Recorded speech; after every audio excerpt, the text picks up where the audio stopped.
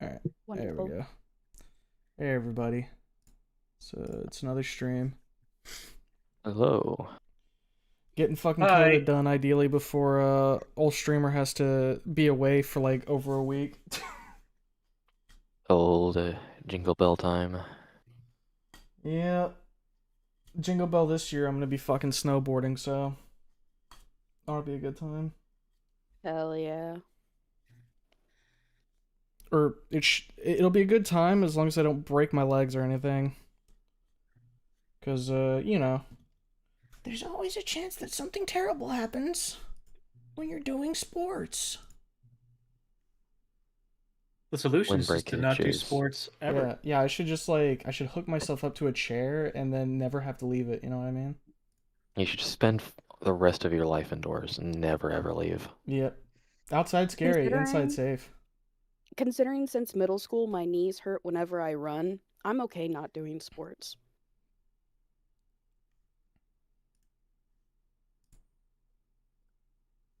Did I ever mention the knee story I had? Mm, No? don't think so. Okay. So, I used to live in the country, right? Mm-hmm. And one day, young me thought it would be a good idea to go outdoors during a rainy day. Okay. Young me also thought it would be a good idea to walk along like a stream on a rainy day. Said stream was very rocky. There were tons of rocks alongside the stream, I right? believe I could see where this is going. Um, so I climbed onto a rock and Did you uh, reveal muscle or fat? no, fortunately it didn't go that route. It was a blunt force trauma. Ow.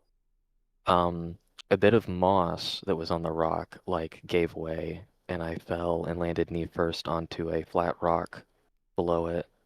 Could like 3 feet, I think, maybe 4. Owie. Suffice to say, young me limped home that day. I say that probably hurt like a bitch, Yeah. huh? That probably hurt like a motherfucker. Fortunately, knee was intact. Didn't even crack or anything like that. Just bruised. Very tender. Just had a tree fall on me once. All right, well, What? now you gotta like go What into that one. escalation? What an escalation. Oh yeah, I fell on a flat rock, my knee's fine. Oh yeah, and I also had a tree fall on me. Nature These were attacked different me. events. Nature had it out for you. This was like one time, I think, during winter, and I was just walking along the woods, and normally that's fine, right? There's never any issue with that. It's just, I guess, a small dead tree decided that was its last day standing upright, and it fell right on top of me. Said, bruh, I'm dead, and fell. This is a great time to just collapse now. Oh, Now, I hope there's no one under me. there are two fortunate things about that. One, it was a very small tree, so while heavy to push off, it was push-offable. And fortunately, it wasn't one of the spiked trees which grew in the forest where I was. What? Fortunately, it wasn't one of those kill you trees. Yes, where I lived, there were like these trees with spikes all along its like bark. They just fucked up sometimes. There, I think I only saw it the one year, but we did see one of those like insta-kill you mushrooms that grew. I was gonna say, I think it's funny how nature has like two ways of saying don't mess with this. Either it gets really sharp or it gets incredibly poisonous. It's also very bright and colorful when it's venomous and poisonous. Oh, that's the neat part about these mushrooms. They're not bright or anything Are they like just that. They're gray? very like dark and like, yeah, they're like dark gray. We are the color of death. Do they... Wait, I have a question. Hmm. Do they, like, turn into black goo after a few days? No idea. I only saw the one that one time and it was like fully grown. It was really funny too because I had just saw an article talking about them. I think like a month before seeing those ones that had grown. Okay. I learned about a mushroom that is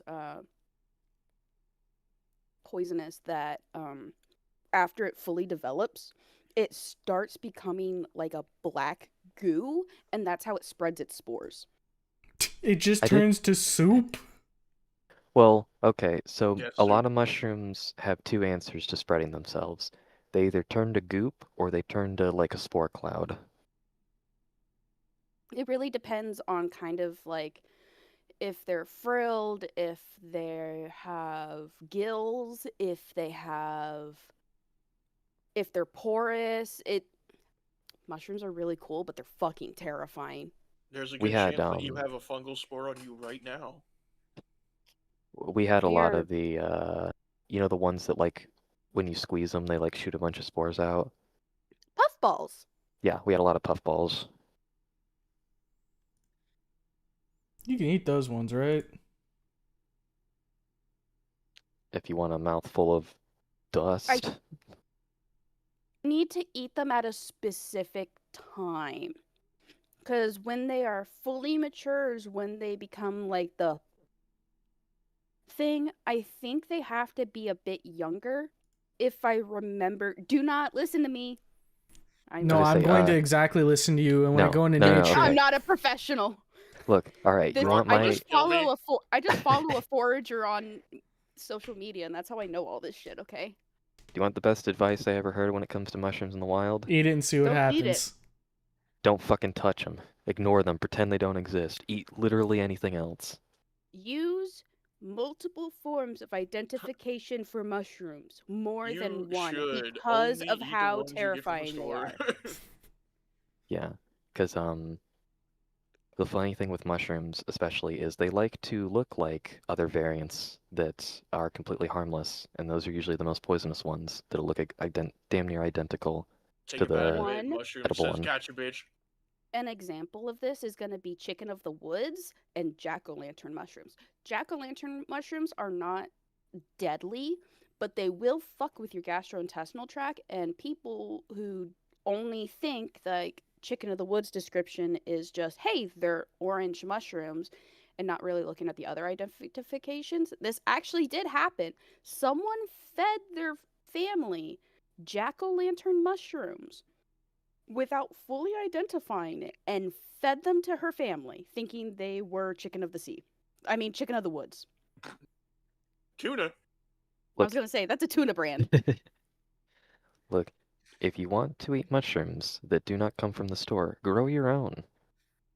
Grow your own edible ones. Can we go on like a nature walk and like anytime I see a mushroom, I can just stand there and stare at it for an uncomfortably long amount of time, licking my lips?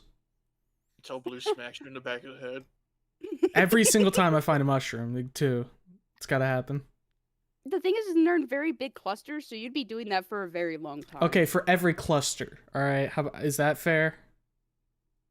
You just look at the mushrooms and then you turn into a fucking space dwarf and you go, mushroom.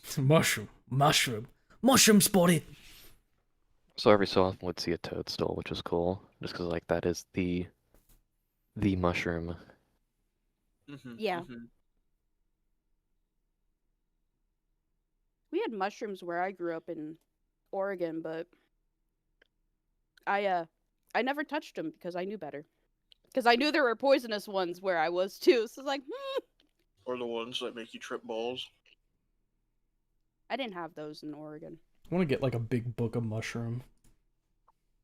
There actually is a forager's fungal guide head. that people recommend for mushrooms and stuff for identification, and it actually has a checklist of everything the mushroom needs. Like, you can't have just like 3 of the items and it be that mushroom. It has to have every single thing, so that way you have a checklist of the mushrooms that you're looking at, so you can safely identify them.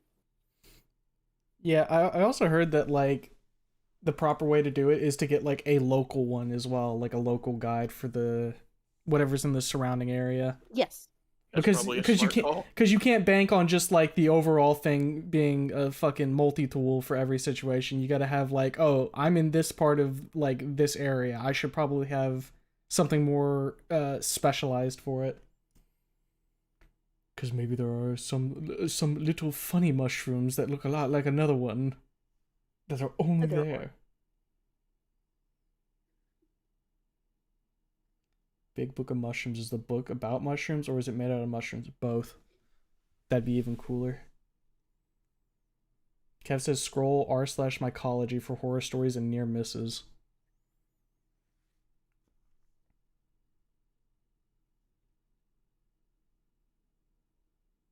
I'm sitting here trying to contemplate if I want to go just like, make like a thing where for the CODA streams I drink a monster beforehand. Just go grab another one. It's your tradition. Yeah, it's gonna be the tradition, because I Yeah, say try your tradition, mango one but there's like time. only 2 of them, so Some traditions shouldn't be followed. That's all I'm saying. You don't yeah. fuck But with like trees, I got those fucking monsters I gotta get rid of at some point. So I do the same and grab a beer. I do have liquor I if we don't want have to go that anything. route. I mean, I can make a drink, I guess. do you think I should grab the white monster this time? Yes. Okay. I do have Aldi's Summit brand Kiwi Guava Waves energy drink. It's pretty good. Oh, you know, so Iron, we had mentioned the booze before, right? When we were messaging. Mhm. Guess what they were also out of at my Aldi's? Oh, the chocolate one. The peppermint one. Man, I'm guessing it was just a seasonal thing then. It is seasonal, but I didn't I didn't know it sold this well. Damn.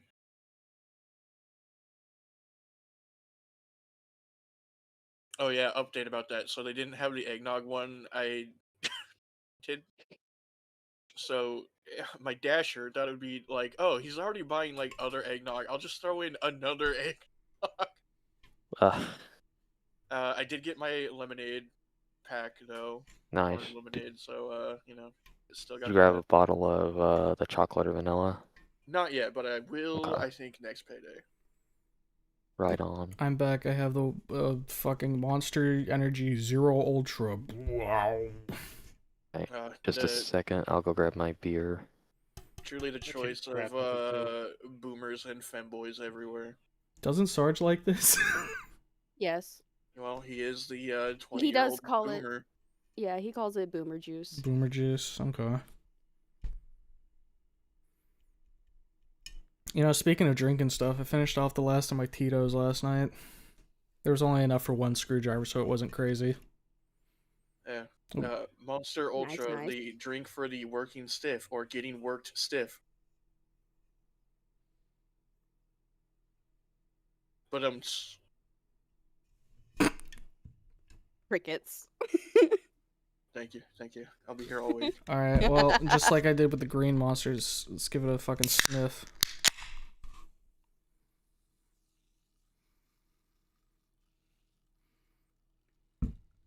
Okay. I'm not, like, immediately repulsed. It kind of smells just like citrus, I guess. It is a much more like mellow citrus, yeah. Yeah, it reminds me of like whenever my brother's like peeling tangerines for lunch and I walk in and I'm like, damn, that'd be smelling like fucking orange. Yeah, I don't know how to explain like OG Monster. It just smells like fucking liquid chemical burn. It's just citric acid and lemons Alright. and orange and citrus. Also, Beer has since been acquired. this one has zero Gotcha. sugar, it's not over the amount of sugar you should be taking in one fucking day, so I guess that's cool. I should probably like plant my mic like. What'd you get, Blue? Like Blue Moon or Yep, good old Blue Moon. yeah? I do like my Blue Moon. It's like It's right amount of citrus. I was gonna say, so far it's out of the beers I have tried, it has been one I actually genuinely enjoy tasting. You had me try it when I was there, Here, right? I'm gonna go And get a drink. I'll be back. the same If fate you that like- befalls all beers is what happened. If you like I go ahead. I think I distinctly remember you saying while you didn't like it, you said it was better. Well, that makes sense. Which is fair, because I mean that's the whole reason why a lot of people like it, is it does taste better than the vast majority of beer. Vice Have is you ever basic tried, Blue Moon drinker. Voodoo Ranger Blue? Can't say that I have. I think you would like some of their lineup, especially like they're more like citrusy, like Juice Force and whatnot. I do like my juicy booze. Next time we meet up, I'll buy one for us to try. Sure. Oh, yo. Alright, it has been opened. Yeah, I guess now that I've sniffed this, I should probably go ahead and give it at least a sip. I might grab some cider later, booze up too. I did hear from a certain streamer that I missed a very good Rory moment It's for the last best. stream. Well, I can show you the CG, or potentially future CG. Let me find it. Streamer would have been inconsolable afterwards. Okay, I think I'm in. Hey, Saw, welcome. dude. What's up, guys? Yeah, I gotta say, I think I prefer this over the other one. Because, So, to catch you up to This is easier to speed, drink. Blue, there was a movie night with the fellas and Mhm. lady fellas, and you get to choose who you sit next to. And Rory was an option. Mhm. And there you go. Yeah, I saw this in my server. Yeah, This Rory pick. that was Love by it. yours truly. Nice. Who voiced Rory in my stead? I I'd did. be honored. Which it was kind of funny when there would be 4 characters on the screen and Iron's 3 of them. Yeah. There came a Juggling point where I was voices, sitting there, I'm yeah. like, should I like butt in and like offer to take up the role real quick? I'm like, nah, he's got it. That He's fine. probably would have been better, but also like listening back to the stream, I'm like, in hindsight, I gave like Claire a Southern Belle voice, and I probably should have went Valley Girl. I think I mentioned it Yeah, before. You maybe, can always but- swap it up if you really Yeah. want. Tactical voice reload. Yeah, unfortunately, you're not going to get the role for Claire in the live-action film. Sorry. Damn.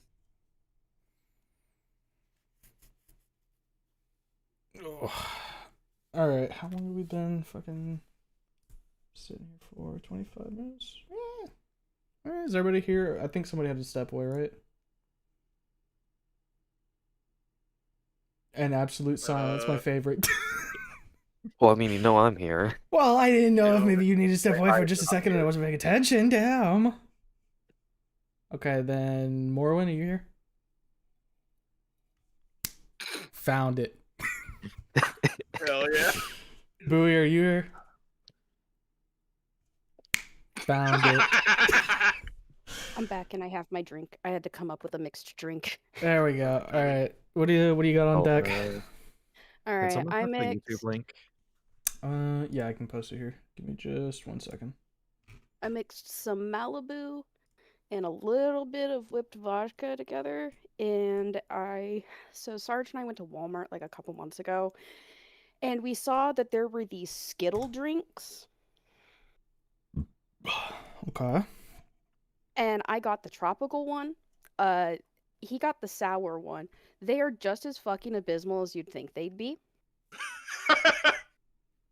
They have stayed in my fridge specifically because I literally said in the car after we tried them, because we tried them in the car after we got from the store, I was like, okay, the only way these will taste better is if they're mixed with alcohol.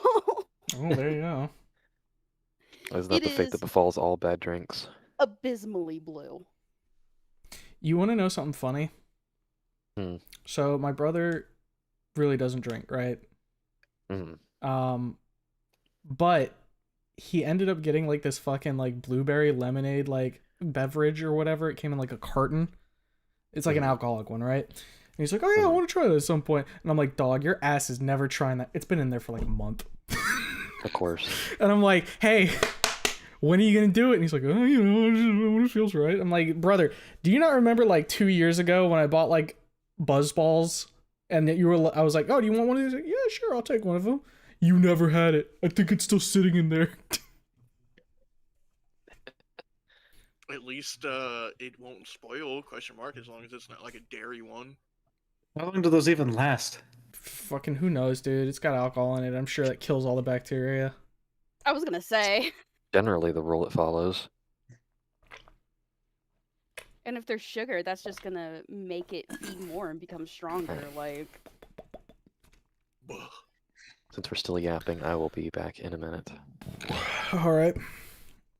See, this is why we have the app too, so everybody can get situated. oh yeah, alcohol made it better. Should I just preemptively grab my alcohol then? I don't know. Do you want to? Here's what I'll say, Iron. If you want to hold the alcohol, maybe closer to like the creamas. I might do some drinking then. Yeah, you know what? Yeah, well, Because I mean, if I I'm don't want to start slurring my sweet on sweet. no, because it'll be endearing when Claire gets drunk again and drunk texts us. Yeah, I should have saved that My for French when she might got sound drunk. better. Yeah. I'm so glad you took the French teacher, because holy shit. The only reason I was somewhat comfortable doing it is because my mom taught me how to pronounce certain French words and kind of how to like do it, and it's the only reason. Because I You was know, like, I can give it a try. An I was also, educated like, guess. We can't have the one token female just like take every, female voice, and it would be very funny to see, as funny as it would be to see Morrowind talk to herself. I was fine. I would have been fine taking the raccoon. Well, No, I got it. Holds up my glove as the ball comes flying right at my face. No, I got it. It's okay. Thanks, Iron. I Why did I echo? Hey, it was a role meant for Mr. Streamer. don't know about that one, but like, yeah, we'll go with that for the time being. Yeah, no, I fucking after both what is it, devlog and None in the Chamber, I have like a ingrained fear whenever I see words not in English, and I'm like, oh god, stop. Understandable. Oh shit! I feel sorry. like I'm gonna biff it. Oh, fucking who was it in devlog? Abigail. Yeah. What language is she? I can't remember. Finnish, I believe. Oh yeah, that was it. something Yeah. Very European. Or when doing like Puppet Pal stuff and it's like Judy and I'm like, no. No. Lucky I didn't include German in it because I also studied that in college for a bit. Well, hey, if you put it in there, I'd be, I don't know, handing off the buoy or something. Let buoy die on that cross.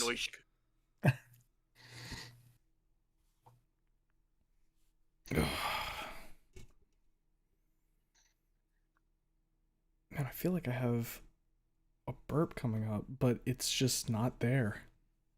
Oh, nope, there it was. We're good now.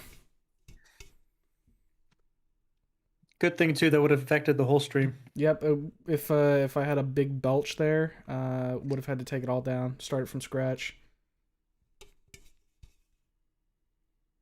I gotta say, this is the most exciting like pre-stream convo of all time. The fucking pre-stream rambles go all over the fucking place. Preamble, yep. Like, okay, Iron, can you think of any other ones that were completely off the fucking wall? Dude, there's so many that It really depends on who's in there, right? Because if Lanny's in the pre-stream, it's fucked. It's over. Okay, well, Humo, like the one that I think was like the most like prolific off the walls one, where I think you were going to do like a stream of None in the Chamber or something, and then you just said, no, I don't really fucking feel like it. We're playing Webfish. Yep, that did happen on a stream. I think that wasn't my first time playing web fishing. I think it was I had been playing it a little bit, and I was like, man, I don't want to fucking read tonight. I want to go fish. And I put up a poll, and I was like, hey, do you guys want to fish or do you want to read None in the Chamber? And everybody's like, fish. Ace got like a week-long crippling addiction. That was longer than a week, I feel. He was playing it like there were I'll give you that. Maybe it was a week of just hardcore doing nothing but fishing, but like the addiction was there for longer than the week. Also, rest in peace, web fishing. Rest in peace, web fishing. Truly deserved a better fate. It truly did. You know, they it's just announced web fishing 2. If they just announced it, well, I can tell you a couple people who would be instantly in on it. I think the dev unfortunately like ran away from the internet after everything that happened. Iron. I really only played it with you guys. Have you heard of Gone Fishing? I think so. Yes, that's like the horror one, right? Yeah, that's the horror one. Yeah.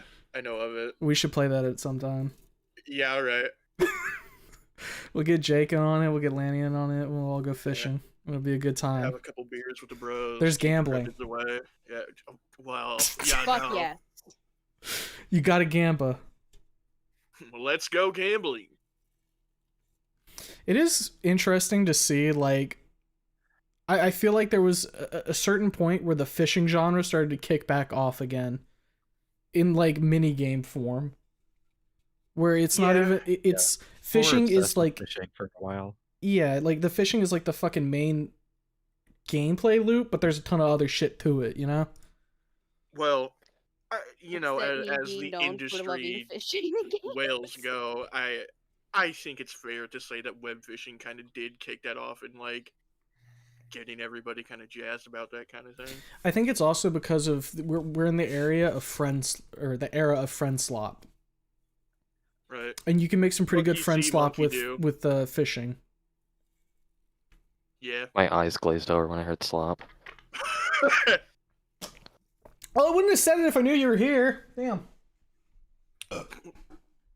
I know you hate the word slop. It's unfortunately one of those things where it's like, I'm sure there are better descriptors, but that's just the first one that comes to mind. Dude, I just say what, like, when I say that, you know what I'm talking about. Words do thing, explain, smile. Yeah. Well, it's not you specifically. No, I know. The Yap supercut win, never gonna fucking happen. You're lucky if you ever get the fucking None in the Chamber supercut. Listen, if somebody like third party wants to sit and do a supercut of the best preamble Yap moments, then by all means. So the slop thing is especially bad because the other day I heard someone call Expedition 33 quality slop. No, I like that. No, I like that. That's funny. That starts really bad. No, that's funny though. Is it? It's funny. If you're doing it ironically, it's funny. If you're saying it unironically, then it's like, whoa.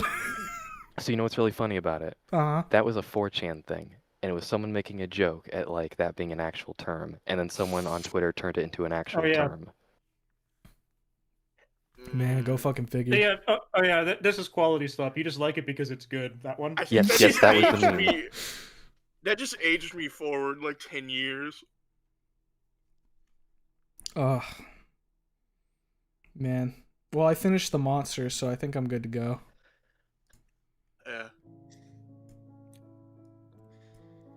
Get the music going, get the actual stream shit on screen.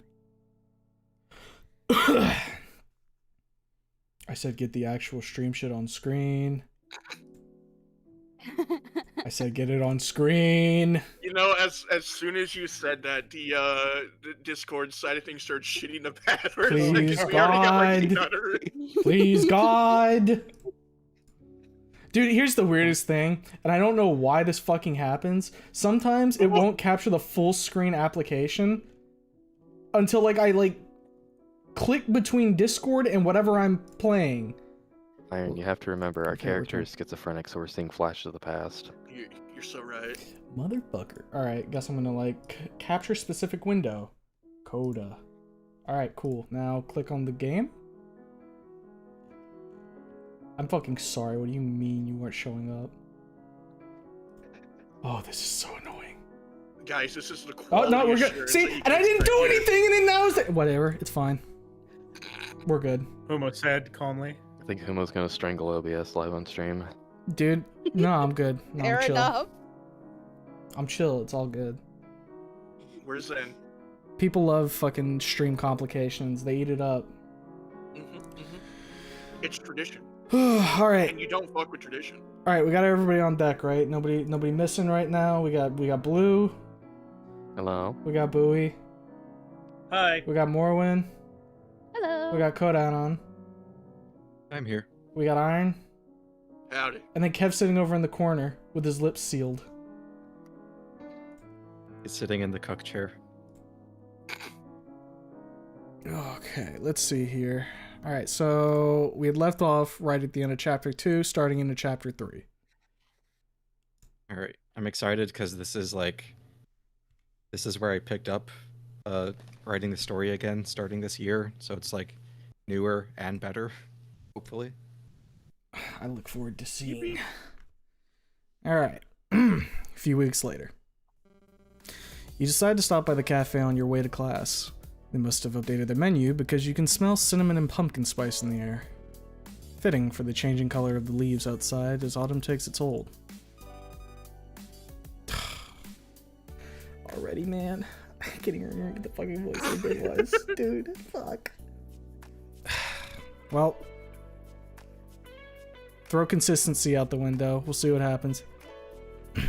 Hello, Muff Jones. Would you like to try the spice of pumpkin latte? It's part of our fall menu thing. Actually, I was eyeing that cinnamon roll. Oh, lucky you. It's our last one. They sell very quickly.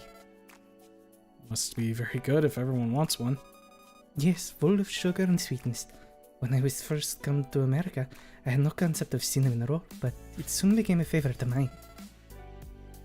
I'll take it to go, please. I have to be in class in a few minutes. Gotcha. Mishka places the pastry in a bag and slides it over to you as you swipe your card through the machine. Spasiba. Have a great day. The door to the cafe opens, and the clacking of high heels approaches the counter in a hurry.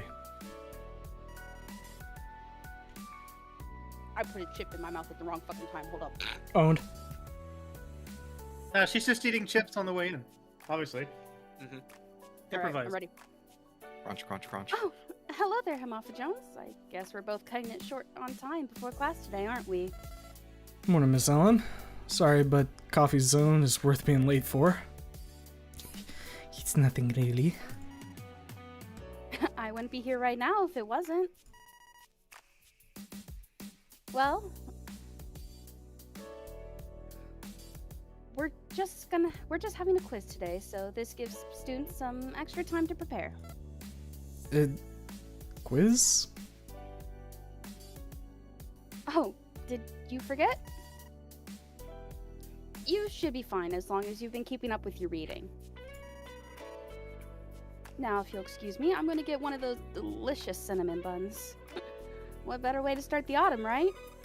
Sorry, ma'am. I just saw the last one Tom of John's here. Seriously? Damn, I was really counting on that cinnamon bun to get me through today. Is anyone else getting like transition stutters? on I was gonna say Discord? it's Yes. like it's pretty It's very bad. stuttery.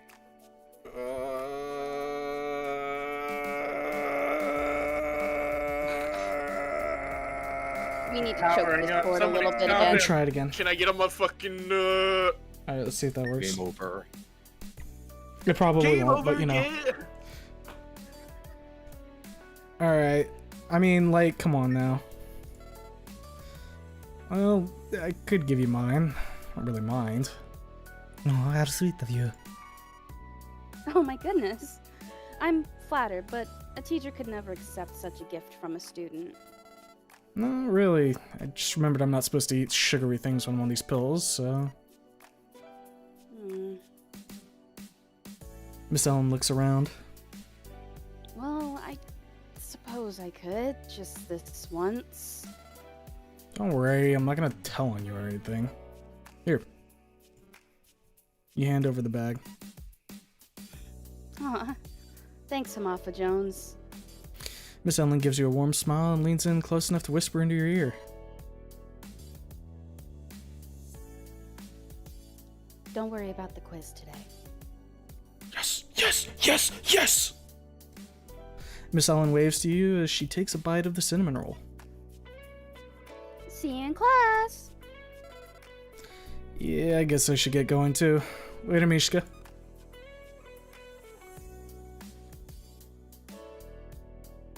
Taskarova. Good morning, class! I hope you studied well for today's quiz. Miss Ellen hands out papers to everyone, giving you a warm smile as she hands you yours. It's a good thing you bribed her with that cinnamon roll, otherwise you'd fail this quiz for sure. Feels a bit dishonest, though. Looking over the questions, you have no idea how to answer most of them. You just write something that kinda makes sense and turn it in when you're done. Is that everyone's? Very good. What do you say we call it a day?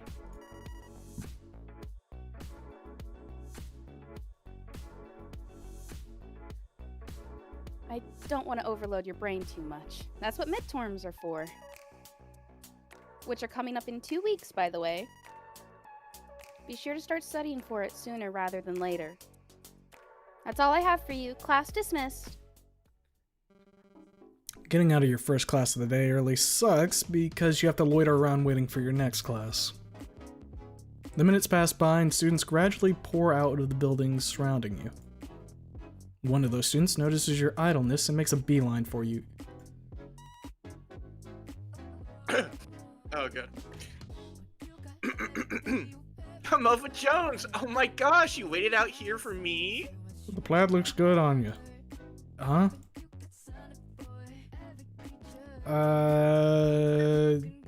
Coincidence, gal. Sorry. I just got out of class early, that's all. Don't play coy with me. I can tell you just wanted to walk me to French. You know, all you had to do was ask. Claire grabs hold of your hand, the tightness of her grip cutting off circulation as she practically drags you to your next class.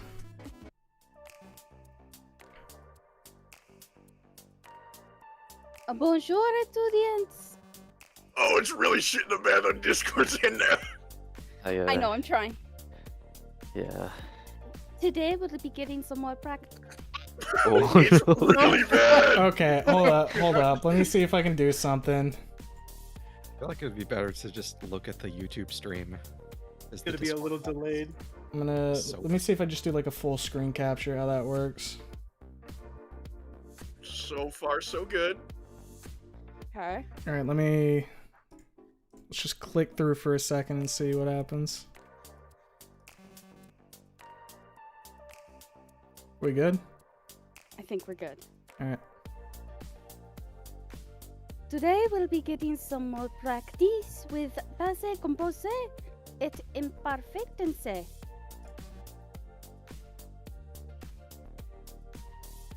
Let's see who's been studying.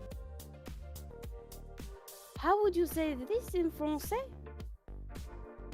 I was doing my homework. Care to tell us, Amorpha Jones?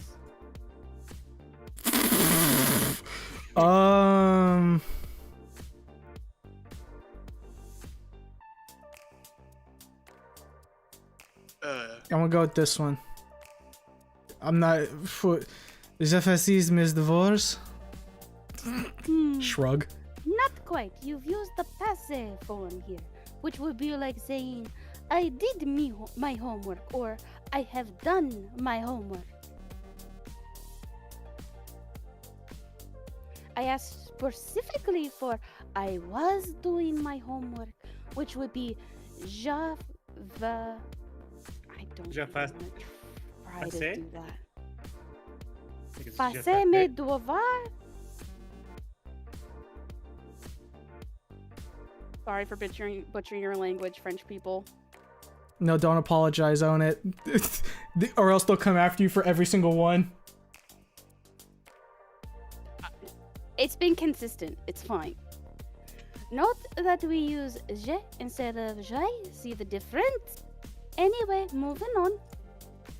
Miss Celestine rambles about grammatical rules for the rest of the class duration.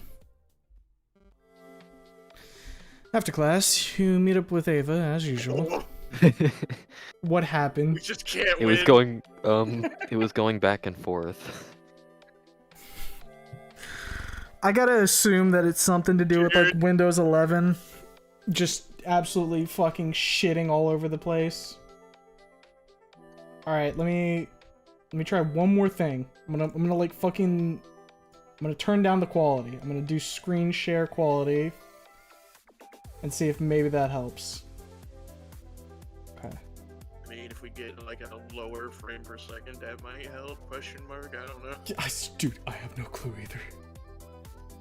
You two have any plans after class? All right, give me just 1 second. I'm gonna click through real quick. Okay.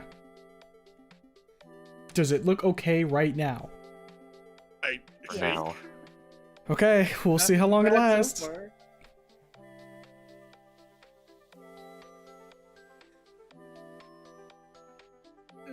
No. Why?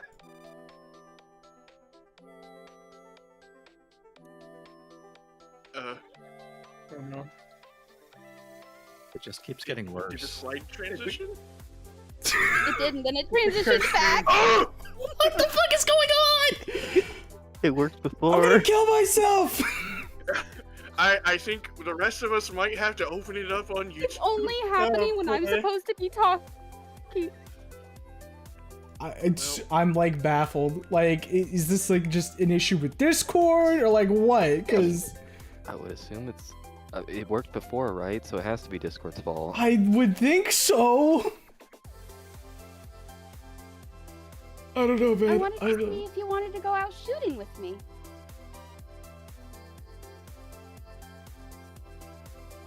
I would, but I didn't bring my gun.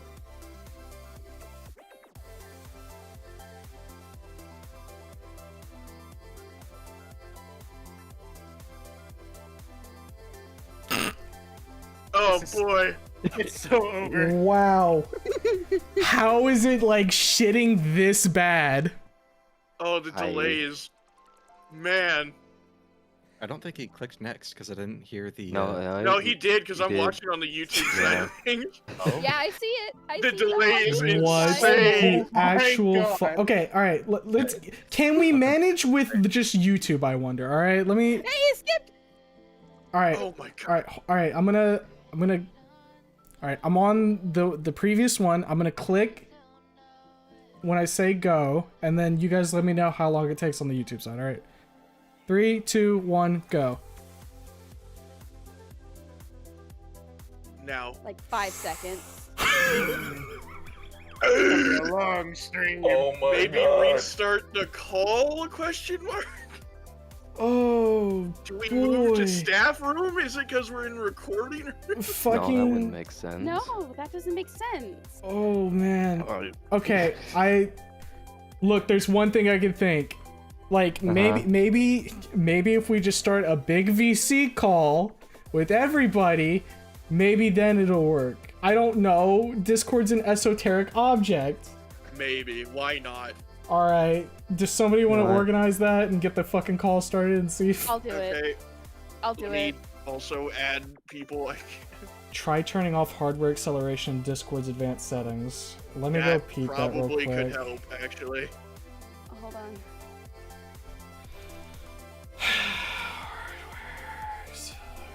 I love Discord. It's such an amazing application. Disabling will degrade system performance. Change and I'll be right back. I'm gonna blow myself up.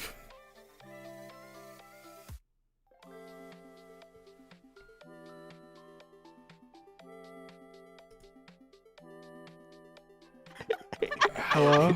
It's just one after Is another right everyone now. updated? I am I don't even- updated, so, yeah, you know. my Okay, Discord alright. Yeah, I'll be I right turned back. I turned off the fucking acceleration, alright? Like Alright, go to maybe- I'm gonna send you a friend request. maybe this'll work, okay? Like who knows?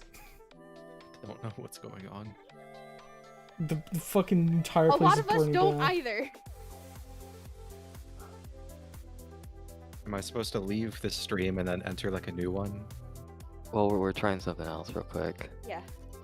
That's gonna Alright. be last. That's gonna Alright. be the last thing to try. I'm gonna Oh, that looked kind of smooth. I'm gonna click through. What the? But not this one. It- Not today. It skipped back again. Did anybody just hear that? Oh, that was Yeah. Iron's entrance noise. Yeah. This is a little interesting. Okay. Is it okay. looking okay so far? No. It, No? I think so. Oh, hmm. It's kind of the Keeps same. jumping so far back. Yeah. Like every time you click, it jumps back to the French teacher. Yeah. Oh, my It's like skipping back farther than you mean. to. How is it doing that? Like what? I don't even understand at this point. Yeah, so every I'll get time it you set up. every time you click forward, it'll like jump back for like a solid second or two. Is it because I'm like to- trying to capture like fucking? Okay, go back to this. Go back to the entire screen capture and see what happens. Kumonodo, please accept me friend request. I feel Yeah, like it's, apparently like, you haven't been jumping- friends with Oh, no I one can add for... you. It's jumping back to like the most recent keyframe is my best guess. Until it loads like the next. I chunk hear of- like the audio of like the text going, but then it takes a second for the visuals to catch up. I'd almost be curious to see if this would be affecting you to like stream any other game. Or if it's for some reason just this game. I have no idea. It wasn't nearly this bad last No. time either. It would just like occasionally, like every so often, jump back to something previously, I'm not like a friends flash. with Booey either. God damn it. I'm just stunned. I have no idea what could be causing it.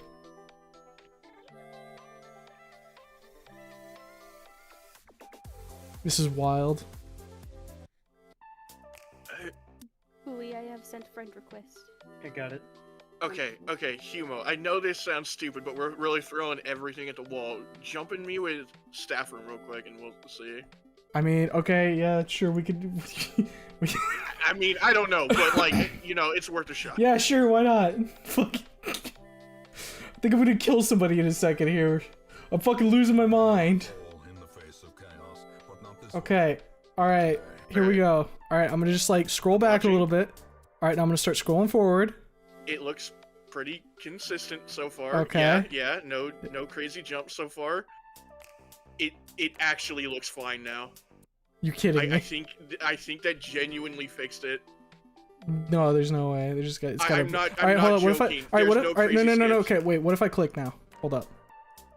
Yeah, it looks fine. It looks consistent. Okay. Nothing's jumping crazy. Yeah. I'm back at the French teacher. Now back to there. Okay, now it's jumping crazy. Okay. I don't. All right. Hold up. Window mode. What if I window mode this? Okay. Now I'll have to Right. enlarge the stream. Let me see. All right, enlarge stream. There we go. All right. Now I'm gonna return. Okay. Yeah, going back at the French teacher. All right. We're at the French teacher. I'm looks clicking good. through. I'm Looks clicking good. through. Transition slide. I'm clicking through. I'm clicking. Ava's talking. I'm clicking. Bun's talking. Ava's talking. Burn talking. Nothing's going crazy so Okay. far. Yeah. All right. Let me go. Let's run it back through one more time. We're back at French teacher. Yep. French teacher. Transition slide. Looks good. Looks good. Looks good. I think that fixed it. Holy fuck! I'm gonna scream. All right. Whatever. I just won't be in full screen. Maybe that'll work. Who knows? Do we? Let's go stay back. here, No. or- Let's okay. go back and see. Very poorly optimized, right? Okay, I think maybe we fixed it. Okay, good. Well, I I got the unfull group set screened. up if need be. Because I was on full screen before. I don't know if there's some weird fucking bullshit with Discord and having like a fucking... Okay. I'm gonna start clicking through.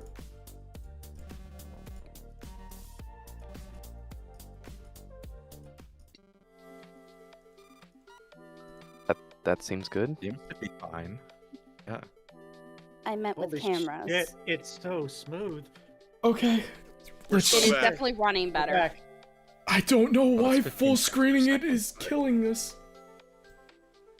At least it's It not might rewinding be a time. mixture of Windows and Discord at the same time. It's... who Because knows? sometimes Discord doesn't like me full screening games too. Alright.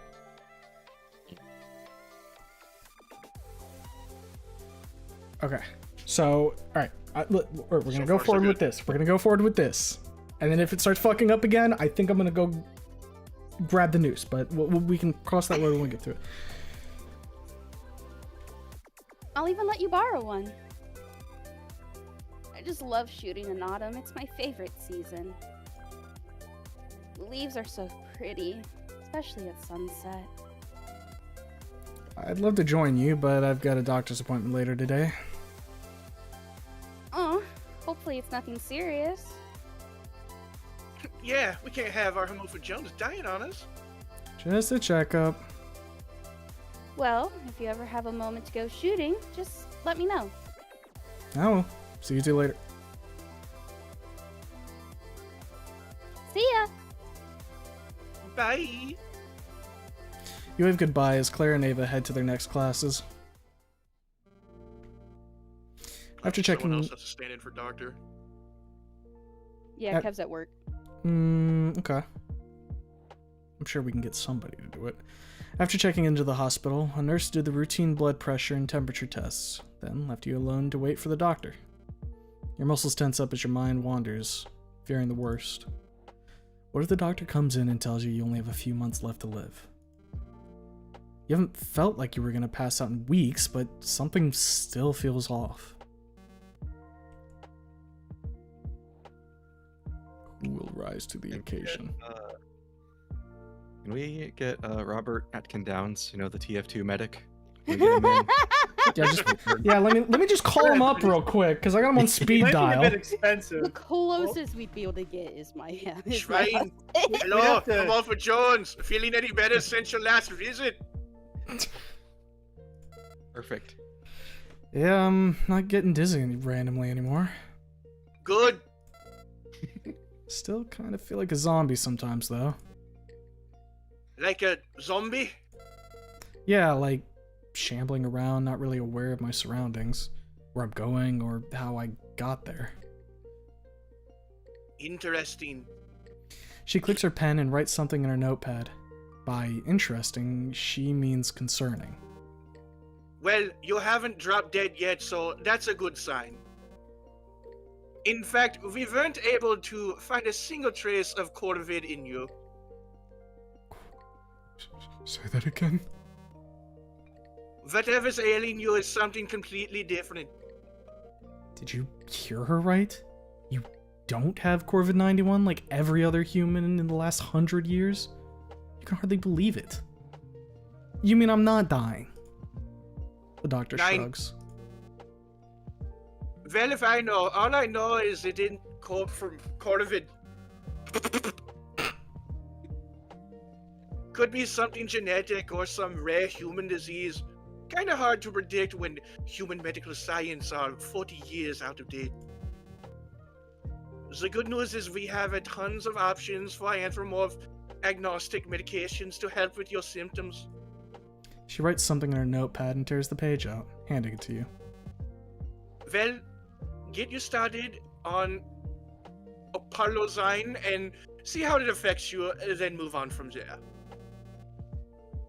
It's a controlled dose, but if your symptoms get worse or you notice any side effects, stop taking it immediately and call me. You're almost too excited by the fact that you're not dying of Corvid to acknowledge you might be dying of something else. Hey, are you listening? Huh? Oh, yeah, read warning on the label, take new pill, call if I start frothing at the mouth or pissing blood. Don't cough. That's the gist of it. That's really all you've got to do for now.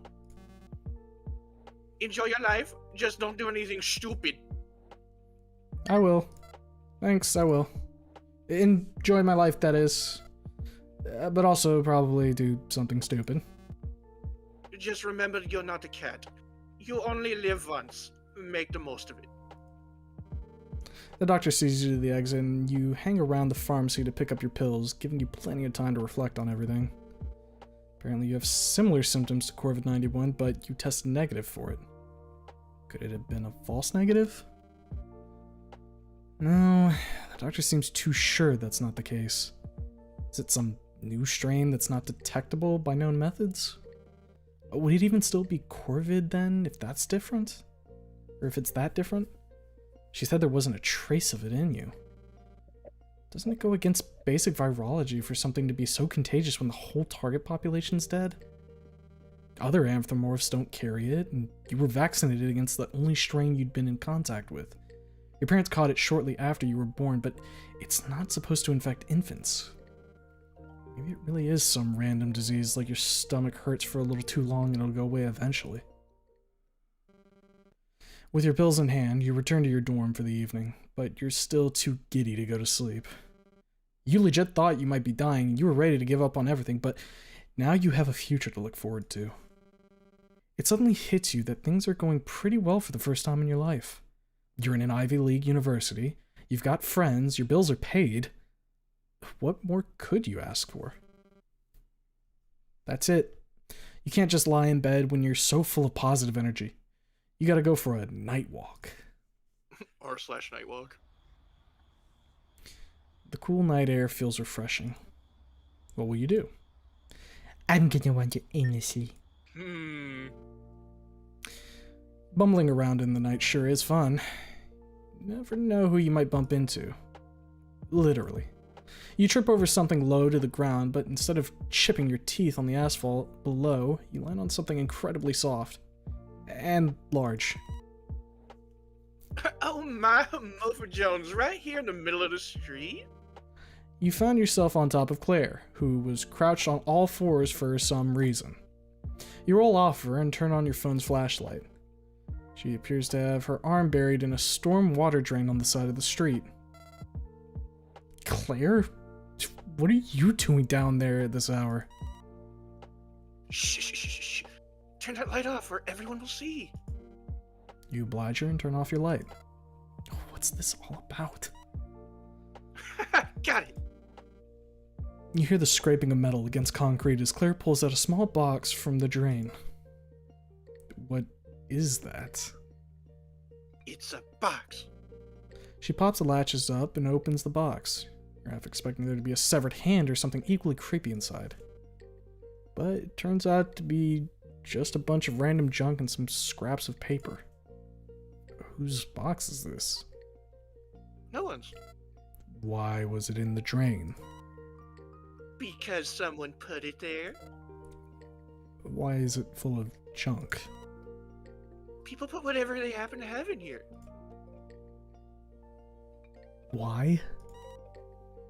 That's what geocaching is all about. Geocaching. Yeah, geographical caching. But why? Claire pulls a bead bracelet out from her pocket and deposits it into the box. It's like a game. You gotta find a box, and your reward is a little trinket to put in the next box. See anything you want. She holds the box up to your face. Catches your eye are some toy army men, trading cards, bottle caps, rubber duck. Which should you take, rubber duck? Rubber duck, my beloved. Lucky ducky.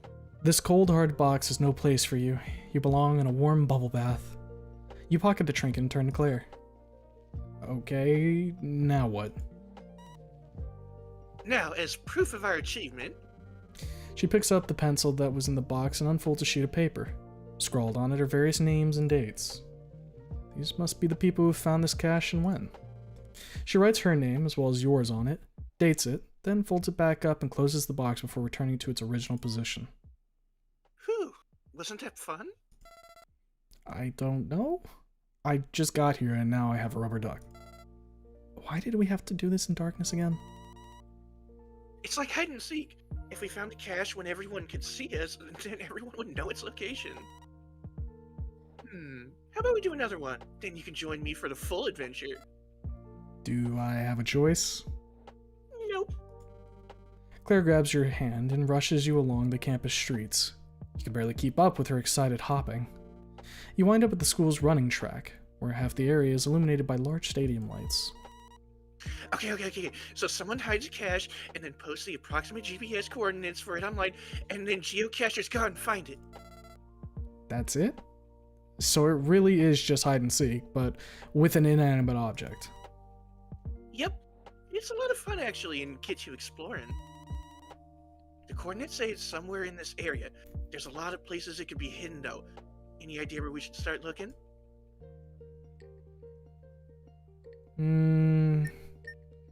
Check the lampposts. How about around the lampposts? Good idea. Sometimes they have covers at the base you can lift up and hide things in. You go that way along the track, and I'll go this way, and we each only have to check half of them. Okay. Meet you at the other end of the track. You head in the opposite direction of Claire, inspecting every lamppost along the way. Just as Claire said, some of them have a shroud covering some wires that you can just lift up. No geocaching boxes to be found, however. You find it? Nope. Got any other ideas? Let's check under the bleachers. There's tons of places you could hide a small box and it would blend right in. Good thinking. You take that one on the right, and I'll check the one on the left. That'll make things faster, but with only one pair of eyes, you might overlook the box. Using your phone as a flashlight, you slink around to search the backside of the bleachers and commence your search. Wind rattles the thin aluminum sheets. Feels like the whole thing will collapse onto you at any moment. All the shadows from the stands dance as you move your light source around, making it hard to look for anything. You scan the ridges under the seats, but come up empty. After looking over everything twice, Claire returns to you from across the field. Find anything yet? Nothing. Dang. Wanna try looking somewhere else? Equipment shed probably has some good hiding spots. Agreed. Non-cachers would probably just think it's supposed to be there, and if they did stumble upon it. Can we even get inside? It's probably locked up at night. Claire bends down and hoists the garage door up. You were saying? Judging by the screeching of the door, it probably was locked. These doors just aren't built to withstand the Benoi, though. You and Claire begin rummaging through the various pieces of equipment in the shed. It reeks of gasoline and grass clippings thanks to the lawnmower that's stored here. You cover your nose and dig around in every place that could conceal a box. I don't think it's in here. Yeah, I don't see anywhere it could be. Wanna try looking somewhere else?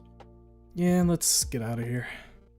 Claire yanks on the garage door and pulls it down after you step outside. As you're exiting the shed, you notice a sparkle in the corner of your eye. There's a ridge under the awning, and you can make out a shiny piece of metal up there. You point to it. Do you see that? Can you reach it? Claire has no trouble grabbing hold of it and pulling it down. In her paws is a box similar to the one she found before. Ah, good eye, Homopha Jones. She sets it down on the ground and opens the latches. Inside, the box is empty aside from a pencil and a sheet of paper taped to the bottom. Only one name is written on it, and it dates back 2 years. That must be whoever set up this geocache. This makes us the first ones to find it. Claire scrawls down your names and the current date. Dang. I'll bring another reward. Now, whoever finds this will think I'm just a taker and not a giver. We put Ducky in. You pull your newly acquired trinket from the last box and deposit it inside. Better to leave the next geocacher with a fun prize than for you to carry around more junk. Aw, how sweet of you. Claire pulls you into a side hug and nuzzles the top of your head. Just trying to be a good geocacher. The next finder will appreciate it. Claire puts the lid back on and secures the latches, returning the box to its original location. Well, that's geocaching for you. What do you think? It's something. I'm glad I started doing it. There's a bunch of caches around here. When we were talking about hobbies earlier, it got me thinking I needed a new one. So I looked up stuff to do, and this was one I haven't tried yet. So, thanks for leading me down this rabbit hole. She's really happy to have something new to do. She'd probably love to do this again with you. This was a lot of fun. I'd love to do this again with you. Wow, it's like she can read your mind. Yeah, maybe we can do this again next time I go out on one of my signature night walks. Yeah. You bid Claire good night and return to your dorm for some much-needed sleep. The following day. Another day in history class where Rose is a bitch to you? Who could have guessed? At least you got let out early and can prepare for statistics. Or a few homework problems you should double-check. It can wait until after you get a snack at a vending machine, though. You went ahead and made your way to the math building. The snacks stored here are pretty decent. You need to be here anyway. Except some jackass is standing in front of the vending machine and apparently can't make up his mind. Seriously, it's been like 2 minutes and 14 seconds and he still hasn't moved. Hey, buddy, can I buy a snack sometime today? Person tenses up and mumbles something. Blue. Sorry, I'll just be a second. What the? Rory? The ram turns his head around to face you. Huh? Oh, hey, Homopha Jones. Dude, hurry up and buy something already. I'm gonna be late for class at this rate. Wait, what are you doing? You just now notice a wire coming from Rory's sleeve that's plugged into the card swiper on the machine. Are you hacking? Shh. It's not hacking. I'm just tricking the machine into giving me what I want. It sounds like hacking to me. Maybe it would be if it was actually working. I can't believe the random code I pulled off GitHub doesn't function as advertised. Inconceivable. Rory pulls on his hoodie and reveals a tiny computer thing he's concealing. Maybe my Blueberry Pie just doesn't have enough RAM to crack the security code. Poor thing Swap Parshin is probably choking to death. I knew I should have gotten the 4 gig model. Rory sighs and unplugs the wire from the card slot. Whatever, I've spent enough time here looking suspicious. I'll just pay for snacks like a normie. Rory tries swiping his card, but the machine gives an error. Aw, what? Don't tell me I bricked it. Lol.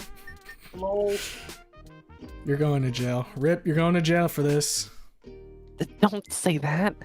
Rory sighs and leans his back against the machine. He slips down until he's sitting on the floor. I just wanted to get free snacks for a special someone. You don't have to get me anything, you know.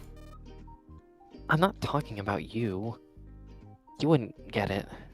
And he really is sulking. You drop down to the floor alongside him. You end up shoulder to shoulder with him, trying not to be an obstruction to the foot traffic of students who look at you weird. But they're all math autists, so who cares what they think?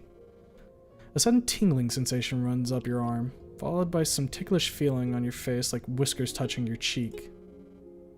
You look down and see a small fuzzy critter with a big bulging eye staring up at you. Right. It lets out a squeak before jumping off you and into Rory's hooves. What the fuck? Rat. Rat. Is that the rat from the other week? Look at him. Punished rat! Punished rat! A round of Look at applause. him. Look at him. And the crowd cheered.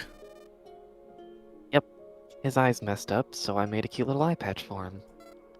You befriended him? It wasn't hard, I just kept giving him food. That's why I was trying to hack the vending machine. You should have said something. Based Robin Hood stealing from the rich and giving the poor starving rats. I don't think he's starving anymore, not with how much I feed him. What's his name? I don't know, I didn't think to ask. How about Guts? Yes. Is that a Berserk reference? Yes. He's had a rough life and only has one eye, so it fits. I love Nice to meet you, Guts. I think he remembers you. He better, after all the trouble I went through to get those pretzels for him. Do you come here just to see him? I have a class here earlier in the day. I just check up on him if he appears to be under the vending machine. That reminds me. I should get to class now. Okay, take care. him. See you guys later. You hold out a finger for Guts to inspect, and you give him a little chin rub. Yes. And I love that he boggled. After class, Gunnar tagged along with you as usual, but Rory was nowhere to be found. Instead, you're joined by your Tuesday-Thursday friends. Look, Ava, cute boys at 10 o'clock. Where? Oh, you mean these two? Who else? Hello, ladies. Watch out, Gunnar. These two are out for blood. Yes. Fluffy bunnies and secretary bird, two of the deadliest predators. I've seen Attack of the Killer Rabbits. I know what you're capable of. It's true. We can be vicious. I wouldn't take a I wouldn't mind taking a bite out of you in particular, Homopha Jones. Ooh la la. I bet humans taste delicious. Claire, everyone knows rabbits are herbivores. Don't act like you're not curious about what humans taste like, too. Speaking of lunch, I was gonna suggest we all go out somewhere to eat. That's a great idea. I just had back-to-back exams, so I'm starving. I just ate, but I could go for seconds. No surprise there. Of course you could. I know a good Thai place in town if you're down. Oh, I love Thai food. Sounds good to me. Yeah, but let's hurry before the weekend's crowd come. Lines won't be a problem. I know the owner of the restaurant. Last time I had to wait longer than 10 seconds, I simply threatened to have my dad's goons burn down his establishment, and I've never had any problems since. Bro. I'll text my roommate Rory and see if he wants to come along. Gunnar brought you to a lively restaurant in town, and Rory joined up with you on the way. He was right. Seating was quick for you, for your group, despite the long line. He got you an outdoors table fitting for such a pleasant day. After ordering drinks, you retreated to the restroom to take care of some business. When you returned, your group of friends eyed you with sinister expressions. What? Why do you all look so smug?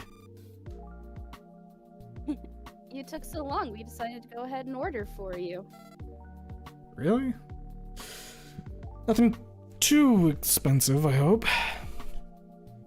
Quite the contrary. You can finish it. If you can finish it, that is. You raise a brow and are about to ask what she meant when the waitress arrives and sets everyone's meals on the table.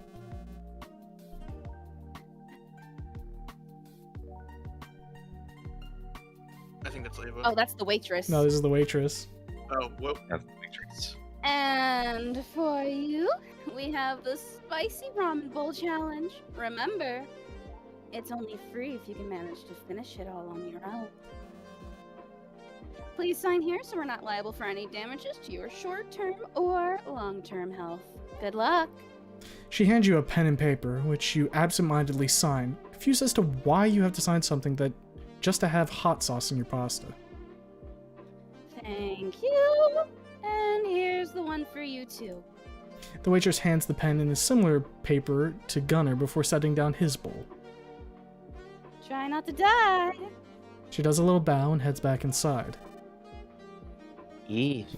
It's making my eyes water already. I can even taste it from all the way over here. Sorry, Mofa Jones, but I swear it wasn't my idea. Ava thought it would be funny to order it for you, and, well, I didn't want you to suffer alone. I was only half serious. You can have some of what I got if it's too spicy for you, Mofa Jones. It's fine. Humans evolved to eat this kind of stuff. In fact, it smells pretty good. You sure? I don't want to be responsible for killing you. Yeah, I mean, I didn't have any restaurants like this where I grew up, but I always enjoyed spicy food. They probably just hype it up for marketing. How hot could it be? I guess we're about to find out. Godspeed. Gunnar grabs his chopsticks, fumbling with them for a bit, trying to grab a slice of beef on top of the noodles. God damn, fuck, almost, dang it. Where's a fork when you need one? Ah, screw it. He stabs the meat with a chopstick and puts it in his mouth while the whole squad watches with curiosity and anticipation. Well, he's not dead yet. Gunnar finishes chewing and swallows. That was not so bad. He suddenly wheezes and reaches for his drink, downing half the cup before setting it down. Okay, it doesn't hit you at first, but when you're done, it's like getting hot breath down your shirt. Still not the spiciest I ever had, though. I think it's supposed to get spicier the further down it goes. All right, Mofa Jones, your turn. Unlike Gunnar, you actually know how to use chopsticks and pick up a clump of noodles to slurp. Doesn't taste any different than the generic spicy ramen you could find at any grocery store. Easy. And then it hits you. You cough uncontrollably for a few seconds as you frantically reach for your drink, taking a few sips until the fire in your mouth has been extinguished. You were right. Ooh, it does have a delayed kick to it. I told you. Here, Rory, have some of this. What? No way. Keep your peppers off my lemongrass tofu. What's the matter? Don't think you can finish it all on your own? I'm sure I could. I just don't know if the discount is gonna be worth being bathroom bound all day tomorrow. You silently take another, smaller bite.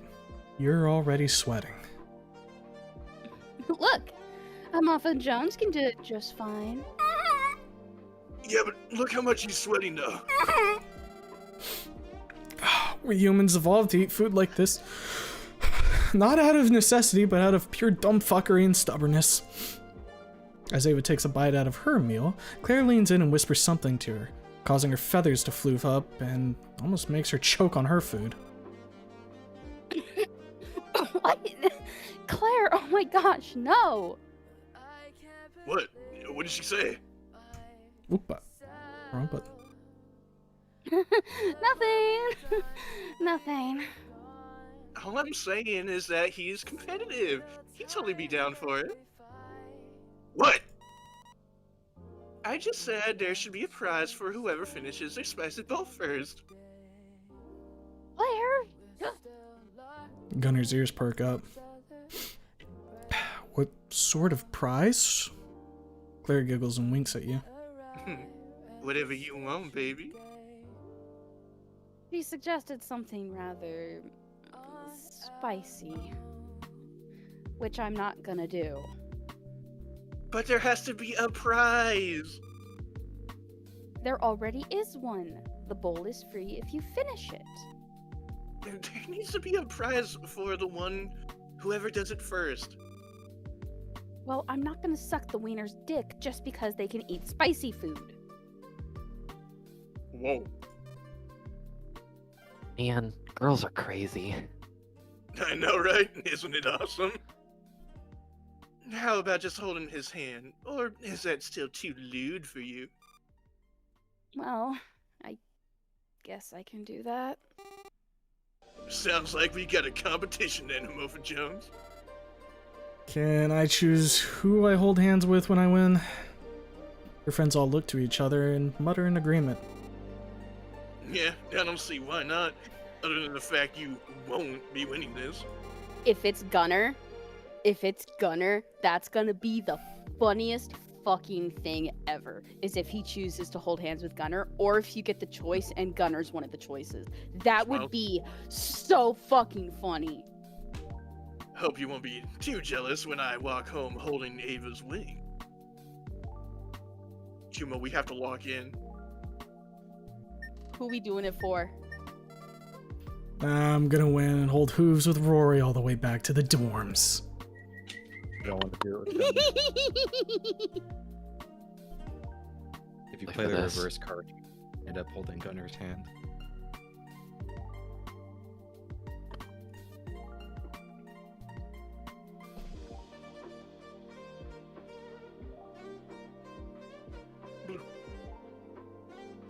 Hello.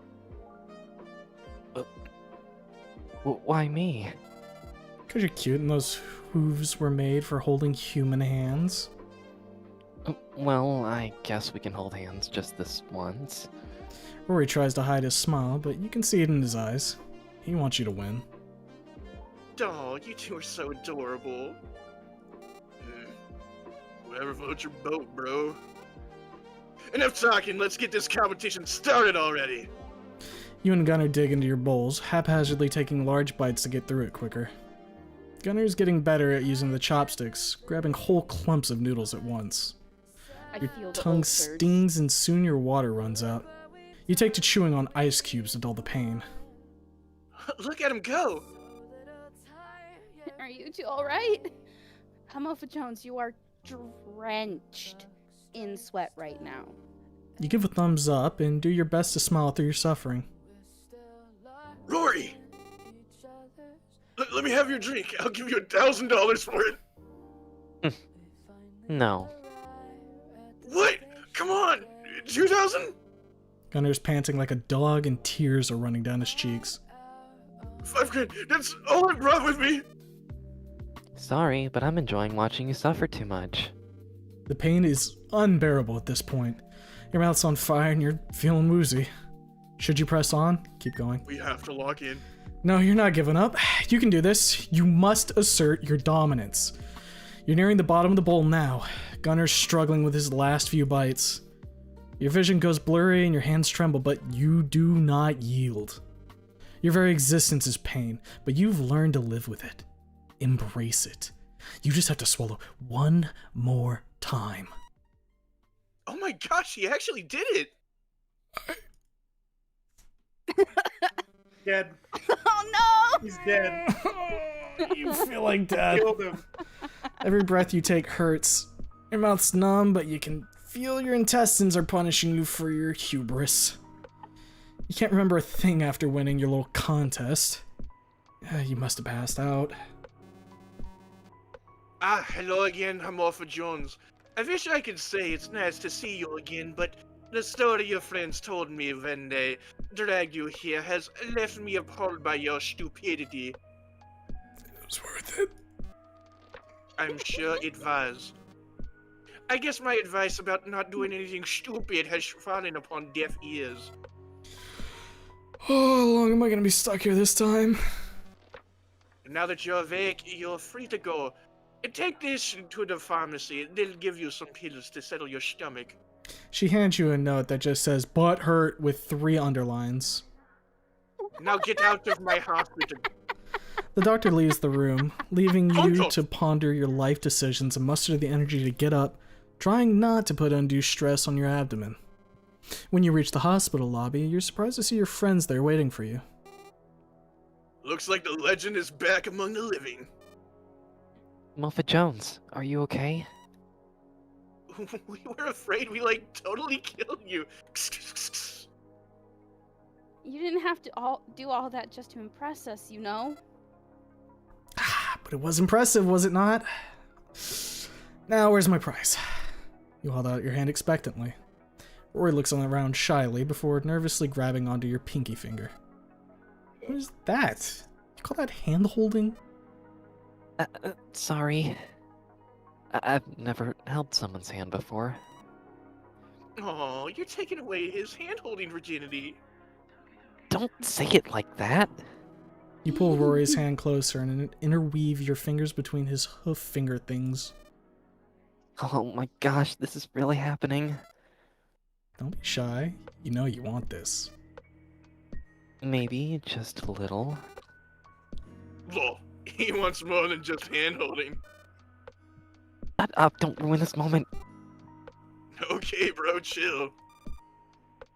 Well, I think you two look pretty cute together. Thanks. Shall we head back to the dorms then? Of course. But could we maybe take the scenic route? It's a nice night out and, And you want to hold my hand a little longer. Gotcha. something like that. Duh. Ugh. Rory eventually got more comfortable holding your hand as you walked back to your dorm. It became so natural that he didn't want to let go. But all good things must come to an end. You thought about inviting him to stay for a sleepover, but your tummy had started hurting again and you just wanted to rest. It was nice to hold someone's hand all the way back to your dorm, though. Makes you feel special.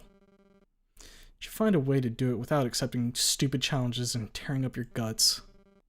The rest of your weekend is spent huddled in a fetal position in bed, recovering from the tummy ache of the century. You won, but at what cost? Ulcers are not always worth it. It might be, That though. was horrible. It was worth it. Worth. Monday again. At least your intestines are no longer begging for death after Friday's dinner, and you can return to class in peace. The classroom is pretty lively by the time you arrive. Everyone's chatting and laughing except for Rose. She sits with her head facing towards the window, staring out at the courtyard. A small rectangular box sits on her desk with a wire snaking around and splitting off into 2 ends that terminate at her ears. Weird. Doesn't look like any phone you've seen before. As you're squeezing between the row of desks, you hear something fall to the ground with the sound of clattering plastics and shattering glass. The whole room goes silent and all eyes are on you. Hey! Tiny paws pull at your shirt and you come face to face with a pissed off raccoon. She's standing atop her desk and only barely matches your height. Pick that up, now! She points to all the pieces of her contraption scattered across the floor. Alright, shit, fucking calm down. Okay? You drop down to your knees and pick up every bit you find and deposit it onto Rose's desk. What am I supposed to do with broken pieces of plastic and shards of glass? Kindly cut your own throat with those if you find a piece that's long enough. I'll get right on that. Rose slots the pieces back together as you find them, though some are obviously too broken to be repaired. You've gathered all the parts, or at least all the ones you can see from this aisle. Wait, there's one more under your desk. You reach for it and pass it up to Rose before sitting in your chair. Is that the flywheel? God damn it, it's cracked all hell. Cheap piece of shit plastic, probably made by inferior human hands. You're paying for this. Wait a minute, that looks just like the gizmo that based homeless guy gave you. You've been carrying it around just like he said, and now it finally has a use. Wait a second. Try using this. You hold the wheel to her. She gives you a skeptical look. Why do you have one of these? That psycho hobo told me to hold on to it. Do you always take advice from crackheads? This probably isn't gonna work, but I'm desperate enough to try it. Rose slots the flywheel into place and wraps a rubber band around it, connecting it to another series of wheels and gears within the cassette box.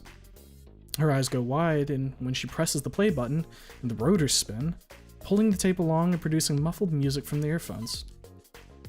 It actually works.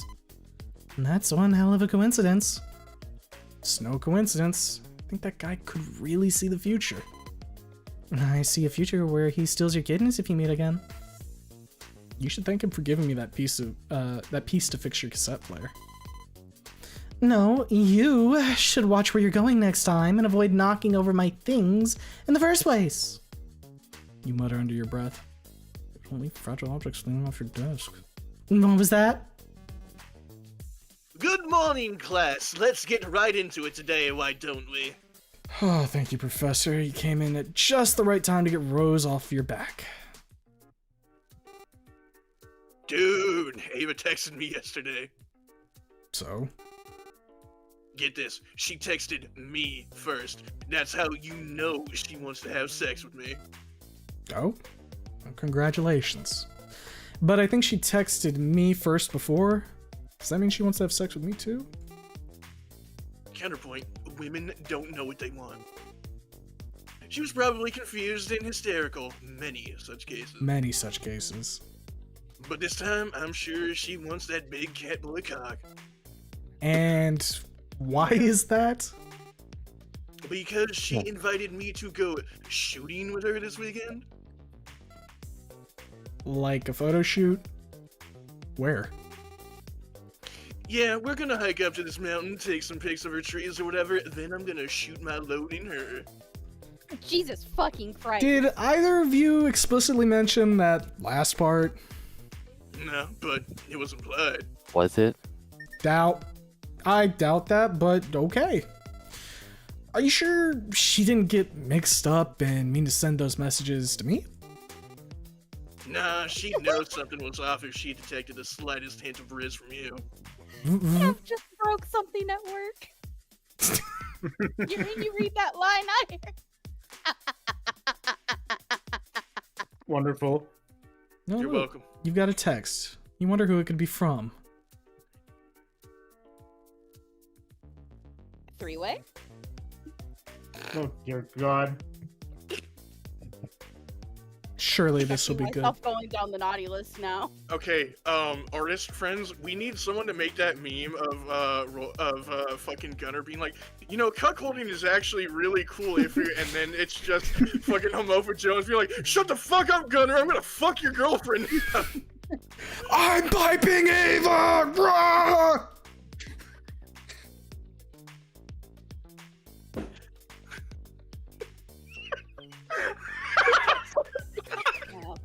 Why did I write that? Write that down.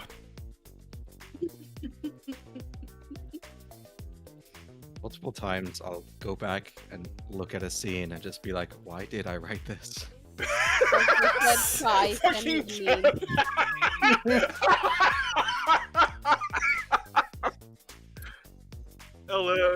I'll shoot that in your DMs. Oh, later. man, I got wait. you, bud. Oh, I thought of your another character's meme. gonna shoot a lot. Damn. Iron, you know that one meme where it's like the people like with the thought bubbles up above and they're fucking somebody else and it's like a different one in each thought bubble? Yeah, that one. And it's just Ava getting piped by fucking everyone. Yeah, it's Ava getting piped by everybody, but when it comes to Ava, it's fucking Gunner getting piped by Anon or vice versa. Oh, brother. You don't even know. Tonight just keeps getting better and better. Should have held Gunner's Toxic hand Yowie. shut earlier. You would have gotten some fuel for that. Maybe we get the fucking Gunner out at some point for the memes. Yeah. Gunner's is no 100%. Gunner's 100% Yeah. bottom. There is in my mind. He's also a brat. Yeah, Right. we must brat tame. Alright. Codanon, you know what you must do. Toxic Yowie, get on it. I've got something very particular in mind for him Oh boy. later in the story. Oh boy. Let's keep this train chugging, yeah? Find his chastity cage, Kev. Oh god. Maybe I should upgrade to whiskey. I might join you on that. Hey, No, I no, went no. straight- No heavy drinking. I went straight to rum and vodka. Okay? I Some knew exactly what I whiskey was getting whiskers.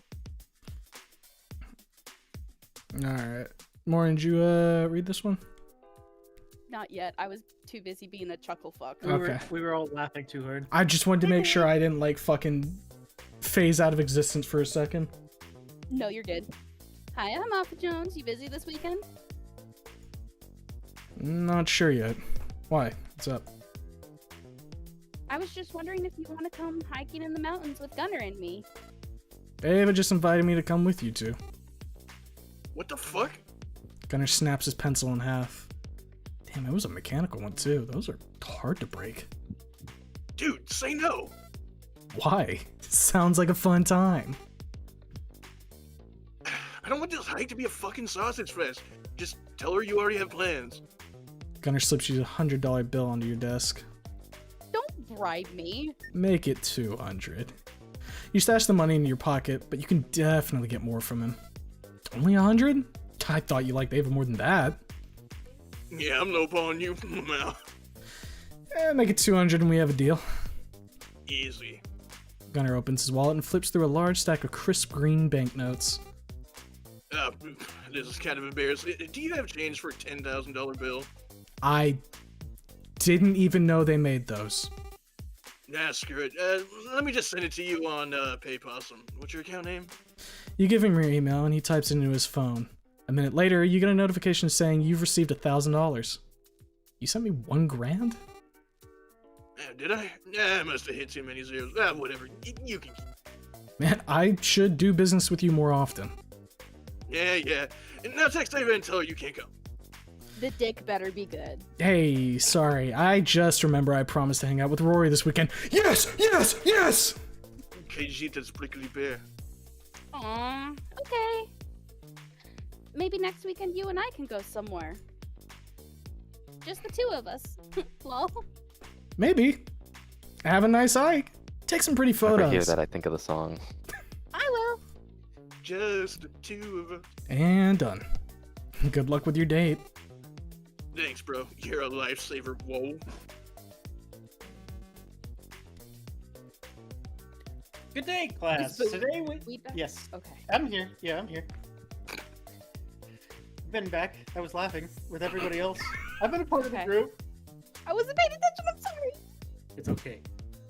Good day, class. Today will be an easy day since we'll just have a quiz, then go over some homework problems. The fuck? A quiz and then a review of the lesson? Bitch is trying to fail us. Clear your desk except for a pencil and a scratch sheet of paper. The rest of the day passes by uneventfully. As you're going up the stairs on your way to literature, you catch a whiff of cigarette smoke. Where there's smoke, there's probably a vaguely depressed literature professor dog having a midlife crisis moment. Better check the roof. You got time as long as she's still up there. Your suspicions are confirmed when you see Miss Ellen leaning on the wall watching the horizon. Couldn't wait until you got up on the roof to light up, huh? Hmm? Stairwell reeks of tobacco. Shoot. Oh well, nothing to do about that now. She takes a long drag from her cigarette, seemingly amused by her own defiance of the rules. So, what brings you up here again? Just wanted to admire the view. Sure is a long way down, isn't it? You're telling me after I just climbed 6 flights of stairs. Guess it's a long way up, too. By the way, how are you feeling? I don't have to worry about you falling out of your chair again, do I? I don't think so. I got it looked at and the doctor was like, yeah, I don't know what's wrong with you, but these meds will help. Probably. And do they? Yeah, I think so. Doctor also smokes ciggies where they're not allowed. Gotta do what you gotta do to survive the workday. Amen. But it does seem a tad irresponsible to work in to smoke in a hospital. To work in a hospital? There's a brief lull in the conversation as neither of you are sure what to say next. You try and think of something while she looks off to the side and blows out smoke. Can I ask you a question? I'm a professor. It's my job to answer your questions. Perhaps a personal question to get to understand her better.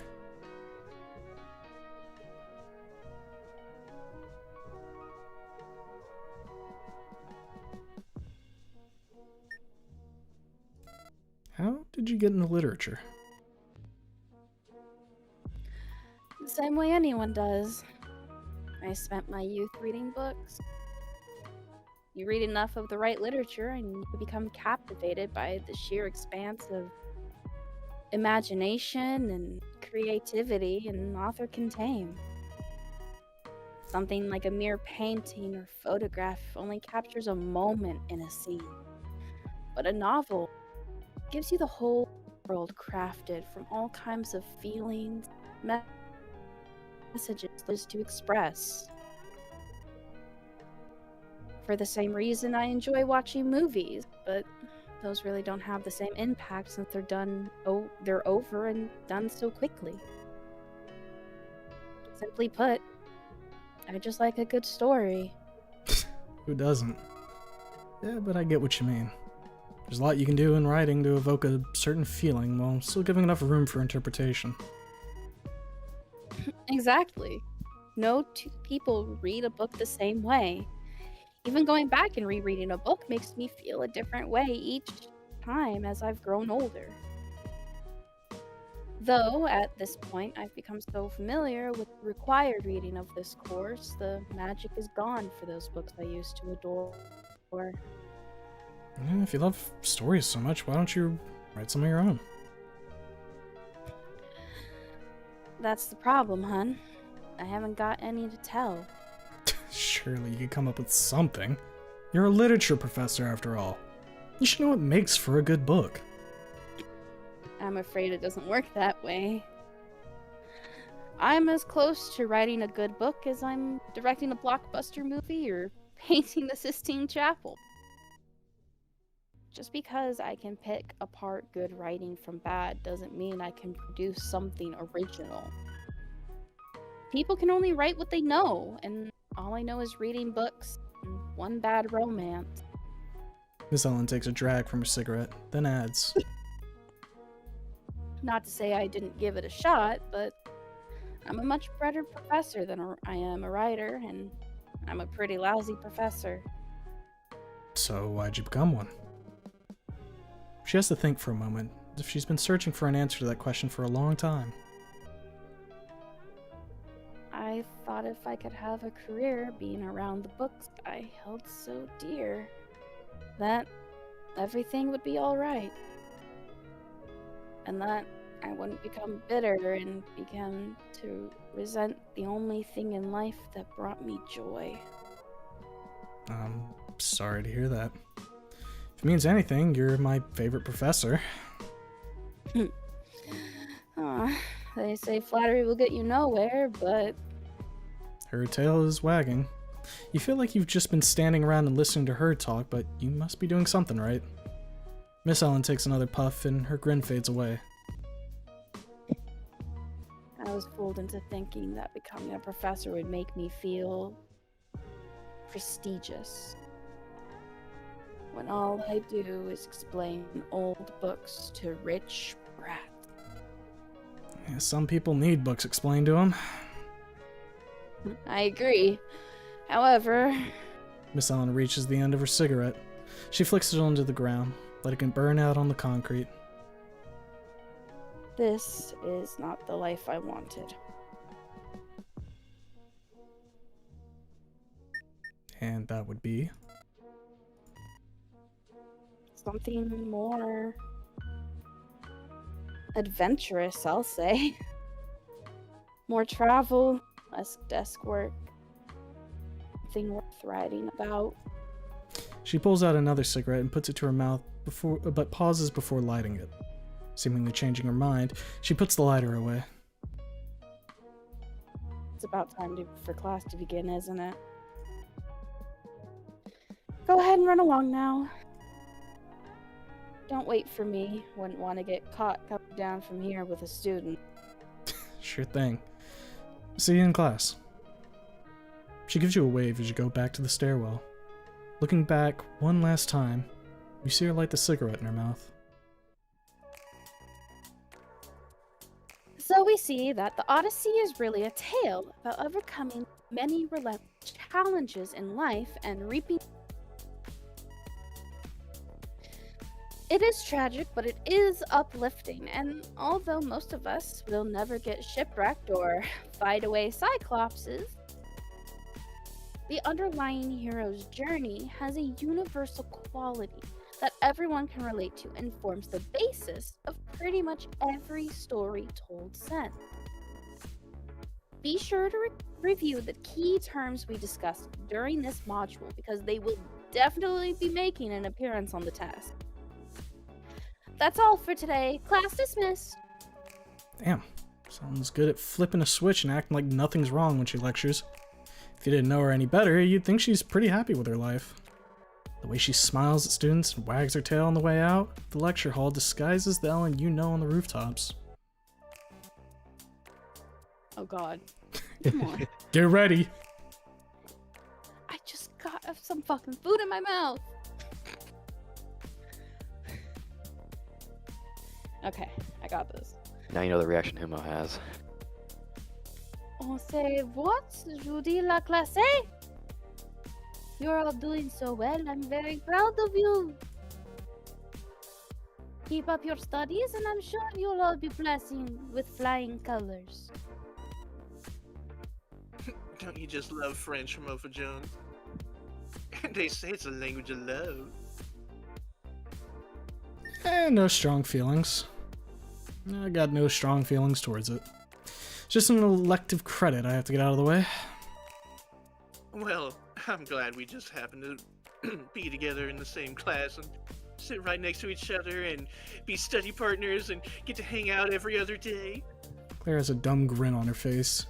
She's leaning so far into you that her desk is left balancing on two legs.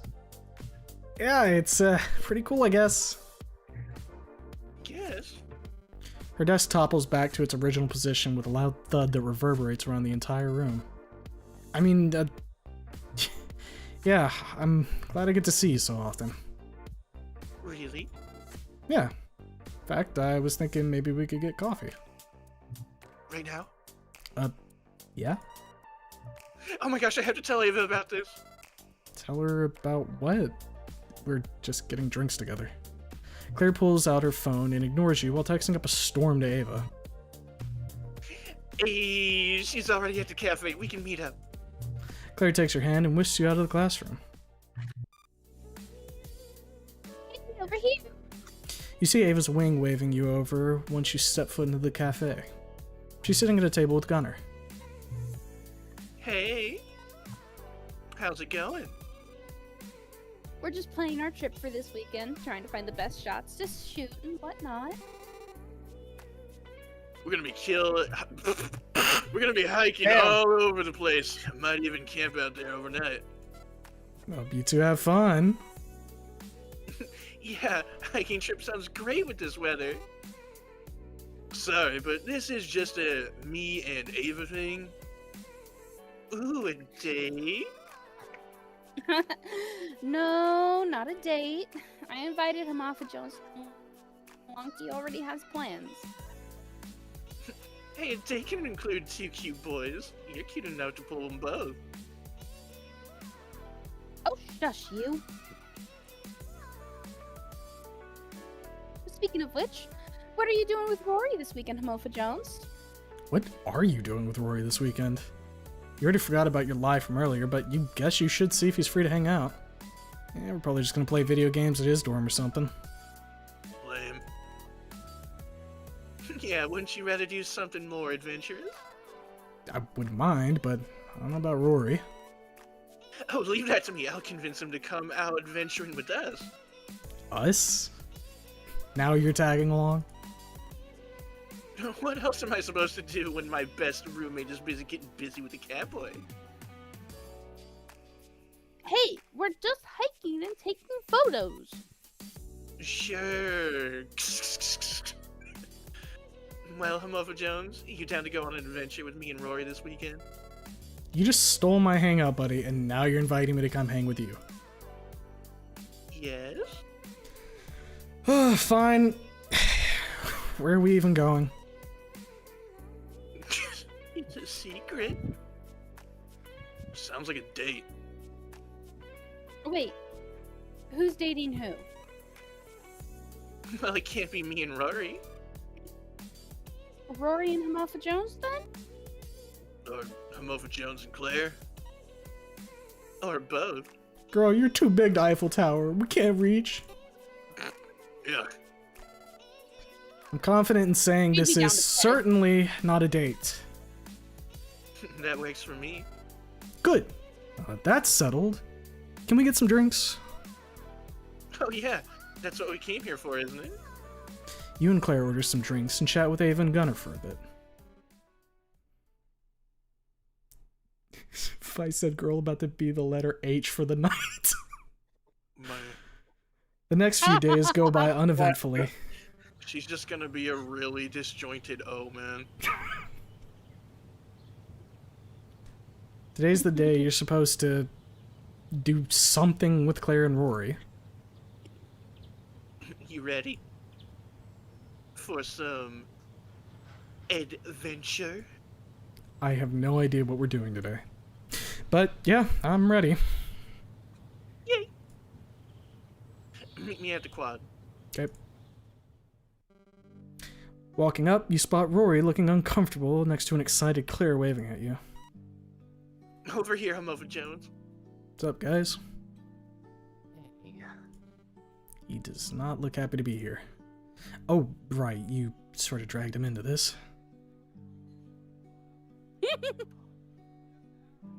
Sorry for getting you involved in this. Poor guy. Didn't ask to get involved in any of this. Sorry, bro. Just wanted to play some video and chill or something. It's alright.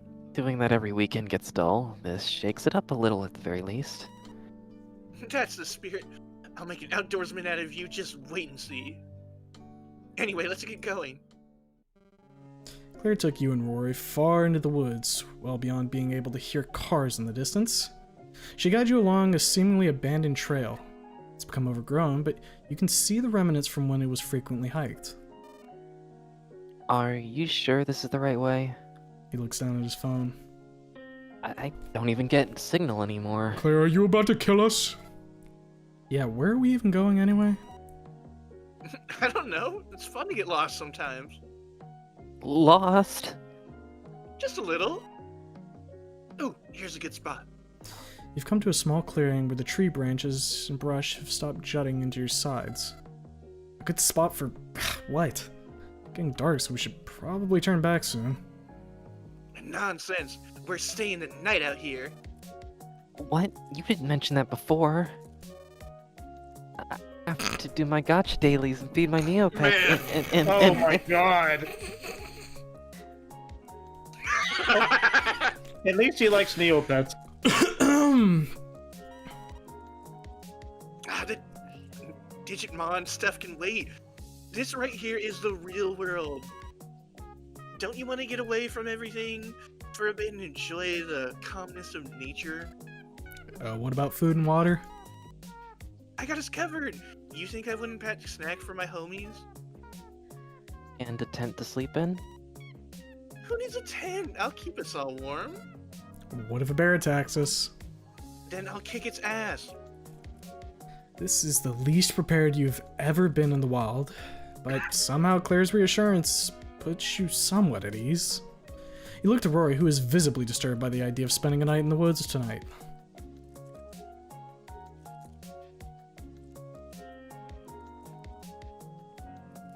It'll be alright. It'll be alright. It's just for one night after all.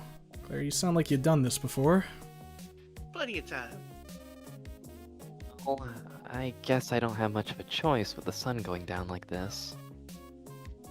But we're leaving as soon as the sun rises tomorrow. Deal. Now let's get started building a campfire. Claire had been grabbing pawfuls of dry grass and small twigs and stuffing them in her pockets the whole way here. She clears a spot on the ground and dumps her collection onto the dirt.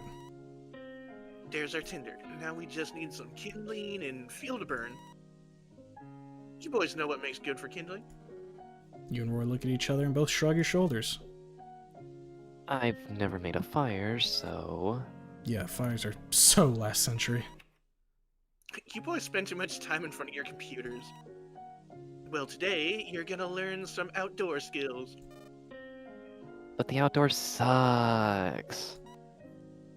It sucks good, though. Making a fire is easy. We just need to get some dry wood.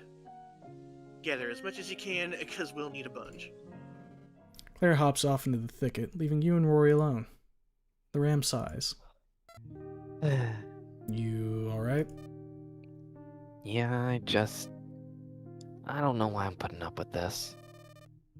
I hate being outside with all the bugs and sun and getting tired walking around with nothing to do. But I guess I don't have a say in the matter. Ah, come on. It's just a little weekend adventure. It's not like we're gonna die out here. That's not it, it's more like I can't believe I let someone I barely know dictate what I'm doing. You mean Claire dragging us into this? That's just how she is. She's just trying to have a good time with us. Yeah, but she's kinda... Pushy. Exactly. She's the type of girl who wants to do things her way and hardly considers what others want. She's not as bad as Gunner. At least Gunner's a guy, so he somewhat gets me. You think Gunner, who regularly calls you a fag, gets you more than Claire? Well, yeah. We may not get along that much, but he still sees me as a bro. Just the kind of bro who's quiet and keeps to himself and does nerd shit. Claire, on the other hoof, doesn't get that at all. Girls are just so fundamentally separated from guys that they can't even begin to comprehend or empathize or care about what we want. At least, not to the level of how guys can. Is that why... Yeah, that's why I'm gay. So what?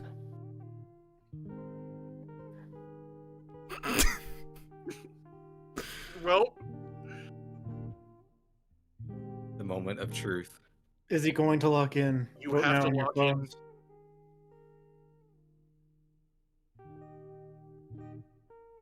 I can feel Blue silently judging right now. Watching patiently. make a save. I mean, I don't really like this mentality that much either, if I'm honest.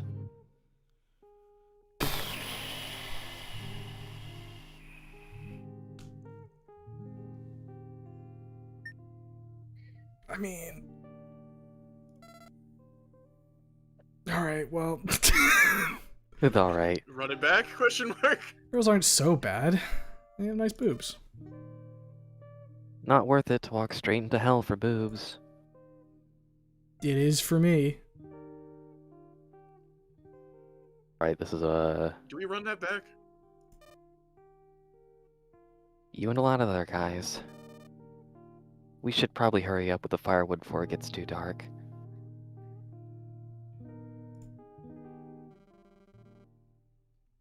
Oh yeah, I thought it was just gonna be like, Yep. well, you know, the people too. What about fair? What does fair get us? Fair? I guess guys are more straightforward and easy to understand. Exactly. If I had a boyfriend, I could just be like, hey, you want to play Team Fortress 2 and jerk each other off? With girls, you have to read their freaking mind, or they'll get mad at you and belittle you and throw things at you. You want to play Team Fortress 2 and jerk off? Oh. I We're mean, so I'd rather be back. doing anything else. Let's than go. Firewood. That's what it's all about. That's what we've been waiting for, baby. We should probably hurry up with that. I've got her a couple of twigs. Yeah, that was worth a walk back. Around the time that you've gathered a good pile of wood in the middle of your campsite, Claire returns carrying a whole tree trunk on her shoulder. The ground shakes when she throws it to the ground. Ta-da! I figured y'all would want a place to sit. Wow. Thanks. How would you lift that? It must have weighed a ton. Oh, shucks, guys, it was nothing. Looks like we got a good amount of wood burned. Just gotta start with the... Hey, quit eating our tinder! You look to Rory, who's munching on some of the dry grass Claire laid out earlier. Sorry, I got hungry. How are we gonna toast marshmallows if we can't get our fire started? Claire snatches up the remaining tinder and bundles it up into a circle with both her paws. You boys watching? First we take the easiest to burn stuff and bundle it together like a bird's nest. Once the grass ignites, I'll heat up the tiniest of twigs. Once those combust, those will heat up to slightly bigger twigs, and so on. Oop, could one of you grab my lighter? I think it's in my back pocket.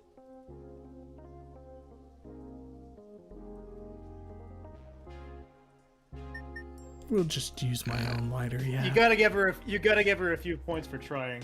No worries, I'll just use my own. Claire frowns as you flip the lid off your lighter with a click and hold the flame underneath the tinder bundle. Almost immediately, the dry grass combusts into a ball of fire, burning brightly in the darkening woods. Claire puts it down in a pile of small twigs, but it burns out so quickly it doesn't have a chance to ignite the wood. Aw, all that hard work for nothing. Au contraire. The bunny gets down on all fours and blows into the smoldering remains of the tinder bundle. Glowing orange embers light up and more smoke rises from it the more she blows. With enough breaths, the twigs alight like matchsticks, keeping the bundle hot until the bigger sticks reach their combustion point. Against all odds, the thickest sticks you gathered burn high into the sky. Despite the cool autumn air around you, the fire is already making you sweat. Claire rolls some logs into the blaze and pokes at them with a long stick. And there we have it. Wow, I did not expect that to actually work. If it's smoking, you just gotta give it some air and it'll burn. My caveman ancestors are smiling down at me right now. I have rediscovered fire. Do you like it? I love it. Gives me a weird sense of comfort. I have a strange urge to hop on into it. No. No. Hey, no sheep in my fire. Those Grab are a what we stick and call let's toast intrusive some marshmallows. thoughts. Claire pulls a bag out from her bra and tosses the sweet sugary treats to you.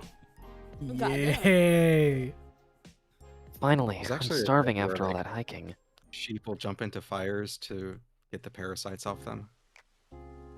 That's crazy work. I would imagine with all the fluff that it doesn't actually get to skin. I don't know, but they do it. The more you know. You have to admit, it's pretty rewarding to come all the way out, build a fire from scratch, sit back with some toasted marshmallows surrounded by friends. Claire gets so distracted telling stories that she accidentally lets her marshmallow ignite before frantically trying to blow out the fire. Even Rory lightens up after nomming a few. Suddenly, the two of them snap their heads to the woods, ears perked up. You can't see a thing in the darkness, however. What? What is it? Something's coming. Let me guess it's Ava and Gunnar. Claire stands up, ready to fight. Rory sniffs the air. A moment later, you hear leaves crunching underfoot as something rapidly approaches. A flash of white briefly appears before colliding with you, sending your body reeling backward. As you tumble to the ground, you see Claire catch hold of something, pinning it down. Get off of me, you fat fuck! Oh my gosh, Amova Jones, are you alright? Dazed and blinded by the fire, you lean up and rapidly blink, trying to make sense of the situation. I'm sorry, I didn't mean to fly right into you. Ava? Is that you? Gunnar, what the hell are you doing here? About to get raped by this fucking rabid rabbit, apparently. Not tonight, sorry. Claire rolls off of Gunnar. He gets up and brushes himself off. Are those marshmallows? Mind if I take one? The bird grabs the stick you had dropped and fixes a new marshmallow to the tip. Are you forgetting about the crazy guy right behind us? Claire will protect us. You're being chased by someone? Yeah, this fucking homeless guy invaded our tent and started heckling us for change. We barely managed to escape with our credit scores intact. Then he started ranting about Linux and free software license. I've never been so scared in my life. Well, don't worry any further. If anyone steps foot in this camp, I'll fucking suplex them. Aw, thanks, Claire. How do you manage to run into a psychotic computer nerd this far into the woods? Calm down, Rory. Rory, you're lucky you weren't there. The guy would have complained to you that you weren't running a fucking deblogged kernel. Oh, he's one of those purists. I have no idea what that means, but let's just try to put it all behind us. I'm more surprised to see you all out here. Well, you went off to have your fun camping trip on your own, which gave me the idea to do the same thing with these two. Wow, you got Roy to come outside? Why did you blackmail him? For your information, I was starting to enjoy my time out here. Were you planning on staying the night? Where's your tent? We were just gonna cuddle puddle. Excuse me? What's a cuddle puddle? You'll find out. Puddle, puddle! The smoldering remains of the campfire barely illuminated anything anymore as the night went on. Ava and Gunner's mood lightened up considerably in the comfort of friends. You all felt right at home, joking and chattering away like normal. All that's missing is Mishka's coffee to sip on. You wonder if she would have enjoyed camping with you.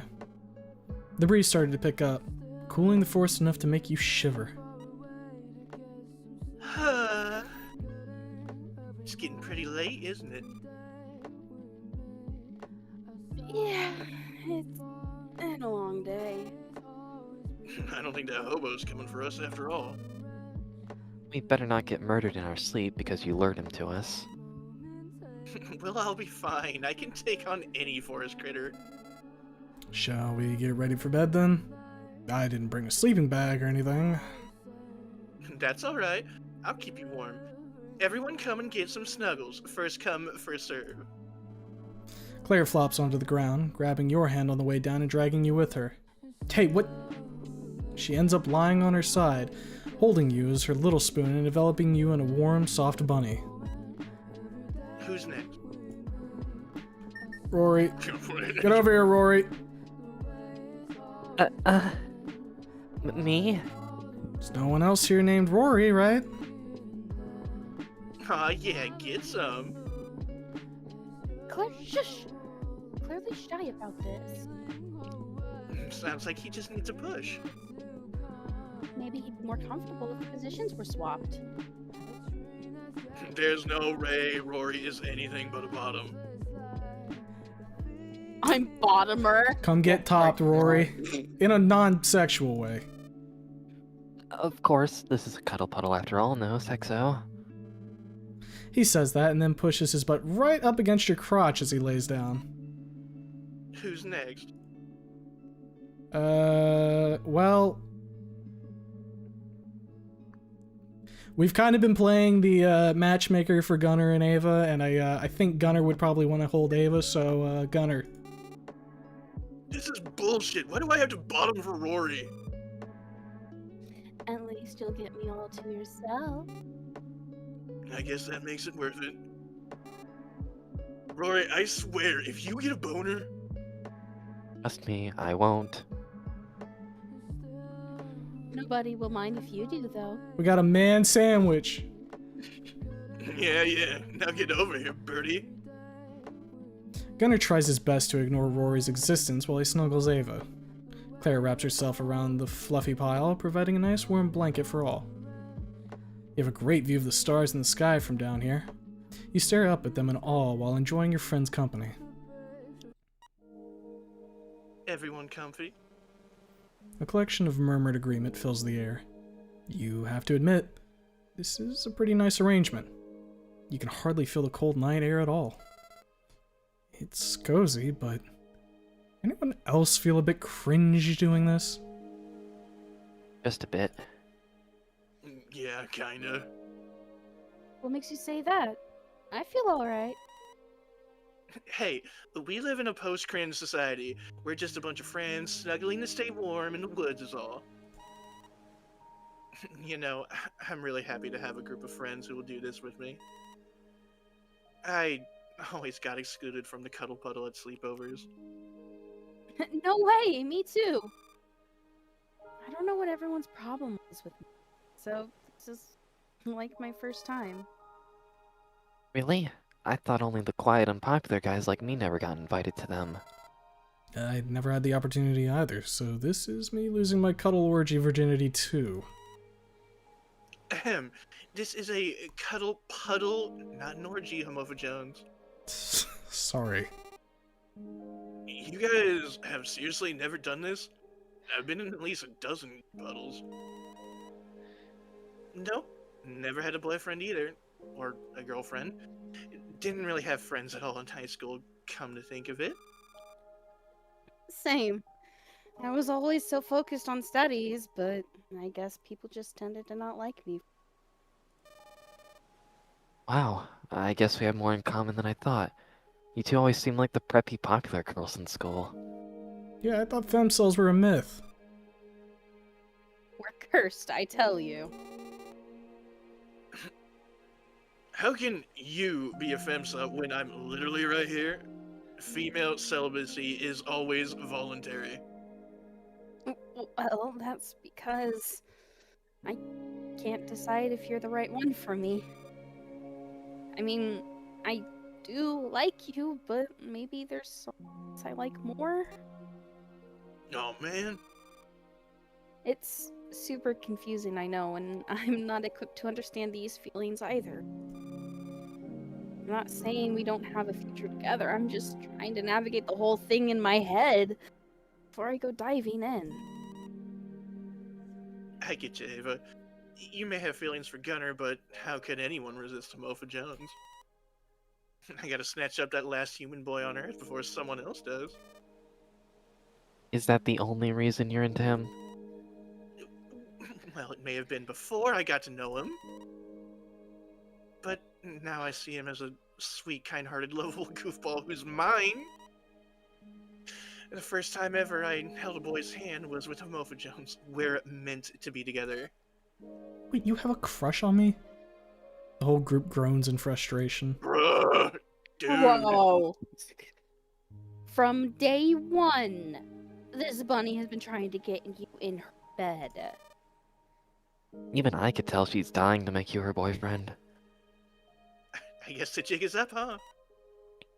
Yeah, it's kind of true. I want you, Homopha Jones. Wow, that's a lot to take in. You never would have imagined such a thing, even in your wildest dreams. This is, kind of blowing my mind. This whole time I thought you were just being friendly. Dog. How oblivious can you be?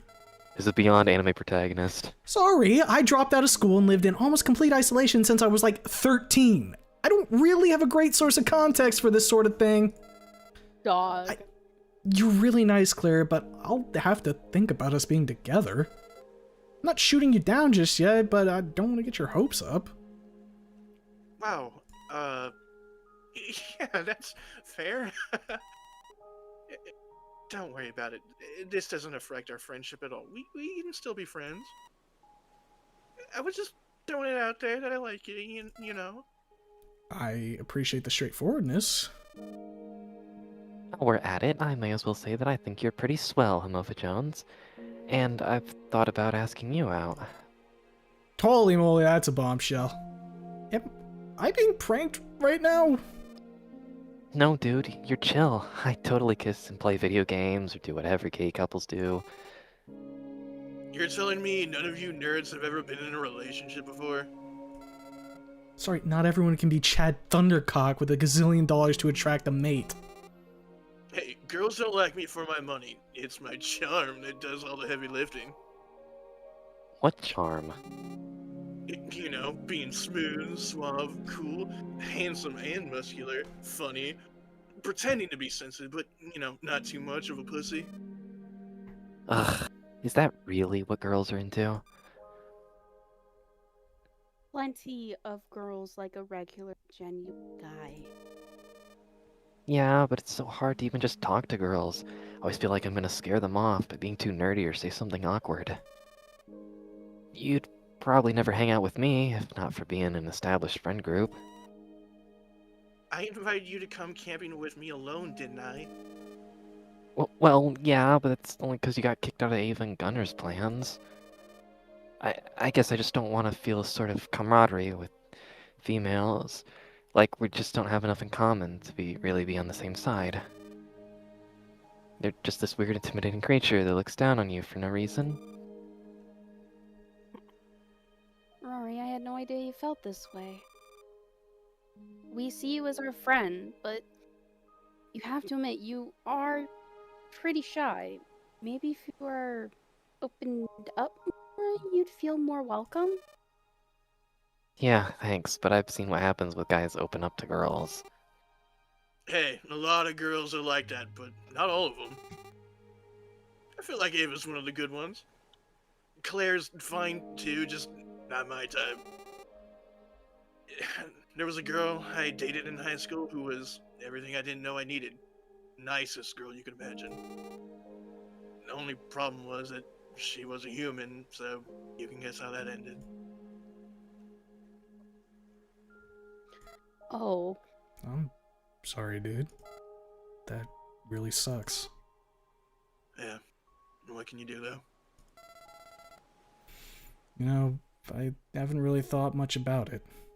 By it, I mean, like my legacy and stuff that I'll leave behind as the last human. Jesus Christ! Girl, turn the dial down! Have you considered getting this rabbit pregnant? Humans can't impregnate rabbits. You don't know that. Maybe nobody has tried hard enough. Goddamn! Can't humans get a few different species pregnant? Like mules? Mules can't get pregnant. You know what I mean. Hybrid species. I've only heard of humans hybridizing with possums. I guess that's an option if I really cared to keep humanity sort of going on for one more generation. I meant more like what my dreams and goals are. What I want to get out of life. Because right now I haven't really got anything. Whatever it ends up being, I'm happy to be a part of that journey. Same. You guys are like something special. This is definitely one of my more memorable friend groups. Crazy to think we've only known each other for like 2 months, but it feels like 2 years. Aw, thanks guys. I didn't really know what I was getting into coming to this university, but you're more than I could have asked for. Claire squeezes the cuddle puddle together tightly. I love you guys. Love you too, Claire. I'm kind of jealous how girls can say they love each other, but when homies say it, it's kind of gay. It's not! Yeah, it's too much even for me. How about we just say we enjoy each other's company? That works for me. Sorry, I'm getting a bit sleepy. Good night, guys. I enjoy your company. Nini, Rory. Probably keep my eyes open too. Night, guys. Nini, Ava. I'll keep an eye half open in case that hobo returns, but yeah, good night, everyone. Nini Gunner. Guess it's our turn now, huh? Yep. Nini Homophajon. Good night, Claire. You close your eyes, sandwiched between your fluffy friends, finding comfort in their warmth. Chapter 4. That's the final lesson that will be on the midterm. We'll have a review Wednesday, then you'll all be set for Friday's exam. All right, I'm gonna take just a quick break to go take a piss. Everybody else, if you need to do You know, anything, that feel sounds like free. a plan.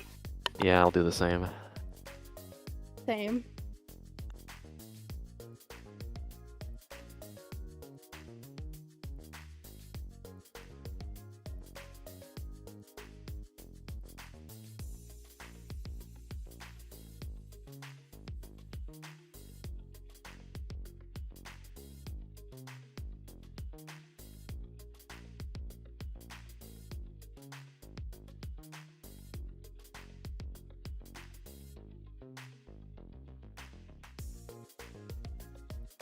I'm not going to be taking a bathroom break because I'm a rebel.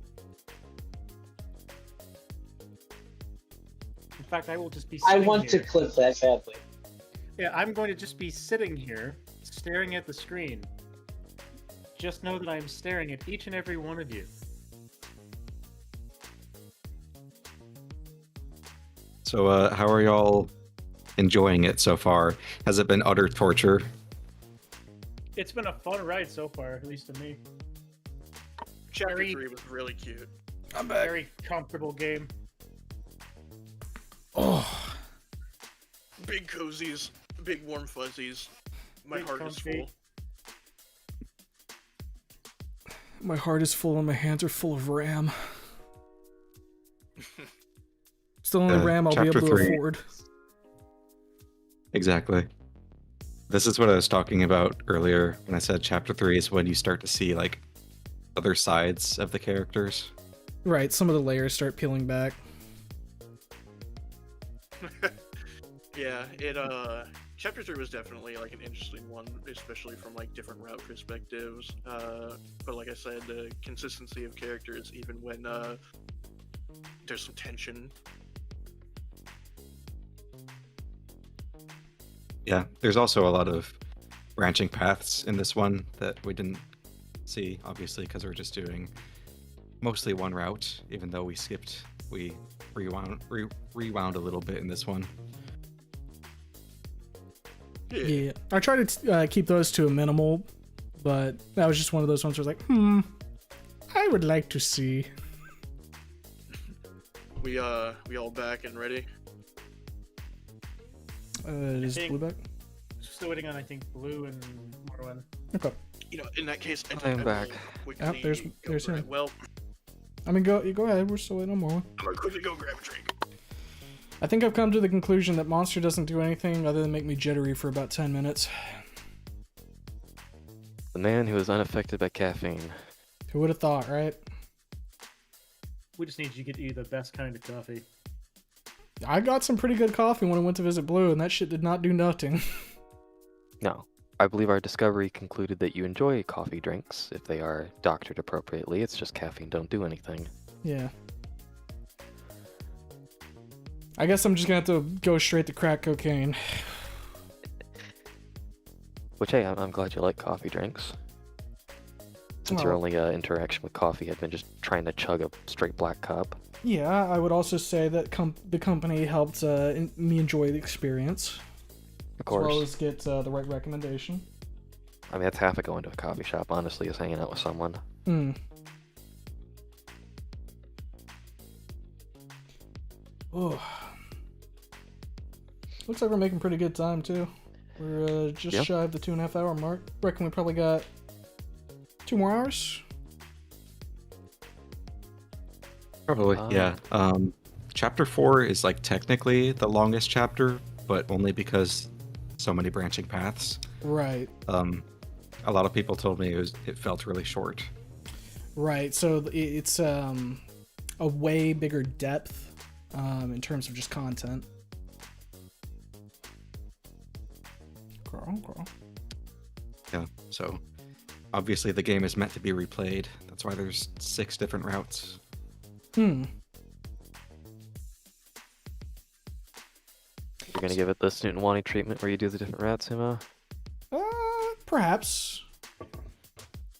The only thing I would Definitely. maybe think about is waiting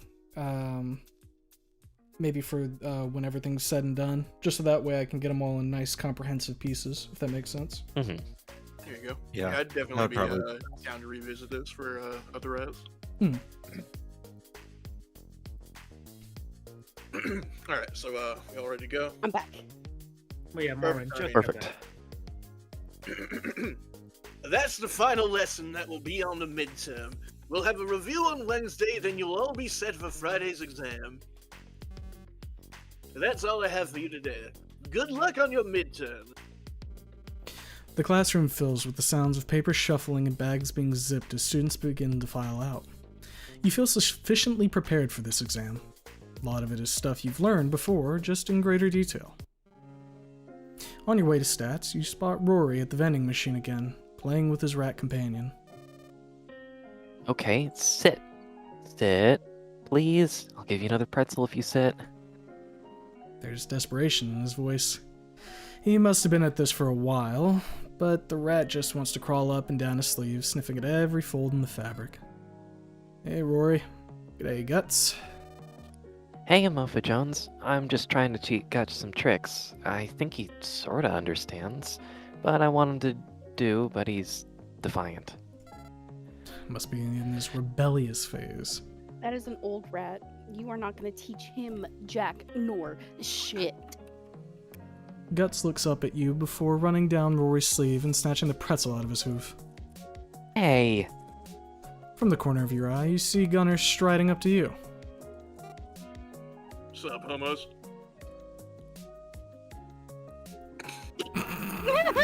no, no. You know what you must do. You know it. Kill yourself. After you. Guys. Holy shit, a rat! Rat! Gunnar pounces on Rory, pawing and clawing at his hoodie as Guts scurries around frantically. Hey, stop it. A sound not unlike a baseball being struck by a bat rings out as Rory's horns collide with Gunnar's skull. Gunnar falls flat on his back and Rory goes to check on Guts. Are you okay? Gunnar didn't scratch you, did he? Guts is still a bit shaken, but he seems to find comfort in Rory's grasp. Dude, I think you KO'd Gunnar. Did I? I didn't mean to. I just reacted like any ram would. Let's steal his wallet. Yeah, he deserved it. Let's see how much cash he's carrying.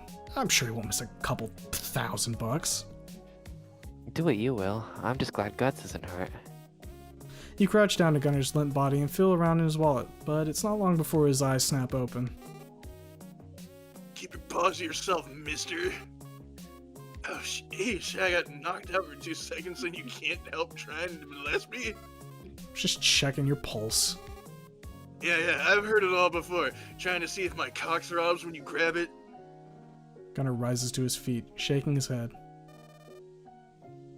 What do you have to say for yourself? You scared our little rat buddy half to death.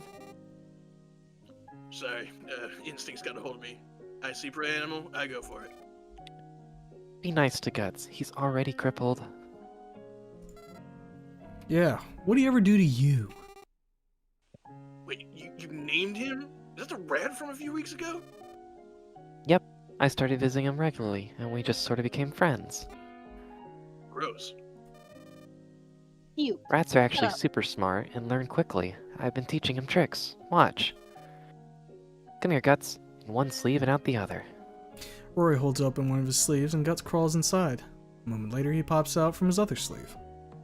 Impressive. I could never do that.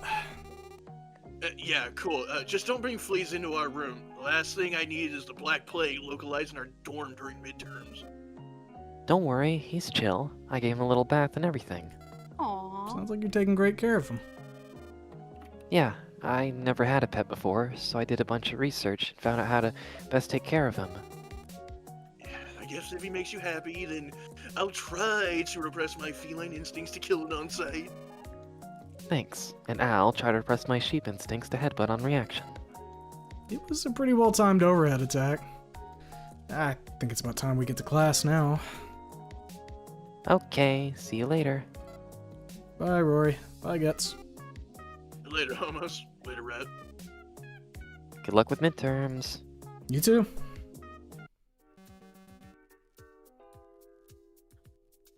morning, class. The midterm is coming up on Friday, but we still have a lot of content to cover, so let's jump right in. You mean there's more to study? Yep, the field of mathematics may as well be infinitely spanning, so there's little time to waste. Does that mean we won't have a review on Wednesday? A review? This is college, dear, not daycare. Now then, starting with the Bernoulli distribution, we'll derive a probability mass function over K possible outcomes. Gunnar turns to look at you. You and me are going to the library to study after this. After class, Gunnar dragged you to the library and found a table for just the two of you. You're feeling confident in your math abilities to do well on the test, but a little extra practice won't hurt. Okay, let's start from the start. What is probability?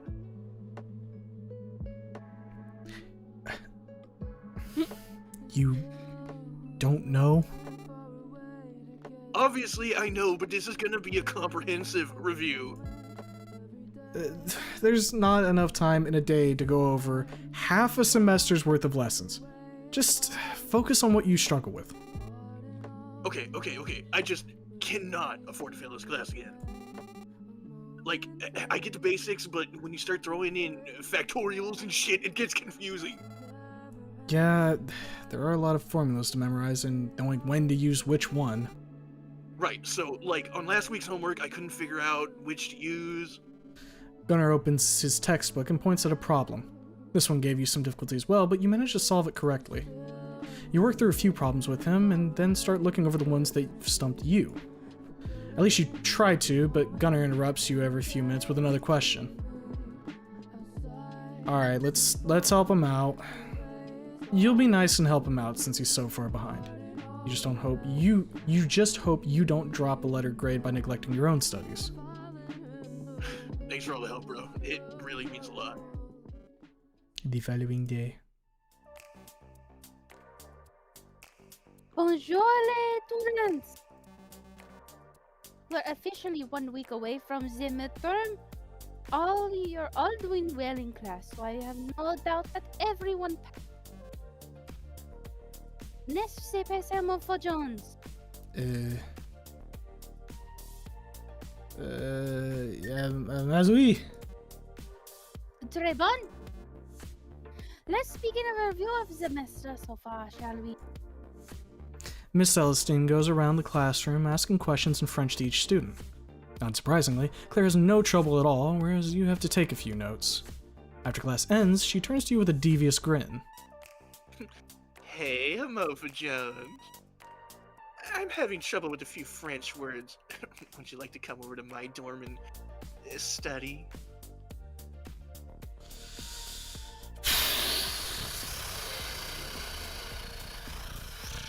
Devious licks. That was a very long exhale.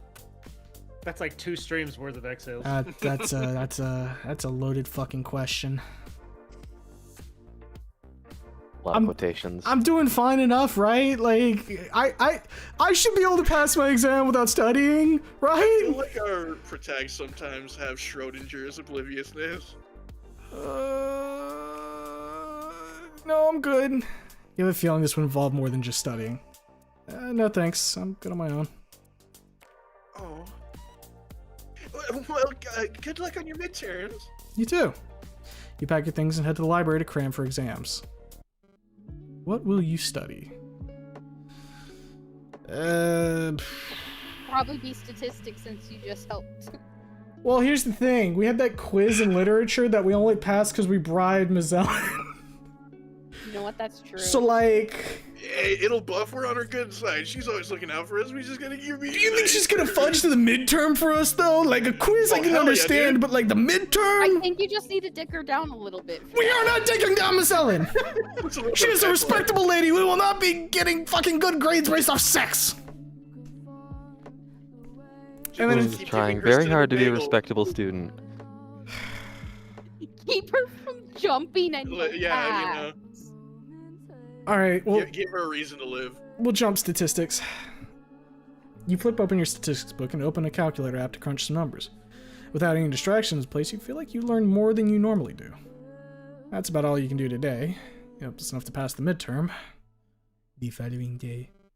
Today's the last day before midterms begin. Better pay attention in class and study hard. After classes end, you suddenly get a sinking feeling in your gut.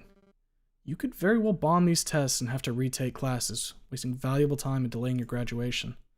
This is your last chance to prepare. Better make it count. Library is packed with other students making their last stand. It's hard to even find a place to sit. Some are even sitting on the floor with their books sprawled out around them. Your only chance to find an open spot is when someone gets up and leaves. You drop down your bag and settle in before anyone else can steal it from you. It's your study spot now. By sheer coincidence, you find yourself bumping shoulders with a feathered friend. Oh my god. Hi, MF Jones. Fancy seeing you here. Ava? Sorry, I didn't even see you there. This place gets so crowded during midterms, huh? Apparently. Might have to camp out for a spot next time. Ooh. Do you think they'd actually let us do that? Probably not. Yeah, we'd have to be sneaky. I might know a spot. But now's not the time. Midterms start tomorrow, and I'm so not prepared. You look down at the bird's study material sprawled out on the carpet. A notebook with flowery writing and sketches, her laptop plugged into her iconic camera transferring photos, and a stack of flashcards. I've got literature and French tomorrow. What are you working on? I'm mostly worried about art history because I'm so bad at remembering dates. I usually space out in that class because so far it's all been like ancient stuff, but I'm more of a modern bird, you know? So I've been making these flashcards to help me remember. Neat. I don't really do anything special when studying, I just read and pray I remember. You want to try making some flashcards of your own? I've got plenty left over. Let's make some flashcards. Sure, I could give it a shot. We could quiz each other on our subjects, too. Great idea! You start writing down some phrases from French on the cards and their translations on the back. After finishing a few that you will know will be on the exam, you show them to Ava. Am I doing these right? Like this? Yep. Want me to read them out to you and you can try to answer them? If that's supposed to help me memorize them better, then yeah, go for it. It works wonders for some people. Est-ce que j'ai bien dit ça? Did I say that right? You didn't give me a chance to answer. Huh? Ava looks at the back of the card to read the translation. Did I say that right? Very funny. Next one. Comment processez-vous? How do you even pronounce these? You did it again! What? Really? Sorry, I don't know how to say these. Just pretend the last letter of each word doesn't exist. That's usually how I do it. Okay. I think I got it. Je suis passionné de photographie. Oh, I know what this says. I am passionate about photography. Did you put that one in just for me? No, but thanks for spoiling for me. Sorry. I guess I'm no good at this. It's alright. Want me to try doing your cards for you? Sure. You pick up Ava's stack of flashcards and have more success reviewing her art history topics than your French ones. You even learn a few things about ancient art. You end up studying well into the evening alongside your burb friend. Looking out through the library's massive windows, you can see it's already dark out. With a yawn, you start packing your things and try to get up from the floor, but Ava grabs hold of your hand. Going somewhere? Yeah? It's getting late and the library's gonna close soon. And I was gonna go back to my dorm and fall asleep? Why not stay here with me? Here. At the library? I wasn't kidding when I said it'd be fun to spend the night here. Alright, let's spend some time with Ava. We haven't really had, like, some one-on-one, I don't think. I'm down for it. Could use a nice little adventure after studying all day. This is gonna be so much fun. Okay, we just have to find a good hiding spot and lay staff does their final rounds. Any ideas? The individual study tables should work. They're enclosed from 3 sides, and the open side faces the wall, so we just have to crawl underneath a few minutes before closing time. It might actually work. Just gotta make sure nobody sees us. Maybe there's a big book on snaking we can check out first. There's not that much time left. Almost everyone's left already. We better do it before they start closing for real. Now or never. You and Ava nonchalantly make your way to the table she was talking about. There's a row of them spaced out a few feet from each other, and the last occupant just left. Looking around to make sure nobody's watching, you swiftly dive underneath one and pull the chair towards you. It's surprisingly roomy down here, and with the chair fully tucked in place, nobody would ever suspect a thing. You hear Ava do the same as you in the desk next to yours. Now all you have to do is wait. Your heart races as you become hypersensitive to all the sounds around you. Footsteps meander around, and you hear disembodied voices of the staff chatting as they put stray books away. It feels like someone has been watching you. You can feel the vibrations of the floor as someone approaches your desk. Suddenly, they veer off, and you hear the clattering of chair against desk. Curiosity gets the better of you, and you dare to take a peek. Seems Ava had the same idea. Both of you look to one side, watching a third party attempting to copy your hiding strategy. I think I'm stuck. Claire, what on earth are you doing? I could ask you the same thing. I saw you and Humopha Jones swoop underneath these desks and thought, hey, that looked fun, so why didn't I try it myself? You're gonna blow our cover. That's not the only thing I'll blow. What are you two even up to, I wonder? We're trying to stay the night in the library. It was kind of a spontaneous idea. Oh, the forbidden sleepover. And if I join in? Sorry, but you're too big to even fit under here. Yeah, you're gonna get us all caught. Someone won't buy. But I didn't want to miss out. Whoa. You're gonna try stealing Humopha Jones from me, aren't you? Oh my god, stop being such a damn drama queen.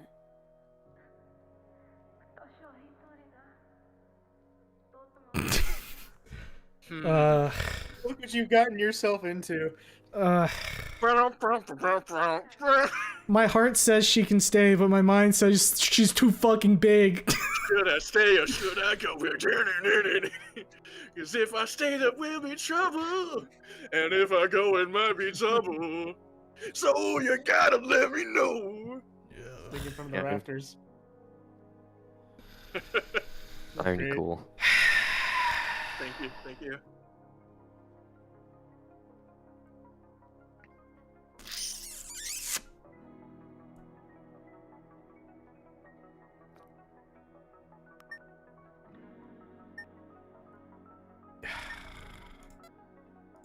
This is so dumb. Fine, you can stay, Claire, but we're not bailing you out if you get caught. Yes! I'll be super sneaky. They won't know a thing. I hope this doesn't blow up in our faces. Quiet down, they're shutting off the lights. You retreat back into your hidden alcove. Starting to hurt your back being hunched over like this. You wonder how long you'll have to wait before it's safe to leave. There's no way someone won't spot Claire. Right? One by one, groups of lights shut off around you until you're in darkness, and the voices of staff members fades away. All that's left now is the hum of the heating unit. You think we're good to come out now? Give it a couple minutes to be safe. I can't believe Claire's fat ass didn't get caught. I know, right? I think my butt is stuck. We'll help you out. I think they're locking up now. This is so exciting. How did you guys come up with this idea, lol? There's just something so interesting about school buildings at night. Gives me chill bumps. Do birds get those? Nope. Let me feel you when you get out of here. I call dibs on first touch. Sure. A few minutes pass, and you feel comfortable leaving your hiding spot. You push away the chair, then go to pull the other one out for Ava. Ooh! Ready. Ooh. Ready. Oh. What a Artist gentleman. definitely cooked. The dim glow from the ambient light leaking through the windows illuminates Ava's soft white feathers, revealing markings that normally aren't visible. Whoa, you're glowing. Huh? You've got spirals and stuff on your wings now. Yeah? They've always been there. Oh. You can't normally see them though, forgot. They're near ultraviolet. There are probably some polarized light coming through the windows letting you... Guys, I'm still stuck. Right. I forgot about her. We're coming, Claire. You and Ava grab hold of Claire's paws and pull with all your might. It takes a couple of good yanks to finally dislodge her rear from the other side of the table. Thanks. She comes out like... Are we in the clear? Yeah, seems like it. I don't see any guards or hear any alarms. The library is ours for the night. Woo! Library sleepover.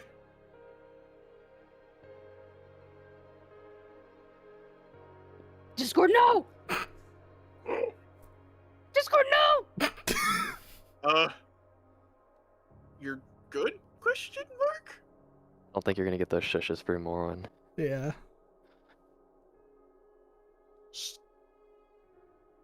Somebody outside could still hear us. Zowie. So... now what? I don't really know. I didn't think we'd get this far. I mean, it's late and we have midterms tomorrow. We can't exactly stay up all night painting each other's nails. How about we just make a fort out of books and fall asleep in it? Sounds good to me. Might need a citadel. We're gonna need some big books. Brutal. Next half hour is spent finding books thick enough to serve as a base for your fort, then filling out the rest with whatever manuscripts fit well enough. You even managed to form an entrance with an archway that seems stable, but leaves you in fear of it all toppling down on you. It's glorious. I must say, this is quite an impressive fort. I don't think we could ever have built such a thing during normal operating hours. Staff would have thrown such a fit. It'll be a fun surprise for them to find in the morning after we've left. Inside is just roomy enough for you to sit upright. Ava built a nest of paperback books for you to curl up and sleep in. I tried to find the softest ones to sleep on. Beats sleeping on the ground in the woods. Hey, I at least provided a soft bnoi for you to lean back on. How about a soft bird this time instead? Ayo! Oh, why not both? Ew, women are gross.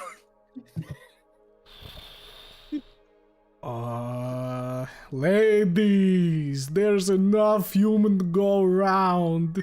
He just hits him with the fucking Leon fucking meme. No way, fag. Ew, women.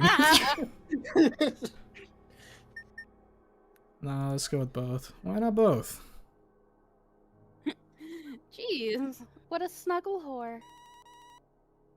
Don't listen to her, Amopha Jones. I believe in snuggle positivity. It's perfectly valid to cuddle with lots of people. Also, that's rich coming from you, Ava. Snuggle any cat boys recently? Maybe I have. Still what? At least I keep my pants on. For now. Can we all just chill out and enjoy the present snuggles? That's what I'm trying to do. Get in here, Ava. Claire pulls Ava in as well, sandwiching you between the two ladies. Comfy. Very. Yep. Good. Now shush up and get some rest. We all got midterms tomorrow. It's not easy falling asleep in an unfamiliar place, especially with the paranoia of getting caught. You're keenly aware of every sound in the building, getting a mini heart attack each time a new one appears. What's that? Something just beep? It kind of sounded like the front door just opened. Wait, did you hear that just now? Was that the main entrance? Oh shit, I think someone's coming. Abandoned ship. Scrambling out from your book for it, you dodge the beams coming from a security guard's flashlight and remain unseen. For now. You did manage to get separated from Ava and Claire in the process, however. Your body tenses up, instinctively holding your breath, trying to avoid detection. You creep around the bookcase while the guard investigates your fortress. Hey, is someone there? There's too many gaps in the shelf after you took so many books from the fort. You're a sitting duck. I'm not squawking. Show yourself. The guard turns his attention to Ava's distraction, giving you time to get away. You find a relatively concealed spot, but now it sounds like Ava's in trouble. All right, I see you. Come on out, Birdie. Make a distraction. You'll be giving up your perfect hiding spot, but at least you'll take the heat off Ava. Just as you're about to draw the guard's attention, Claire whistles to get his attention. She somehow climbed on top of a bookshelf and was towering over the guard. From the top ropes! Oh my Get god. out of here, guys. It's Take the him bunny on. with the fucking steel chair! She's gonna kill him! The last thing you see is It'll be a Claire jumping pancake. onto the guard, dropping him to the ground, and causing the whole floor to shake before Ava takes your hand and pulls you to the exit. I need like a fucking image of the guard Yamcha pose now. She killed him! Hey, say what you will about Claire. She took one for the team. Hey, you know what? It worked. We'd be getting busted right now if we didn't keep Claire with us. It was the good call. Good You know what it ending. reminds me of? It's like sending your fucking torch ship out to go fight a fucking whale. Oh boy. Outside, you lurk in the shadows, waiting to see the result of the rabbit's scuffle with the guard. Oh my gosh, do you think she's okay? Should we go in and back her up? Either she sacrificed herself for us, or she'll emerge victorious in combat. A few minutes pass by, and then a lone figure's silhouette appears behind the glass door. Is that? Claire! You made it! Ava swoops in to give her a hug. Someone's happy to see me. I thought you got arrested. That guard wasn't so tough. Some basic judo was enough to knock him out cold. That Holy wasn't judo, you shit. fucking dropped down on You didn't have to him. assault Just an wait on him. officer of the law for our sake. I know, but it sounded like fun. So I did it anyway. I'm glad we made it all out. That could have been such a nightmare the day before midterm. I know, right? Speaking of which, it's getting pretty late, hasn't it? That's more than enough excitement for the night.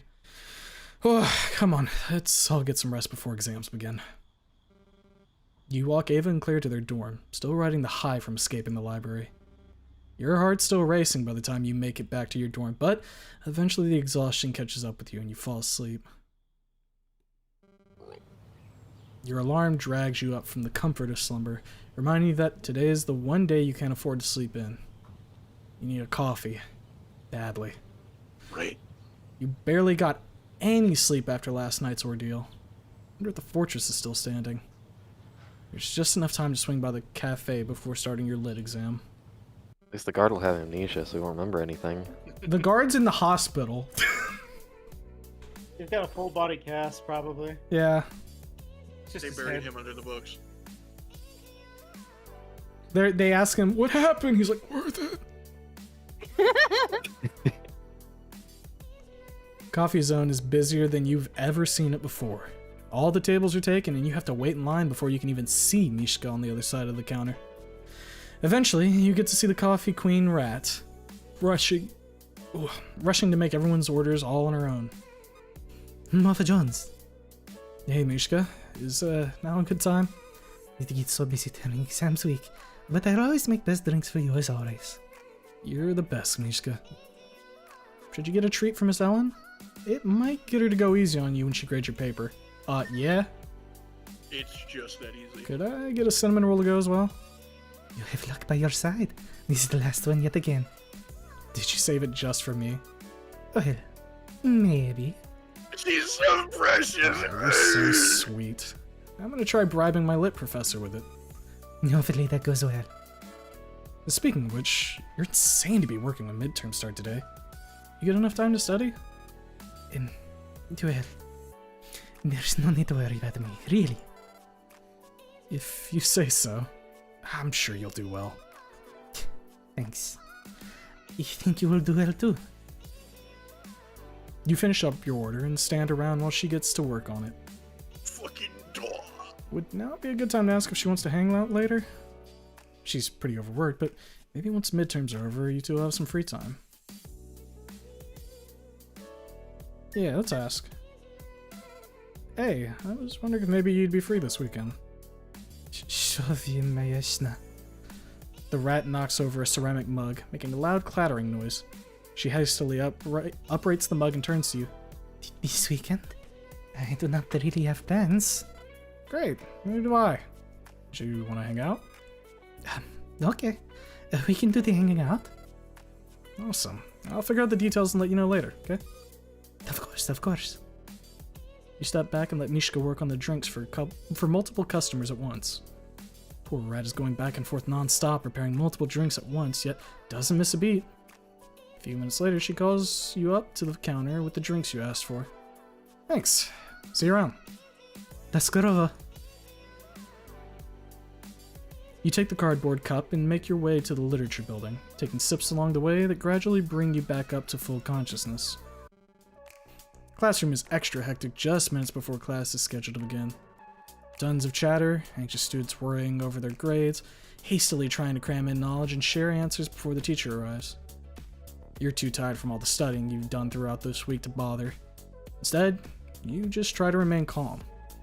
On your way to your desk, you drop off a bag containing the cafe's confection onto Miss Ellen's table. She'll know who it's from. You sit down and close your eyes, getting a couple minutes of rest in before the exams begin.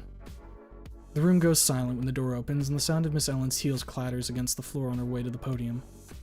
She's momentarily confused as she picks up the bag you left for her. She gives it a few sniffs, then looks around the room.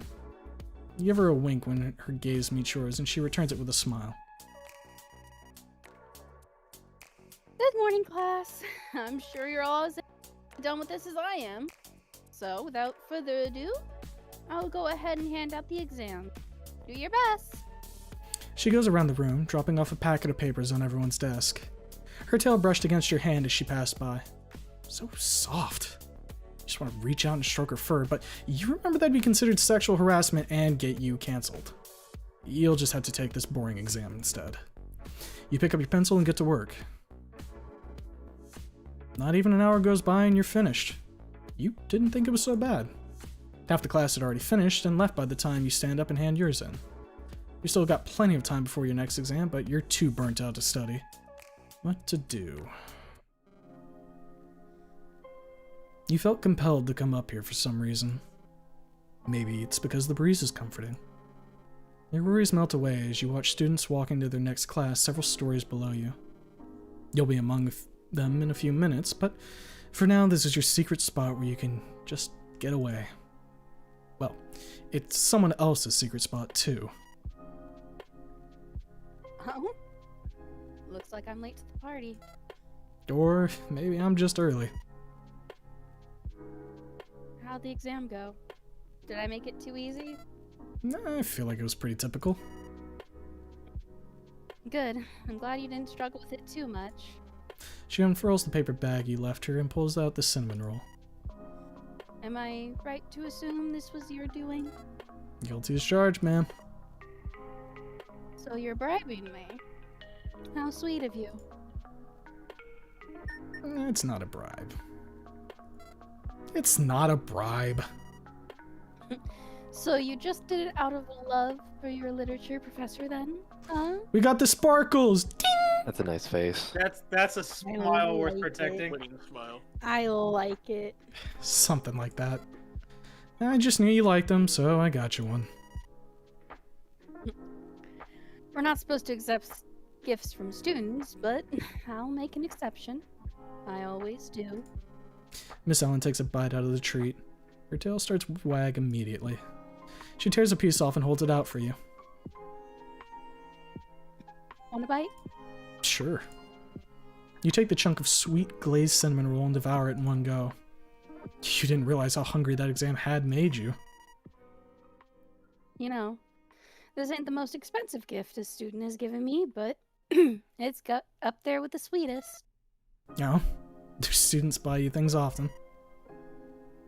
A little more than you'd expect.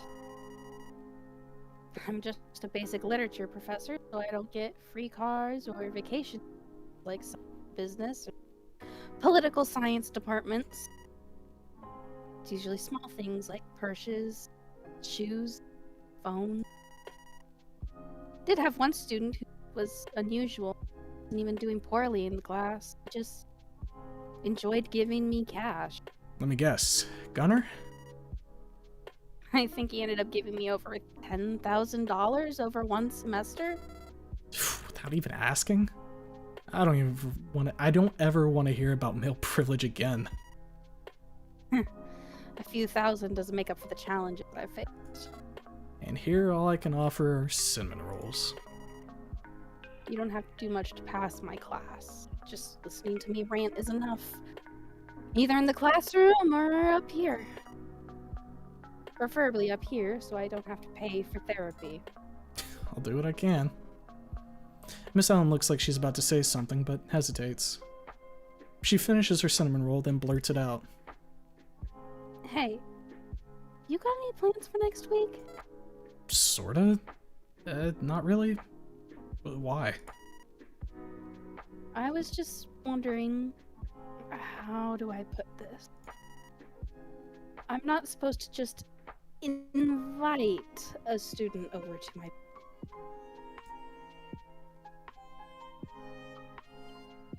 Oh boy. Dwayne The Rock Johnson, eyebrow raised on Oh boy. Oh no, bro. Oh boy. Can't we just invite her out with the boys? Can't we just go like do something? Were it so easy.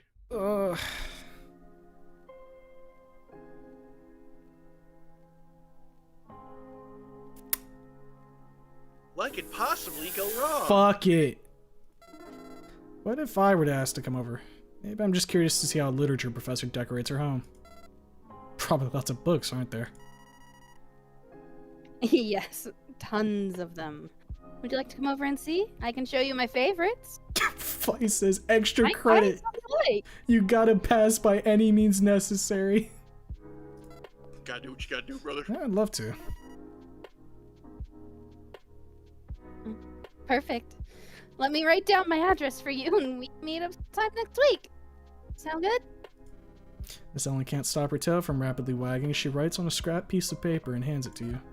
Nice. Can't wait. Same. Feels kind of off to arrange to visit your teacher's house, but hey, you're an adult. You can do whatever you want. It's not like it's illegal to swing by an older woman's house and hang out. You check the time on your phone. Just a few minutes left until your next midterm. Oop. Nice chatting up here with you, but I gotta go take my French exam now. Oh? Bonne chance bientôt? You can speak French? Just a bit. I'm friends with the professor. You know Miss Celestine? Yep, we hang out from time to time. Now get going before you're late. Alright, see you later. Au revoir, Muffa Jones. She waves you off as you hoist your bag up and head down the stairway onto your next exam. You show up with only a few minutes to spare. Other students are flipping through their notes and books, making last-minute preparations for Claire, while Claire stares off into space, humming a tune to herself. Moffa Jones, you're 87 seconds late compared to your average arrival time. That's like 1.5 standard deviations from the norm. Is everything alright? Were you talking with someone? You smell like dog. I was just chatting with my lit professor after the exam. Oh, think you did well? Well enough. I hope you're prepared for this test. I guess we'll find out. I'm sure you'll have no problem with it. If you want, you can copy my answers.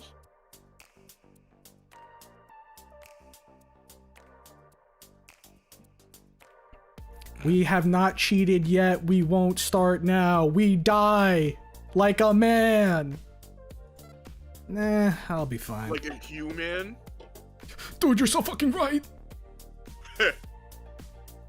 If you insist, I'm sure you'll do fine. Bonjour, class. Please clear your desks and we'll begin the exam. Miss Celestine passes out the paper packets, and you get to work on yours. Damn, some of these are actually kind of hard. Maybe you should have taken Claire up on her offer after all. It's so over. She's working through these too fast and is already 2 pages ahead of you. Guess you're on your own. Before you know it, you reach the end of the exam. You give your answers a quick final look over before turning it in. Merci. Have a nice autumn break, Papa Johns. Outside, you find Claire waiting for you. So, how'd you feel about that test? It was kind of hard for me. Really? I guess we need to study together more often. Ava comes swooping in at high speed, but Claire is there to catch her and spin her around. Whoa, somebody's happy to see us. Nice save. Sorry about that. My mind was still stuck on that last exam. I hope I got that last question right. We haven't cheated yet. He rizzed up the literature teacher, giving him quiz passes. It was one time, okay? I didn't ask for it! Claire sets Ava down and pats her feathers back into place. You two still have one more exam today, right? I'm done for the day. Yep, I can't stay long because I gotta rush to my next one. Yeah, we only got a few minutes left. Good luck, you two. I'm gonna head back to my dorm and get ready for tomorrow's exams. See ya! We'll meet up before the autumn break. Yeah, let's all hang out tomorrow. Yeah, sounds good to me. Later. You're kind of burnt out from today's exams, but you're only halfway through. You muster up the energy to study for a bit. You study a bit for stats and history, but wind up falling asleep early. The following day. Just gotta get through 2 more exams and you're home free. You could have spent more time studying this topic. Hopefully the questions aren't too hard. Now you're imagining Rose tutoring you. She'd bite you every time you got a question wrong. Good day, students. All you'll need for this exam is a pencil, so go ahead and clear your desk and let's get started. Oh, but before we begin, I'd like to mention an opportunity for extra credit over the break. All you have to do is research a conspiracy related to prehistoric civilization and write a 1-page paper explaining it and providing evidence that it may, in fact, be true. Now then, let's get this exam out of the way. The test is a blur of dynasties and eras, those who ruled and influenced early civilization, and the lasting impacts of their actions. You're left dazed by the end of it. Once you're finished, you turn it in and hurry to your next exam without much time to spare. Gunner's already here and writing equations on his paws with a pen. There's not enough space for all of them. Okay, quick aside here. I feel like any class that you have to have tons of fucking equations, like, known for an exam, they should give you a fucking exam, or like a, equation sheet. Because the whole point of it is knowing what you're supposed to do and when you're supposed to use different equations, not memorizing each and every equation, because in the real world, you have easy access to that. Yeah, but you have to memorize everything. Fuck remember? that! This is the real world, Humo. When are you gonna have your calculator on you 24/7? My phone. Siri, At all fucking open times. calculator. This has been But What If with Homonoto. You feel like you'll be fine, but he might not do so hot. It's so over. We're cooked. You're cooked. For real? Let me write your answers then. Peep.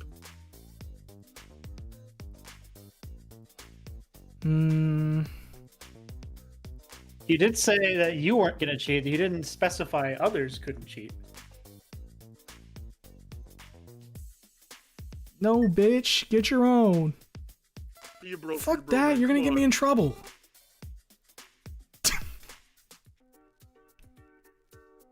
No, it's cool. I'll bail you out. I'm rich, remember? How could I ever forget? Why don't you just bribe Miss Herschel? That's what I do with all my teachers. But she's a bitch and won't take my money. Oh, the horror. Good morning, class. You know what day it is. Clear your desks and let the fun begin. When you get your Fun and test, statistics, huh? yeah, for fucking real. You're faced with a wall of verbose word problems and mathematical formulas, including some symbols you've never seen before. This is going to be tougher than you thought. You focus your concentration on recalling every bit of statistical knowledge you've studied over the semester. Gunnar tries to pick your answers, but you're moving too fast for him. You're already on the next page. Too bad, buddy. If you don't hurry up, you won't even finish the exam in time. When Miss Herschel calls for everyone to put their pencils down, Gunnar spends a solid extra minute writing answers while the tests are collected. That's enough, Gunnar. I've given you plenty of extra time. If you want more, tell the department heads that you have a disability. Ah! Like, tell them I'm retarded? They might fall for it. Damn. Don't you snirk! Whatever, I'll just pay them off. Money only gets you so far, young man. No, I'm not gonna taunt him. Come on, dude. The semester's only halfway over. You can still pull this together. Gunnar takes a deep breath and composes himself. You're right. This is just a minor setback. I only need to improve enough to get that sweet, sweet D. You start to crack up at the obvious joke. Shut up, you know what I mean.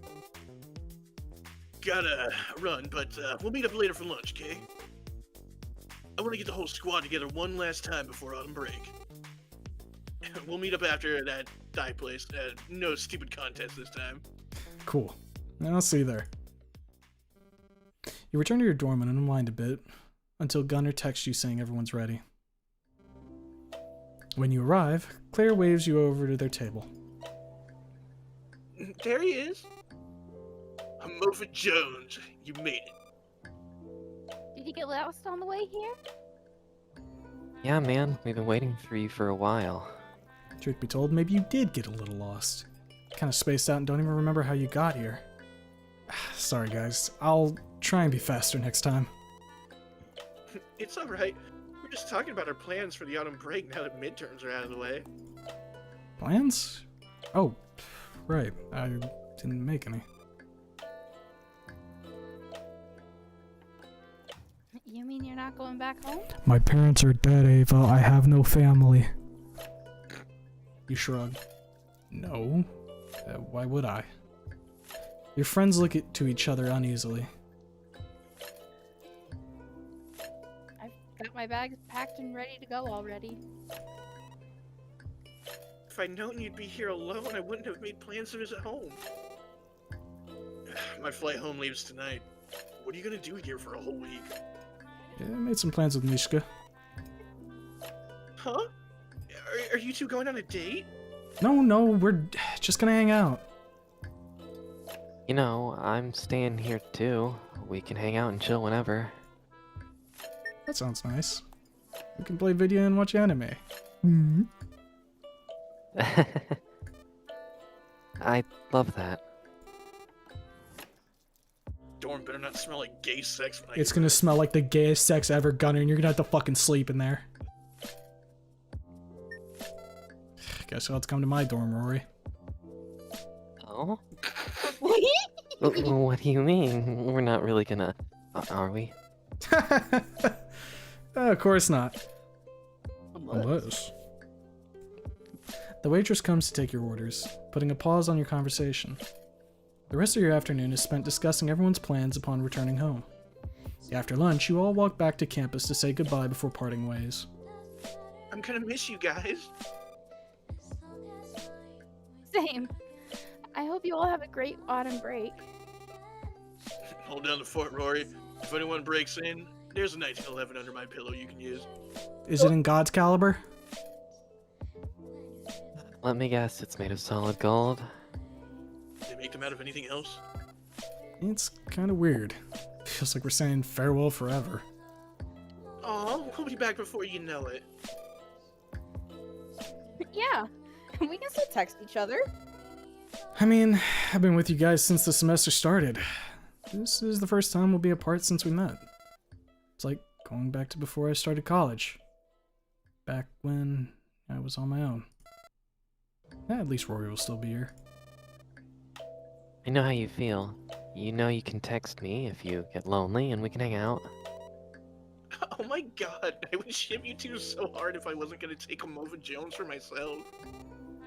Rory, please take Amova Jones so I don't have to compete with him for Ava. Thank you. Guys, We're just teasing you. But you two would make a cute couple. Come on. I think we've tortured him enough. We can't stick around forever. We've all got our flights to catch. I'm glad we got to see each other one last time before the break. Yeah, for sure. We'll have to catch up once we're back. Safe travels, you two. Call me when you get home. I will. After an extremely protracted goodbye from everyone, your friends leave one by one until it's just you and Rory left. phew, that was exhausting. Thought they'd never leave. Were you serious about doing stuff at your dorm, by the way?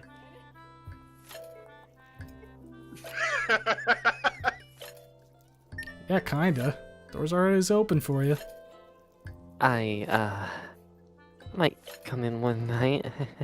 Rory looks past you with a face of utter horror and dread. Oh no, is that who I think it is? Evil. Who this? Hey, little bro. She looks over you from top to bottom. Can't tell if she's intrigued or disgusted. Is this your boyfriend? Just kidding. You could never get a boyfriend. What do you want? Don't you have some butterflies to be pulling the wings off of? Oh no. I stopped doing that ages ago. I aim for bigger targets now. Let's not rock the boat. I don't believe we've met before. I'm Mofa Jones.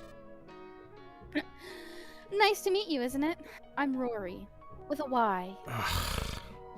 She does a little curtsy. So nice of you to rankle my little brother Rory in my absence.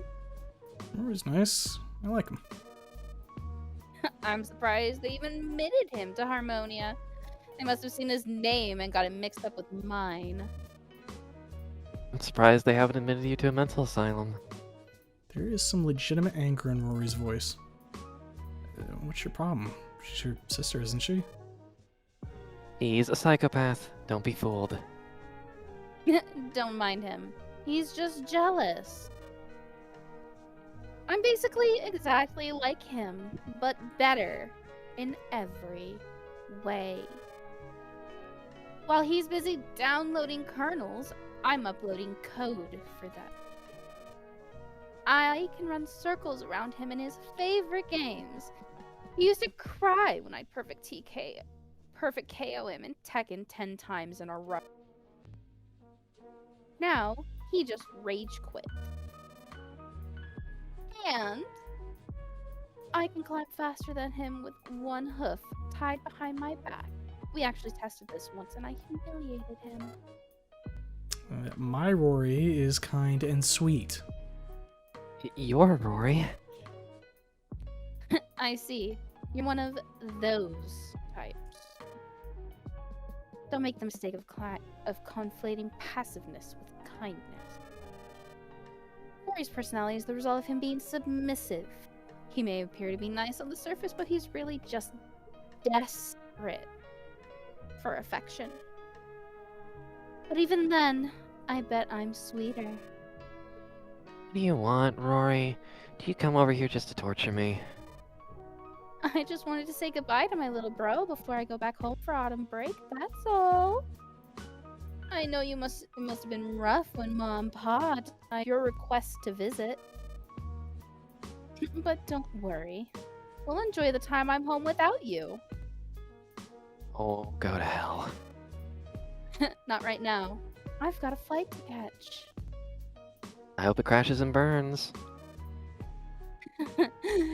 You know that would never happen. It was really nice meeting your boyfriend. Enjoy him while you can, because I might decide to make him mine when I come back. She shoulder checks Rory so hard he falls to the ground as she walks away. You hold your hand out to grab onto and hoist him back up onto his hooves. That bitch. You lived with her for years? Must have been brutal. I don't care if she's my sister. I genuinely hate her. I don't even care that she's better at everything. That would be a better place without her in it. Jeez, man. At least she's going away for a week. Yeah, luckily I haven't run into her much here. Now that she's seen me with friends, she'll stop at nothing to sabotage me. She can't stand seeing me happy. It's the one thing that gets under her skin. You want to talk about it? I don't know. Not right now. I think I want to be alone. Alright. I'll see you around, man. Yeah, and thanks for being here for me. Anytime. That's what bros are for. It's officially the first day of your autumn break. No more worries until school starts back up again. You can enjoy your life at your own pace and do whatever you want. You agreed to meet up with Mishka at the cafe today. She said it would be closed for the duration of the break, but that it would be a good spot to hang out. On your way out, you nearly trip over some short gremlin-type creature. Oh, wait, that's just Rose. Watch it, punk. Rose? What are you doing in my dorm building? Your dorm building? If it's anyone's, it's mine. Wait, you've been living here this whole time? Yes. Aren't you rich? Don't you have a mansion you could be living in instead? I don't know why I'm even entertaining you, but yes, normally I'd be residing in the family mansion. But Granddad insists that I spend time in the dorms to meet people and make friends. Whatever that means. I'm people. No, you're not. You're barely even sapient.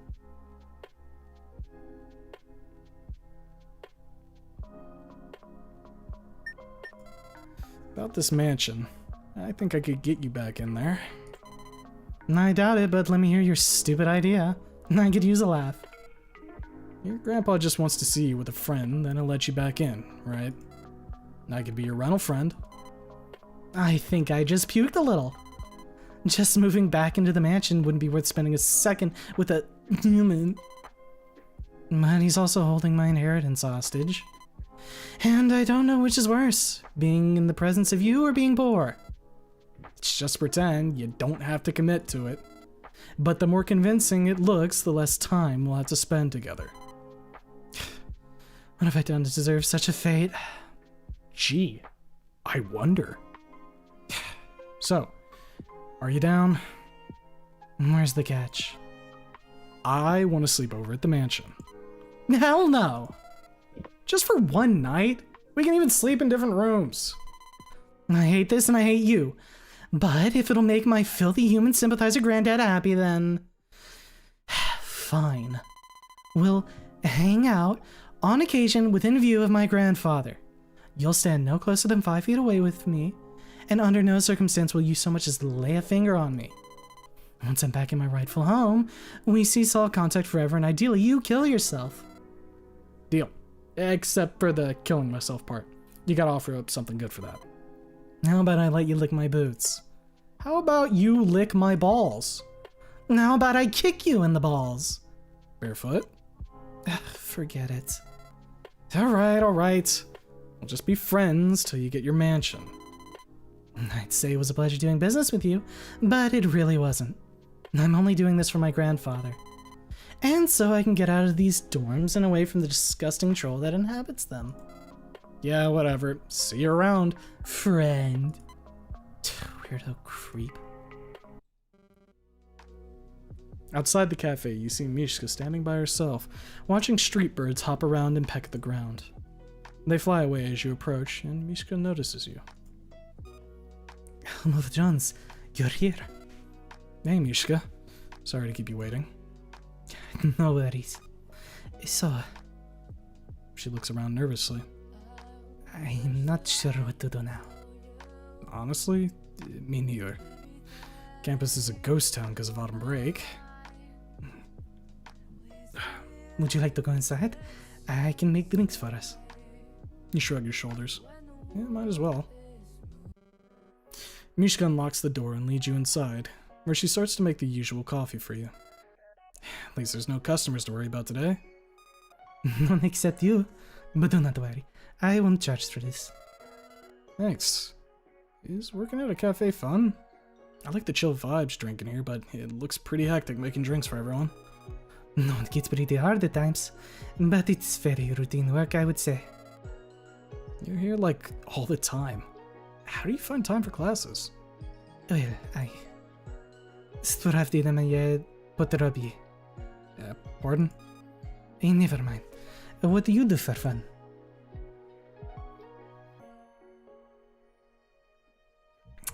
Well...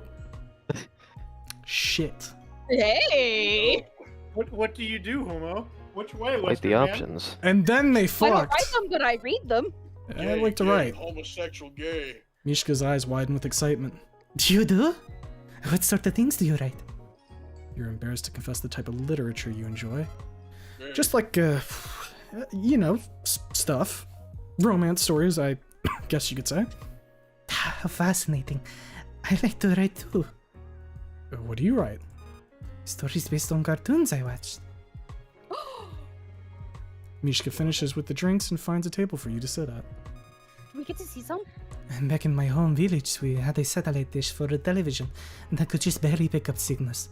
Sometimes it would show cartoons, but mostly old Soviet-era ones. Wow, I totally forgot that was even a thing. Both satellite TV and the Soviet Union. Yes, both were awful. Eventually, we got a computer and I could download Western cartoons with fan-made Ukrainian dubs. I liked them because they were so much more lighthearted. It was good escapism when shells were landing near our village. Shells. She's so It's not important. Sorry to bring it up. But this is how I started to be learning English. I downloaded Western fan fictions on my favorite cartoons and read through them. Then I tried writing my own. You nod, then take a sip of your drink, scalding your tongue on 200 degrees of hot coffee, 93.3 Celsius for countries without freedom units. Did you post them online? I did, but they are lost to time now. She takes a sip of her coffee, then looks at you with a smile. Maybe we could write one together. fucking dog. Yeah. I'd be down to try it. I've never written with someone before, though. That's okay. We can figure it out. You discuss some basic premises, characters, and plot, and settle on a rough plan.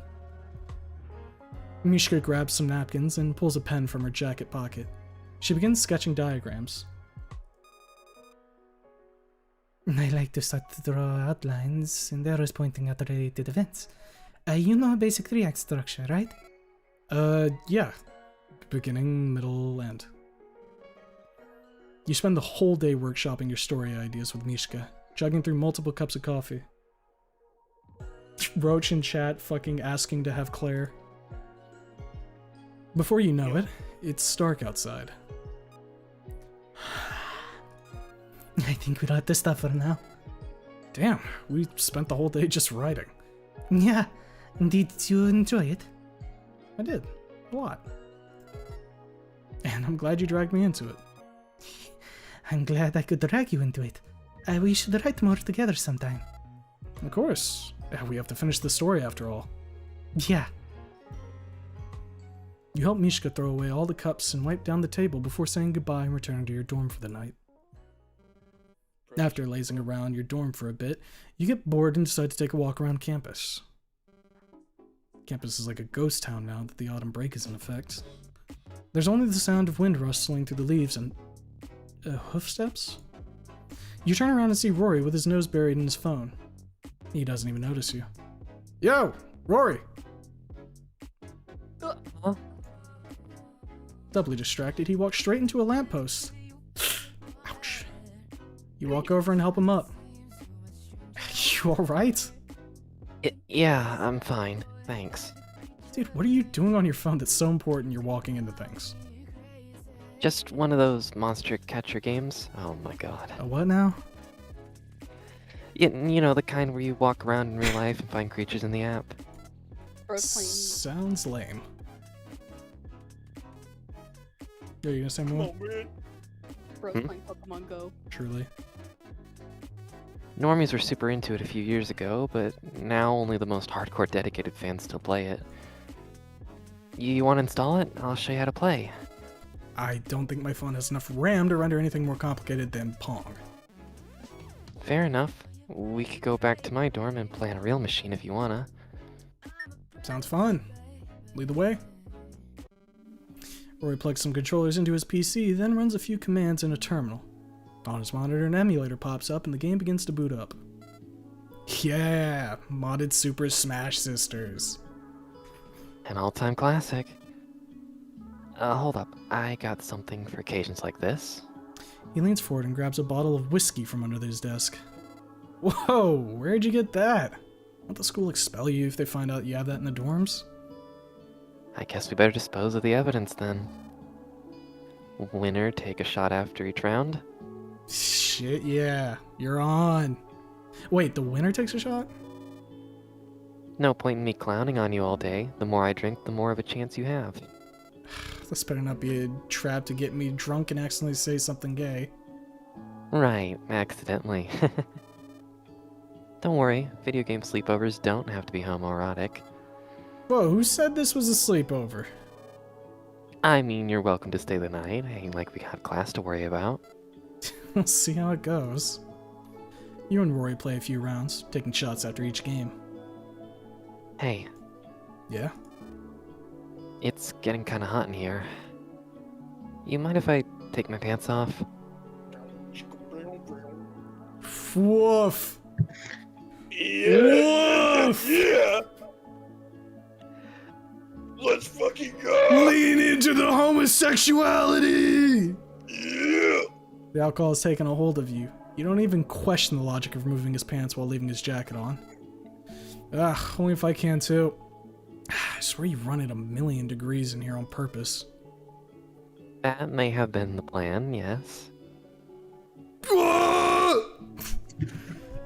What?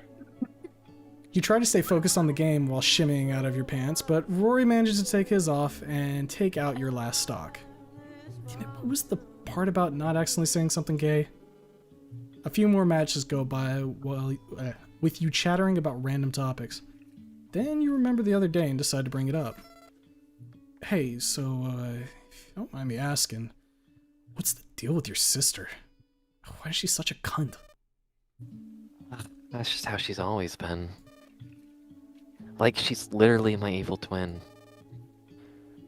I got all the gay and submissive genes, and she gets the psychopathic ones. I don't think that's how genes work. Either way, she was raised to think she's better than everyone, which ironically made her try to live up to that ideal. And she always used me to prove her superiority. Damn, bro.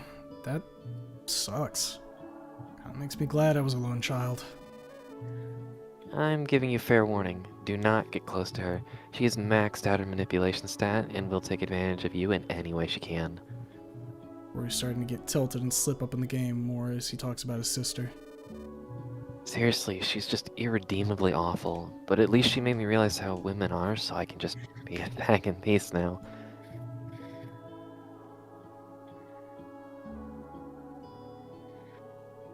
Ugh.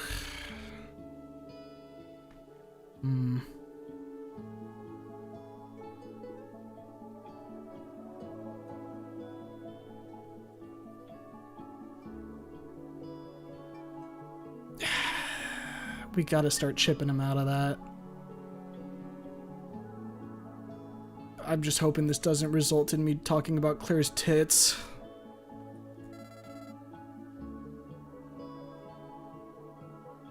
come on, Rory. Not all women are evil bitches, devoid of empathy.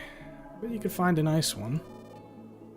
No thanks, bros before hoes. The only good women are 2D. What about Ava and Claire? They're sweet. They're cute, but they're manipulative, even at their best, waging a warpath to get what they want. A warpath? Dude, you're exaggerating. Kinda. But you get what I mean. Women are selfish by design. At least with guys, we'd have some camaraderie, we instinctively understand each other on a primal level. And I take comfort in that.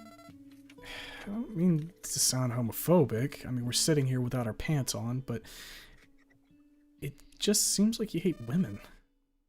Yeah, and I don't want to be alone forever, so what other options do I have than be gay? Besides, some boys are really cute. Am I one of those? Of course. Cute enough for me to snuggle, at least. For real? Why are we sitting here playing a party game for children instead of doing that? Oh no, I thought the video game would be like foreplay. You hop onto Rory's bed and pat the mattress. Hop on, dude. Okay, this is a little different from the cuddle puddle. Since it's just the two of us, this is definitely a little bit gay. Yeah, whatever. Get that sheep butt over here. Rory flops onto the bed and rolls over to you, ending up face to face with you. So, come here often? Usually every night. Is this how you snuggle? You wrap your arm around him and pull him close. I'm nervous, okay? What are you nervous for? It's just two bros snuggling. It's not just two bros snuggling. I mean, I kinda like you, so I just don't wanna fuck this up. Well, I kinda like you too, otherwise I wouldn't be snuggling with you.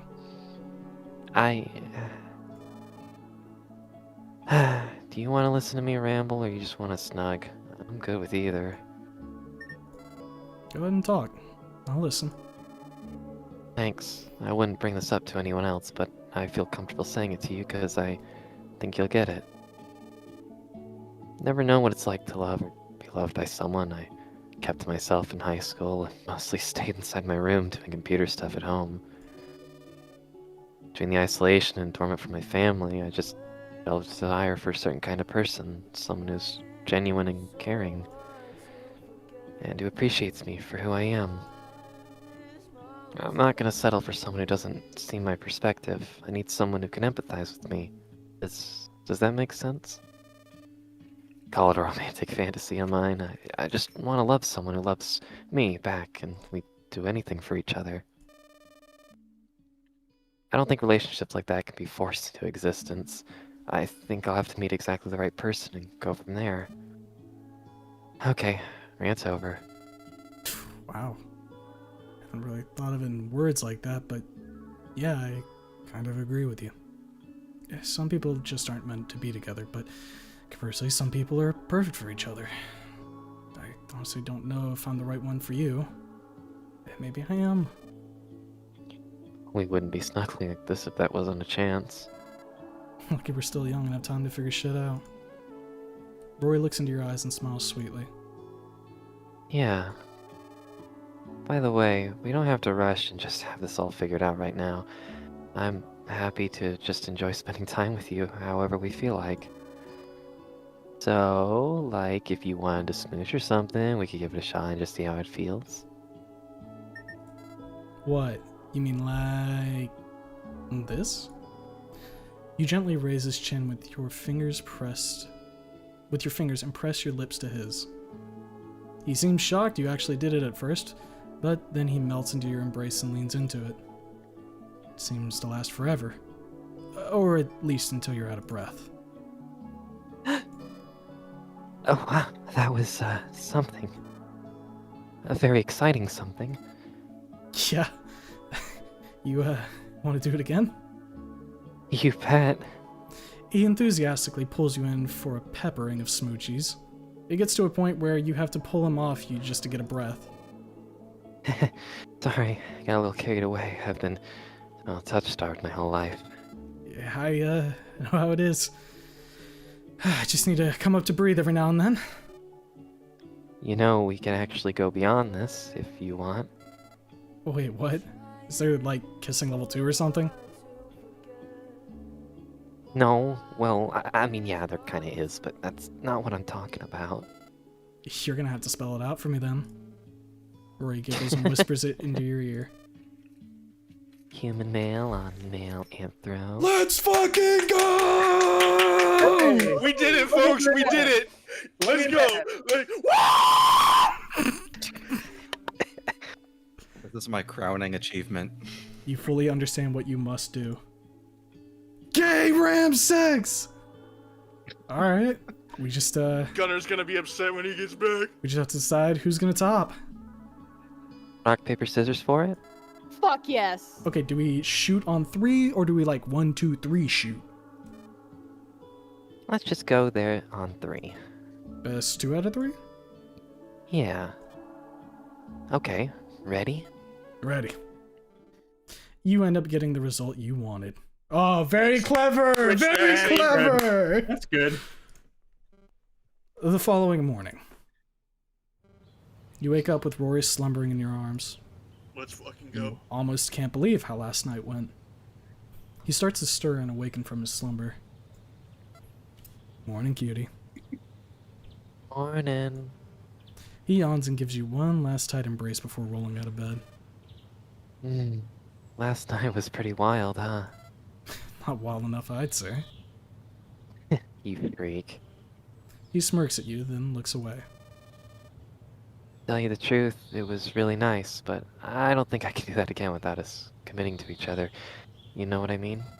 I get you. It was just an experiment. Fun experiment. But now it's time to get serious. I think we'll both need time to figure things out for ourselves. Yeah, for sure. You spend some time getting yourself together, then give Rory a big hug before leaving to return to your own dorm. The following day. Sure is nice waking up on Monday without having to worry about going to classes.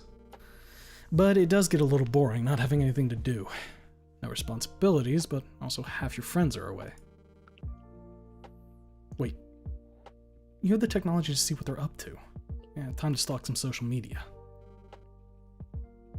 You end up on Claire's account and see what she's posted recently. That is such. I don't know what I was expecting. That was an uppercut. I'll give it that. Porcupine. Oh, whoa. Yeah, that's Porcupine. Just femmed out. What did she mean by this? You scroll down to her more recent pics. It's your typical girl's account, full of selfies. Goddamn. You're surprised she doesn't have more followers. Oh, she just sent you a message. Hey. Just got a notice saying you were scrolling my profile. Like what you see. I actually clicked your page, I swear. Sure. How's your break going? Good. I miss you though. Aw, it's only been a couple days. I miss the gang too, though. Yeah, it gets lonely without you all here. Don't worry, we'll be back to have fun again soon. Hold on, David's texting me. Oh my god, tell that bitch I said hi! Hi, I'm Alpha Jones. Just wanted to see what you're doing. Yeah, I'm good. Just bored because half my friends abandoned me. Sorry. Just kidding. It's nice to chill about and not worry about anything for a bit. Hang in there. Claire tells me she has plans for all of us once we get back. Not sure if I should be excited or nervous. How's your break going? Pretty good. I'm at a party right now, and you'll never believe who showed up. What's up, Yumi? The hell? Gunnar lives near you? Not exactly. I could be anywhere on the continent in a couple hours. The perks of owning a private supersonic jet. Oh, I see. You're simply stalking her. It's legally not considered stalking if I'm hot. Facts. Ew. Wish you were here, Muffa Jones. Hopefully I can make it next time. We should party with the whole crew.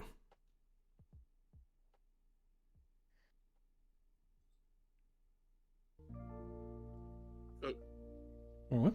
Yeah, Claire's fun to party with. Discord killed me again. I gotcha. Yo.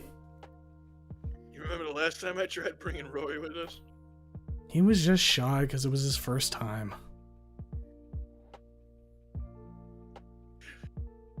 I Well, bet you he'd should be a know it, real Jones. party animal.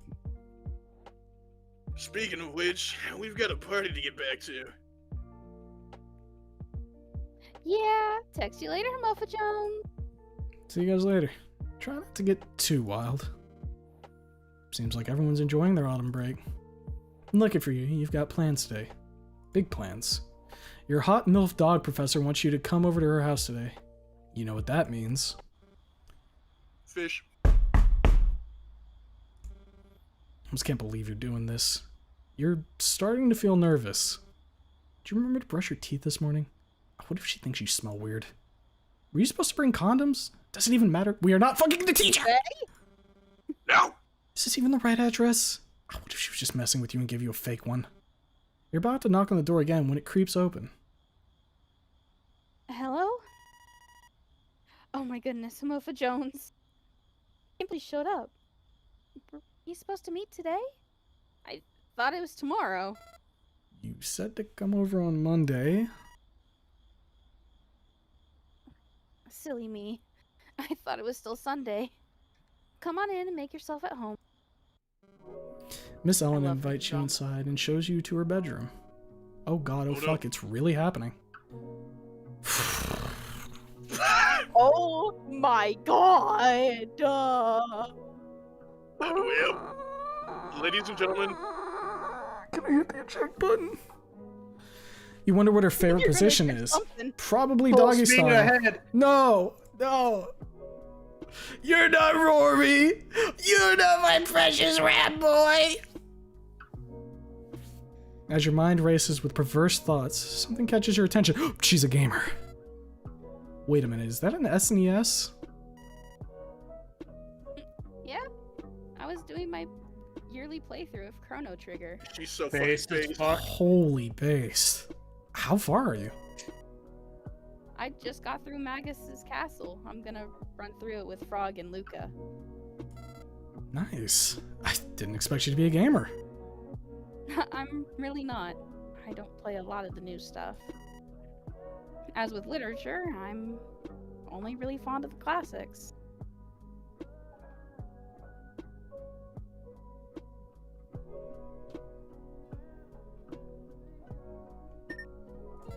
Same. Nothing beats that era of games. So many good RPGs.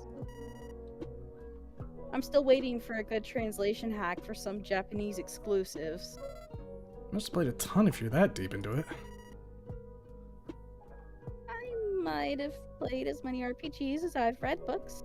And I've read a lot of books. Any inkling of having an intimate moment with your professor has left your mind and been replaced with a desire to experience the golden age of gaming with someone who grew up with it. Good man. Any chance you've got anything we could play together? Of course. I'm sure I have a multiplayer game somewhere around here. I've never really had a chance to play with someone before. Plastic clatters against plastic as she digs around a disorganized pile of cartridges. Oh, how about this one? She holds up SNES card, a label worn and hard to read. Battletoads? Really? Bet I can get a higher score than you. Her tail swishes eagerly. How can you say no? That devious grin. Alright, but if I win, I'm staying the night. Deal. She rips out the previous cartridge and slams Battletoads into the console Not even before save flipping and the turning power off? switch. Nope. Send it. And here's your controller. As she unwinds the cord, a sweet aroma fills the air, followed by beeping coming from the other room. Oh, I forgot I had cookies in the oven. Be right back. Games and cookies? Fuck! First video games with your professor and now home-baked cookies. This day just keeps getting better and better! The hours pass by, laying in your professor's bed while munching on cookies and running through this beat-em-up game. Once Miss Ellen taught you the strats, it actually became pretty fun. Of course, her score was naturally always just ahead of yours. She wasn't kidding about being experienced.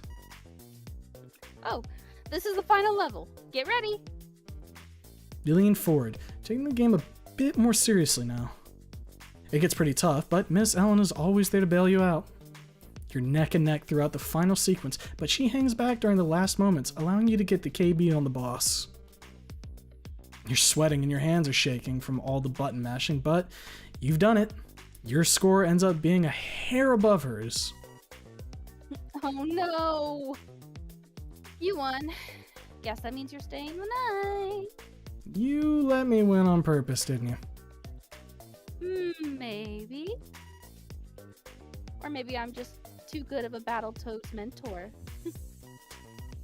Either way, you're mine now, and I'm gonna force you to play more of these retro games with me. No, anything but that. I definitely don't enjoy older things. You will once I'm done with you. Where's an adult? Wait, fuck, she is an adult. Ah! Wait a second. Lord knows she checked some box for some people. Oh no, heterosexuality. In my romance game. Whoa! Oh my god. Wow! You've made your bed, now lie in it. I don't want to. I'm lying in her bed. Why am I fucking everybody on autumn break? God damn it! Damn, Is you the were rat busy, next? busy. No, we wrote raunchy fanfics together. We didn't fuck. Homo for That's the Jones next has to live step. up to You the gotta- title. Here's the thing. The next step of writing them is you gotta experiment and make sure the positions work. I'm while about to writing look like a fucking raisin. Miss Ellen pounces Moment of on you, experience. growling and playfully biting at your neck. She's so gentle, though, it gives you more of a ticklish feeling. Wow, now. I got down, girl. Sit. Oh, Christ. Holy shit. Oh my Wait. god. Hey, it's time to drink water, guys. Get the leash. Oh boy. Oy, I think she's ticking some other boxes. This was really fun to write. Nods.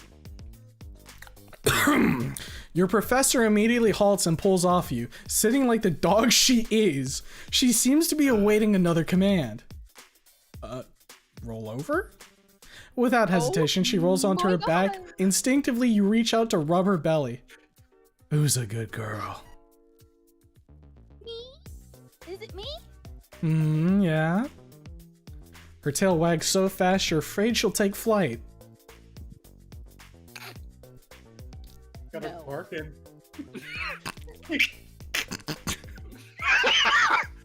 Woof.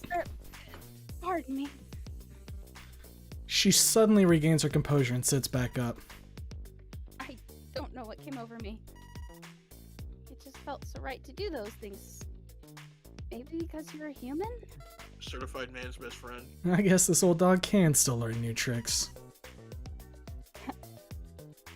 I'd be more than man's best friend if we kept that up. Wow. Sorry, pretend I didn't say that. Flustered, she looks away and reaches down to pick up a cartridge off the floor. Kirby Superstar. Excellent taste.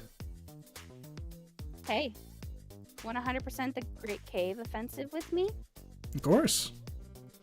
You blaze through the whole game well into the night until your eyes are strained from staring at the screen for so long. You're starting to get tired too. Miss Allen offered to let you stay the night. You wonder where you'll sleep. Getting sleepy. Me too. I had a lot of fun just chilling with you today. Not having to worry about classes or pretend to be a professor is nice. Yeah, you're really nice to hang out with. Didn't feel awkward at all. Not even being sarcastic. You think so? Maybe we should do this more often then. Play video on your bed or hang out in general? Both. But some days I do just lie in bed all day. Would be nice to have some company. Speaking of which, She reclines on the bed. Her head hits the Oh, pillow boy. with a satisfying pump sound. would you like to sleep with me? Did she just... You want me to sleep with you? Yeah. Oh, not like that, honey. Gay I just roast. don't want you to have to sleep on the couch is all. Sorry, I could have worded that better. I would think a literature professor would be more careful with their words. I may be a little irresponsible. It's cute. Speak for yourself. She slips under the blanket and holds it up for you. Now hurry up and get in. I'm getting cold. Yes, ma'am. You crawl underneath the cover and pop your head up above the pillows. God, there's so many pillows. How many cushions does a single dog need? Comfy? Quite. Good. She rolls over and reaches for the lamp on the bedstand beside you. She has to crawl over you to get to it. Sorry about that. I can't sleep with the light on. It's all good. You settle in against the silky sheets and close your eyes. It's almost unbelievable that you're here right now, lying beside your literature professor after a long day of gaming. Hopefully she doesn't regret it in the morning. When you rouse from slumber, the other half of the bed is empty.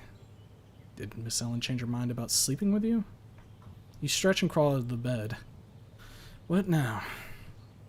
You're looking through her game collection when a savory smell wafts through the room. When you're about to see what's cooking, Miss Ellen bursts through the door.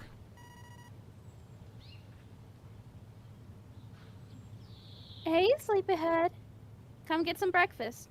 Hope you like pancakes and bacon. After subsisting on nothing but cookies and snacks yesterday, you could go for a real meal. That sounds perfect right about now. Miss Ellen leads you to the dining room and gives you a full breakfast before sending you on your way.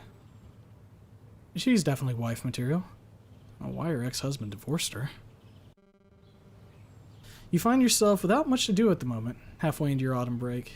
You really underestimated how much classes give you something to do with your time. That and half your friends are away. Maybe now's a good time to do that extra credit assignment for history. Yeah, why not? This should be a fun little project, looking into what the government doesn't want you to know. The library is dead silent, more so than usual.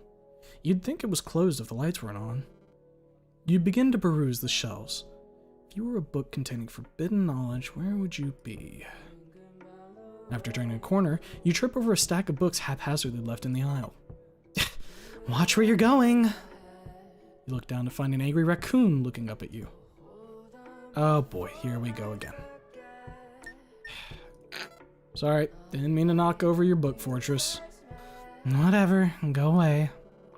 She busies herself reconstructing the stack. It quickly ends up taller than she is. Want me to help? No. Fine, I'll just pester you instead. You here working on the extra credit for Rothbauer? That's what I was doing before you interrupted. He's gonna have to invent a grade higher than an A for you. Perfection is the lowest standard. You can sense a hint of pride in her voice. Cool. Find anything interesting? Yes, but it's way beyond your comprehension. Got anything my tiny human brain could comprehend? She slips a book out from the stack and tosses it to you. Try this. It's baby's first red pill. Perfect for someone like you. You look down and read the title. Human Society and Its Future. Very funny. Too bad none of this came true. We narrowly avoided it. All it took was 2 mass extinction events, but it was worth the cost. You know, your hatred for humanity is starting to grow on me. It's actually kind of cute. There's nothing cute about wanting you dead. I don't know, Yender is pretty hot. This is reverse psychological trick to get me to stop hating on your entire species. It's not gonna work. Good, wouldn't have it any other way. You're perfect the way you are. Well, I know I am. I don't need your affirmation. Here, take this and go learn something. Rose shoves a book into your hands. It's titled The Human History Iceberg. Ooh, this looks like a good one. Thanks. If you don't get an A on the assignment, I'll be more disappointed in you than usual. Clutching the book, you scuttle on out of there to write your report. You can barely get a quarter of the way down the iceberg before your acquired foreknowledge goes beyond your understanding. What kind of crack was the author on? How do you mean the moon landing was a cover-up for exiling humans off the planet? These conspiracies seem a little out there, but there might be some truth in a few of them. Rose would know more. You find her in a more extravagant book fort than before. Wow, someone's been busy. Go away, human scum. I'm building a kingdom for the master species. Right. Anyway, I had a question about this conspiracy. If it has to do with humans being awful and ruining everything for everyone, it's not a conspiracy. It's just a fact of their nature. Yeah, okay. It says that modern raccoons are the descendants of humans and raccoon hybrids. Is that true? Rose goes silent for a moment. There's evidence to suggest it. Yeah. So that makes you... Damn you humans. You ruin everything you touch. Narcunians should have killed you all on sight. Kept the bloodline pure. Whew. Jesus Okay. Christ. Brother! Things are starting to make a little more sense now. Her hatred for humans seems a bit less irrational now. If that conspiracy is even slightly true, the modern raccoon is still the best living species in spite of any dormant human DNA presence. Cope and seed. And now you're coping. Do we bait? Coping and seed. Do we Yes. bait? Brother, I sort of get it now. All that cope about hating humans because you're partly one. Shut up! You and I have nothing in common, least of all on a genetic level. You've barely evolved past being feral ape for aeons, whereas raccoons are at the pinnacle of natural selection. Somehow your ancestors fucked human then. Maybe Arcunians weren't that great until they got a little human DNA in them. How dare you even suggest the thing? I can't wait until your kind is dead and buried for good. At least my genetics will live on inside you and the rest of the raccoons. Damn you humans. You can burn in hell if you don't leave me alone. I'll send you straight there. Oh shit, she might be serious. You take a step back and hold your hands up in the air. Hey, I was just playing. No need to take me seriously. It's just on my way out. You book it out of the library as fast as you can. See you in class next week! As your autumn break is coming to a close, you decide to take a day to make sure you've caught up on the studies. Nasty storm brooms outside as you open the university's coursework app on your laptop. Gusts of wind make the building creak, and you swear the walls are tilting a little. Rain starts to pour down, and it's not long before regular lightning strikes flash through your window. With a crash of thunder, the building shakes and the lights flicker. Your internet connection shuts off and the room goes dark. The only source of illumination is the dull blue light emitted by your laptop screen that soon dies as well. Are you fucking kidding me? Sounds like your neighbor is enjoying the outage as much as you are. You hear some thuds like she's kicking the wall in the hallway. Hey, what the hell are you doing out here? Quit spurging out, it's just a power outage. Rose is outside her dorm, clawing at it. She must have just got back from the gym, judging by her attire. In a sane society, this would never even be a problem, but just look at this. Rose holds her key fob up to her door. Little LED that's supposed to flash green and unlock the door remains dark. Once again, the human desire to make everything electronics failed to consider basic usability. What, really? The door locks run on the main power? I guess if you're locked out of your room, you can stay in mine until electricity comes back on. You look back to your door, which is just shut on its own, locking you out. Ah, fuck. You try your key a few times and get the same result as Rose. Okay, I'm with you. Smart electronics are dumb. Rose kicks her door one more time, just for good measure. The power might be out all day. Gotta find some way to pass the time. olive branch. Want to go get some coffee? That'll be my treat. What? When I'm dressed like this? I just got back from the gym. I don't mind. Well, I do. I can bring something back for you then. Psst. Do whatever you want. I don't care. You shrug. Let me know if you change your mind, I guess. You pull off your hood and stomp your feet on the welcome mat upon arriving at the cafe. Luckily, it seems that this part of the university still has power. The sign on the door said it was closed for autumn break, but you saw Mishka from the window and she waved at you. Welcome, Amava Jones. The shop is technically still closed, but I came to get it ready for reopening soon. Perfect timing, Mishka. Hope your place didn't get hit by the power outage. I came here because I don't know when my dorm will have electricity again. Nope, my home is all good. But I did come here for something else. Mishka pulls an espresso shot from the machine and gives it a sip. I don't have one of these fancy contraptions at home, so it's nice to come here just to make myself a drink. Your drinks are always worth going out of the way for. Dyakuya. Is there something I can get for you? 2 coffees. You'll bring one back for Rose after all. 2 coffees, please. To go. All for you? Or did you find someone to share with? There's someone who might appreciate it. That or she'll throw it in my face. Hoping it's the former. Yeah, that's the plan. Mishka prepares your drinks and sends you off with a friendly wave as you brave the storm again. Do побачення. Good luck. Thanks. Back at your dorm, the lights are still off. You left the I lobby. just got an update from my Rory com from Vice. Very good, my friend. Very good. Yeah. Hell yeah. Back at your dorm, the lights are still off. You left the lobby door ajar in case the door remained locked and without power. In the hallway, you find Rose sitting with her back to the wall. You were right. The smell of coffee got her attention. I got one for you. Too bad you ruined it by touching the cup with your human hands. Sorry, I'll wear gloves next time. Don't even bother getting me anything. I seriously just want you to fuck off. More for me then, I guess. You slump against the wall, occasionally checking your phone in between sips until the power returns. Rose doesn't even say anything to you. She just quietly unlocks her door and slips into her dorm. As your break comes to a close, Ava, Claire, and Gunnar return to Harmonia. It didn't feel like home without them. You spend the week just catching up on the events of everyone's vacations and antics.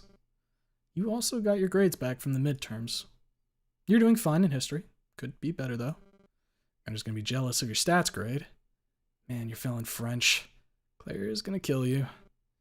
You should have bribed Miss Ellen more to get a passing grade in Lit. At least now you can plan to balance your time better between studies and friends better. Just gotta pass with good enough grades to keep your scholarship. For now, though, you just feel like wandering around the campus on your own without a care in the world. A walk around the campus does wonders for your sanity. Sometimes you really just need to get that blood pumping. As you round a corner, you're knocked backward and fall to the ground. Oh my gosh, are you okay? Oh. Whoa! Now who is this? Big awesome. Who this? Standing over you is the fattest possum you've ever seen in your life. Even fatter than the one your cousin caught in his garage and kept as a pet. And she smells more like trash than your cousin's possum ever did. While you're still seeing stars, she pulls you up to your feet. Sorry about that. You do a 360 and start to walk away, but just end up bumping into her again.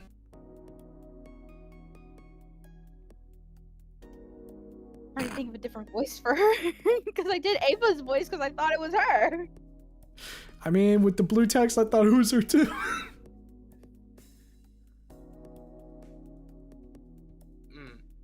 Craig just going nuts in chat Midwestern? right now.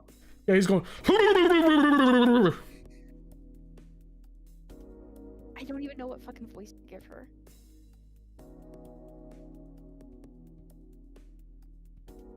Someone else want to take a crack at it then?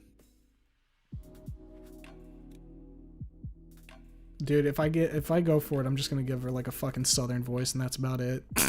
That's the extent of what I got in the tank. Yeah, fuck it, I'll go. You alright there? Did you bump your head or something? I bumped my head once really hard when I was little, and since then I don't remember things too good no more. Then again, I don't remember if I had a good memory when I was little, so maybe I was always like this. What did you say your name was again? Mofa Jones? Wait, yeah, it's definitely Mofa Jones. You must have hit your head harder than you thought. I guess you don't remember things either. We have so much in common. My name's, oh yeah, it's Trish. Trish De La Trash. So where are you going? Nowhere really. I was just on a walk. No, I mean, where are you going? Like in life. Oh. Still probably nowhere. Why do you ask? 'Cause you got an interesting aura about you. Aura? What's that all about? Let's just say I can detect certain things about you. Like, I know you got a crush. Is it that obvious? Wait, have you been following me? No, I can just tell from your aura. You have that loner vibe, but perhaps you don't want to be alone forever. Oh, sorry. I don't want to keep you. Time is the essence after all. I'm sure we'll see each other again. Farewell. That was strange. What a weirdo.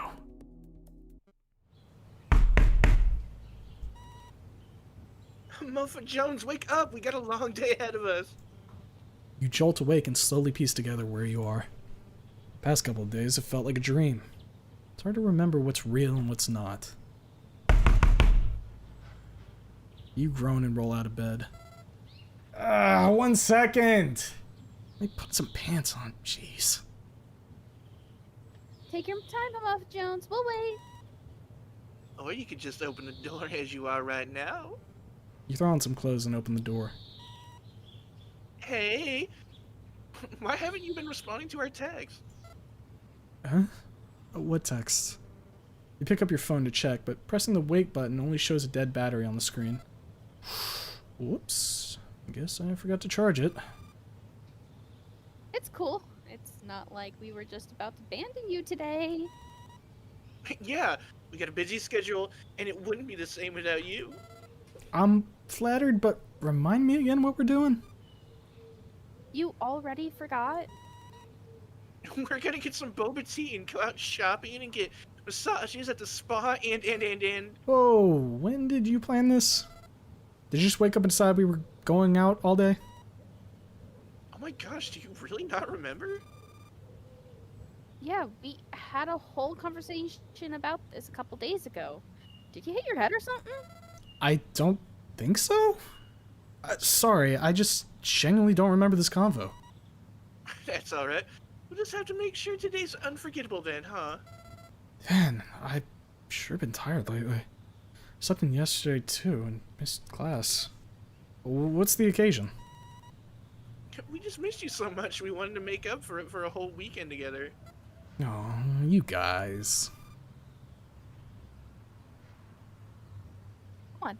We've got a long day ahead of us. Let's get coffee first to wake you up, sleepyhead. After grabbing breakfast at Coffee Zone, you, Claire, and Ava roam the streets off campus. The three of you walked through Main Street and explored the various antique shops, boutiques, and other stores. Getting pampered at the spa was the highlight of the day. Getting a message while Ava and Claire gossiped about pretty girl drama was nice. They barely even argued. They even had a sauna. You suspect Claire let her towel slip on purpose when you were looking in her direction, even though she swears it was an accident. Then there was the incident at the tea shop where she kept referring to your drinks as booba tea. Overall, it was quite a pleasant day, but apparently the bird and bunny weren't done with you yet. This was awesome. Should do this again sometime. Hey, today's not over yet. The night's still young, you know. Yeah. Don't tell me you forgot our sleepover plan. Ew. Huh? I'm sleeping over at your place tonight? Other way around, silly. Your dorm is so much nicer than ours. They give you more room even though it's just you in there. Yeah, but where are you two gonna sleep? I only have one bed. Oh, I'm sure we can make that work. Hope you don't mind getting cozy with us. Well, if you insist. Claire flops on your bed and Ava flutters over. Go ahead and put some FlixNet on the TV, Muffin Jones. You mindlessly turn on the TV without realizing it's set to automatically resume the last thing you were watching. Oh, dear lord, no, not this. Oh, you're into Monster Girl Adventures too? Good taste, Muffin Jones. Based monster I fucker. heard of this one. Interesting choice, Muffin Jones. They're into it? Maybe a night of watching softcore anime porn with two girls won't be so bad after all. Wait, what's that? The pungent odor of strong alcohol reaches your nose, and you look to Claire and find her sipping on a bottle of clear fluid. Bitch got moonshine. Oh, no. It's fucking Everclear. You can see the label. It's 95% alcohol by volume. You got any soda? Or am I gonna have to check this raw? What? Ugh. Where'd you get that? I told you I was bringing alcohol, duh. I managed to get my paws on a full bottle of the good stuff. Pretty sweet, huh? She says with a wink as she licks the bottle. I'd say it's the opposite of sweet tasting. Just smelling it from over here is making me sick. Oh, don't worry, I'll mix it with something to make it more palatable for you. I think I have some sodas in the fridge. You move to get up and grab some, but Claire puts her paw on your shoulder and forces you back onto the bed. Oh no. I got it. The big bunny blocks your view of the TV as she walks over to the fridge, swaying her hips. She opens the door and bends down, taking her time, grabbing the drinks with her ass in the air and her little tail wagging. She somehow manages to be more lewd than the anime on the screen right now. She even looks behind her to make sure you're watching. It's not like you could avoid having her in your field of view no matter which direction you're facing. You look over to Ava, who stifles a giggle.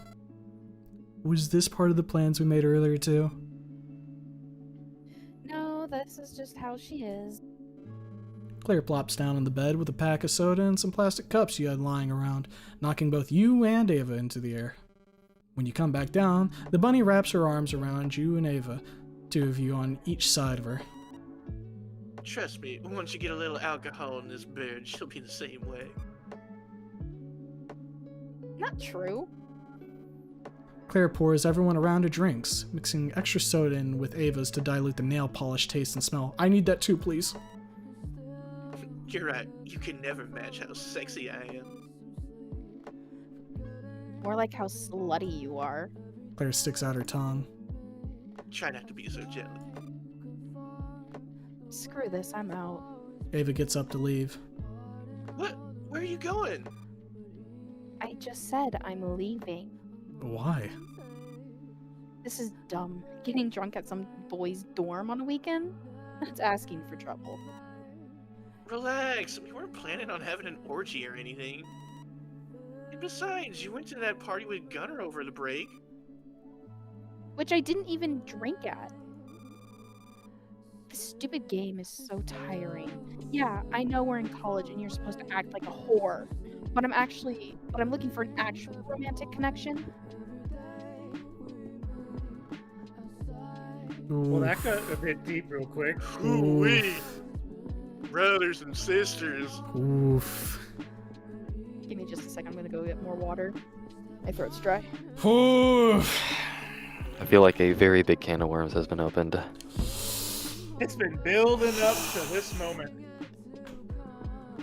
Old Muff Jones has been caught in another little quink-dink. A bit of a cucumber, if you will. You can find yourself in these pretty often. We need that, we'll be right back music. Fucking ring, ring. Rory, come pick me up. I'm scared. Rory, the women, they're being horny. Rory, you're so right. Women suck.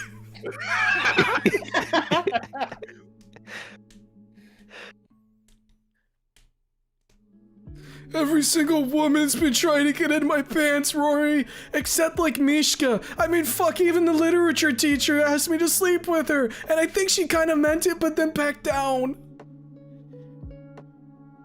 Hey, at least Rose still hates you. Oh, true. Oh, true.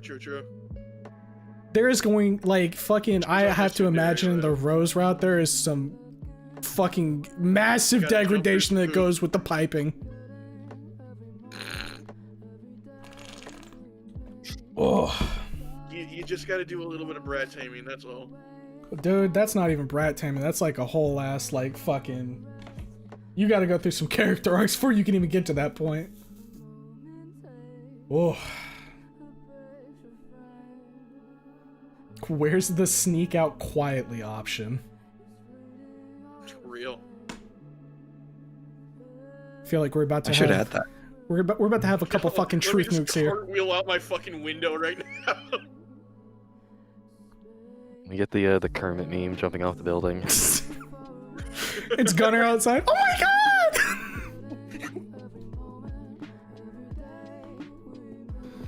You know, there is a random scene that you can get with Rory, like, talking about how he, like, scales buildings. So I imagine you just jump out the side and Rory's just, like, doing a 90-degree on your fucking wall. That's awesome.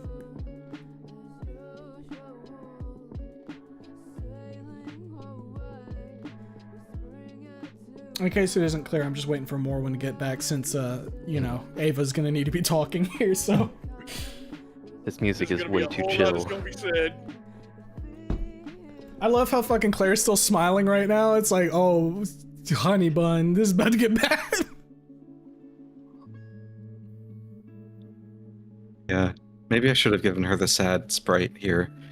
I had tried to get more art for her for chapter 4, but just her artist wasn't available. Little So buff. I had to work with Ed. Can't wait to see what strays you're about to catch. Yeah, me, the like complete neutral guy who has only expressed interest in piping Rory so far. You're such a whore, Mofa Jones. Wait, I didn't do anything. You have been actively denying, in fact. To the detriment of my French grades. Let's be real. You've done the thing that you're not supposed to do with women, apparently, and that's being nice.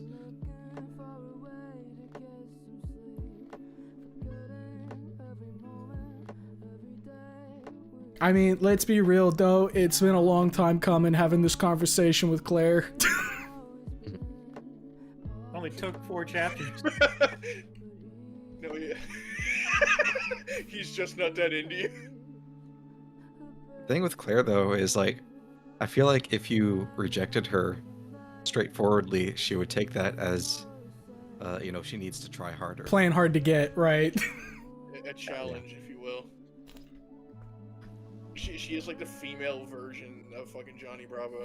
And like, while I want to like give fucking MC here like some hell for it, brother didn't even like clock that like the whole friend group is trying to pipe him, except, you know, Gunner. Well, he's been isolated for like most of his life. Right, which He is doesn't really why pick up cues. I'm trying to be lenient to him. It. I will say it is like mostly fine, but sometimes it does feel like he is privy to that, and then sometimes it flies over his head. Right. Like how he's like going to his teacher's house and it's like, oh, so we're having sex then, right? This is what we're doing. Whereas like, I'm sure if you went to go study with Claire, he'd be like, huh? I thought we were just gonna learn French. I We're get just it. friends, Yeah. I Miles. don't get it. My lore reason is just the main character has a thing for MILFs that he doesn't. It's like a subconscious thing. That's his character quirk. He's a MILF hunter. Yeah. It's in his genes, you see. Oh He boy. has to live up to the homophone name, you know? I'm like actively It's a trying surface not name. to like dip my toes into like relationships on multiple people because I get the weird feeling that's gonna bite me in the fucking ass later. I'm already gonna have to explain to Rory why I went and slept at the fucking literature teacher's house. Okay, but you didn't do anything. I didn't, but I went there thinking I was gonna do something. Hey, look. You guys weren't, you know, official then yet. I just want to be there for my literature professors, all because I would like to be closer and friend. Just wanted to play Battletoads. Battletoads! So you had a fun game Battletoads, night. dude. I'm glad that things are chill with Mishka, but if she like goes to kiss me, I'm gonna start screaming. You She did went to pet kiss play, me, I Humo. cried. We really fucking did. I forgot about that. I called her a good girl. Oh. Hold Mishka's hand. I'm back. Tell her it's gonna be okay. Yeah, for real. All right. Alright, And then we'll time for just- pain. Yep, I've been staring at that guillotine for a hot fucking minute. I guess it's time to put my head in. Hold on now. I thought we were just casually hanging out. Well, you can enjoy a casual fling with Claire tonight then. I'm leaving. She turns away and exits the room, softly closing the door behind her. Did I just fuck up? No, I think she's just afflicted. Don't tell her I revealed her secrets, but she told me she wanted you to chase after her the way Gunner does. But she's just not feeling like you want her like that. 'Cause you don't. Sorry? I guess? I didn't really want to compete in some love triangle and lose in the end. Besides, there's people I like more. Really? Like who? Homopha Jones? Are you alright? You suddenly feel faint. Your vision fades before you can even react. You're out cold before you even hit the floor. Damn, thought if Rory so hard he passed out. Yeah, all the blood was flowing elsewhere. Brother. I mean, real, but Oh. Ow. You didn't have to do that, Sorry! but I'm glad you did. immersion. The steady blips from a heart rate monitor welcome you back to consciousness. You're back in the hospital and feel worse than ever before. Your muscles feel too weak to even lift your finger to the button to call the nurse. Once again, your body gives up on you and you return to slumber. No repeat bit. Homopha Jones, are you awake? Rather not be. Stay with me for a while. Your friends brought you in a week ago, and this is the first time you've been coherent. A week? Please try to stay calm. I need to ask you a few questions. Have you been experiencing any headaches, drowsiness, or nausea since the last time you were here? Started getting sleepier just last week. The last week before I passed out, I guess. And apparently I couldn't remember whole conversations I was a part of. Don't know if that was related.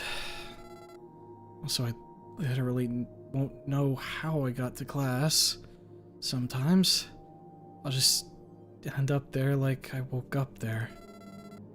And occasionally I'll see static.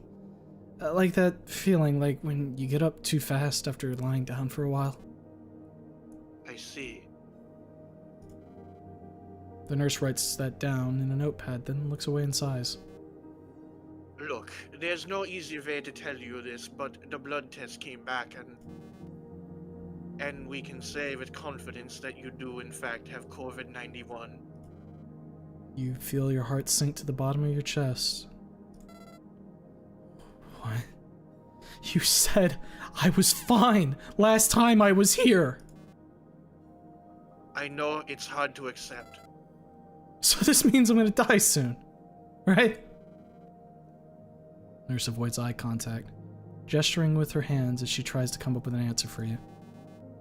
Well, since we caught it early, and there have been advancements in medicine, experimental technology could.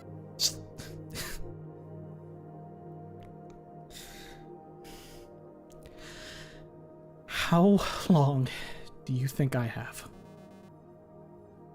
5 years, maybe more, maybe less. I don't know. This disease isn't easy to predict. So just enough time to graduate college and kill over. Great. Hey, I'm not saying for sure you'll pass away anytime soon. That was just an estimate based on average cases. Some people went 10, 15, almost 20 years before it was their time. You may not be around for as long as you would like, but you can do a lot in the time you have left. Even if I do stay around longer than expected, it'll be a miserable existence. I've seen how the affected get. They're practically zombies. No more energy, fading memory, totally apathetic. Just look at me. I'm already getting there. My advice to you is to take advantage of every single day. Don't let any time go to waste. Enjoy your time here while it lasts. I guess that advice goes to everyone, but more so in your case. So, that's it? You're dying, but make sure you spend your time wisely? Bye?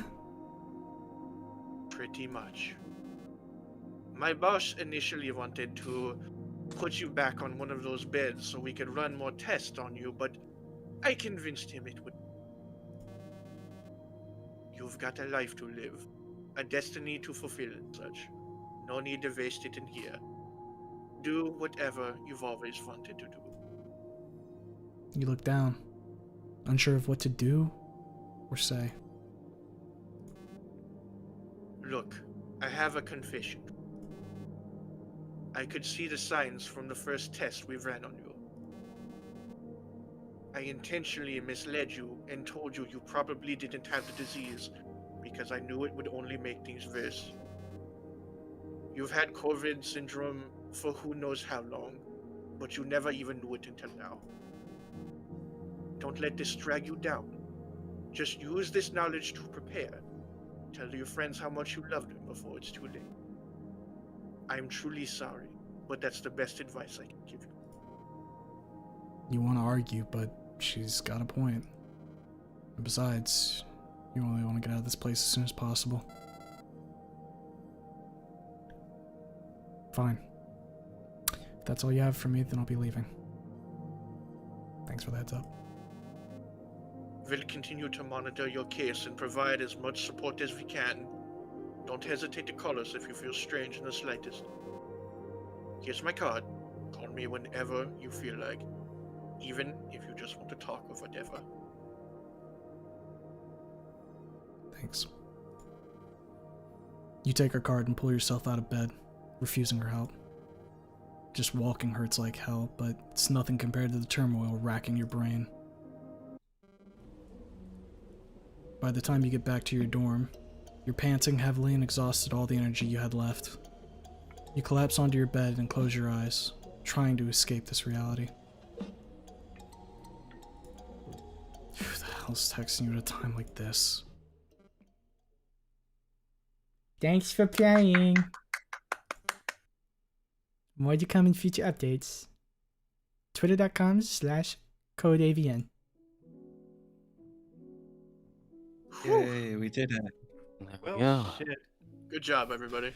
Puts my hands on CODA. You tell me I'm dying and leave me there?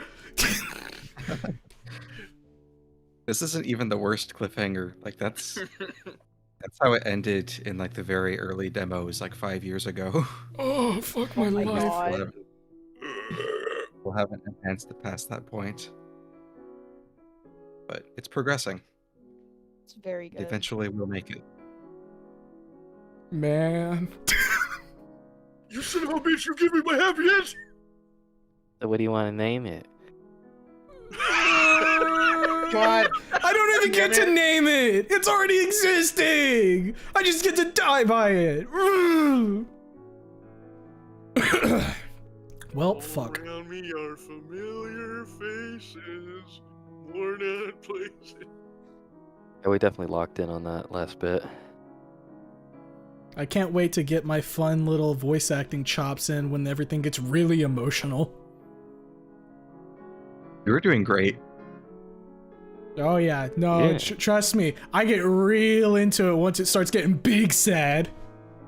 You'll have to watch him play Snooty one. That was a big one. Oh, with the bang bang at the end? Yeah. Just all the effort you put into that one. Well, man, I'm not sure what to say right now. It was also really I think- adorable listening to you and Blue lock in. I Yeah. wasn't grinning the whole time. Certainly not. A friend of mine was like, "Why do you write gay content so well? It's a bit suspicious." Big songs do remarkable. Dude, it's not hard to write gay content. Make them hold each other and then potentially have sex and everybody's gonna fucking cheer. Say X, yippee. Oh.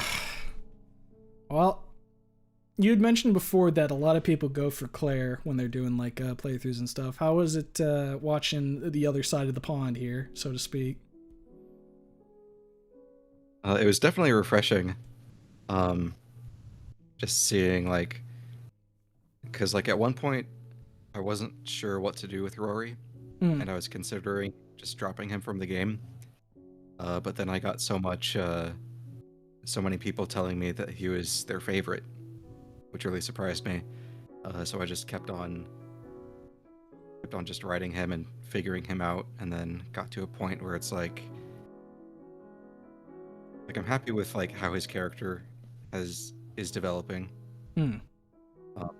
He's got some complexity going on that I mean, you guys were talking about it where you were kind of getting uncomfortable with what he was saying, right?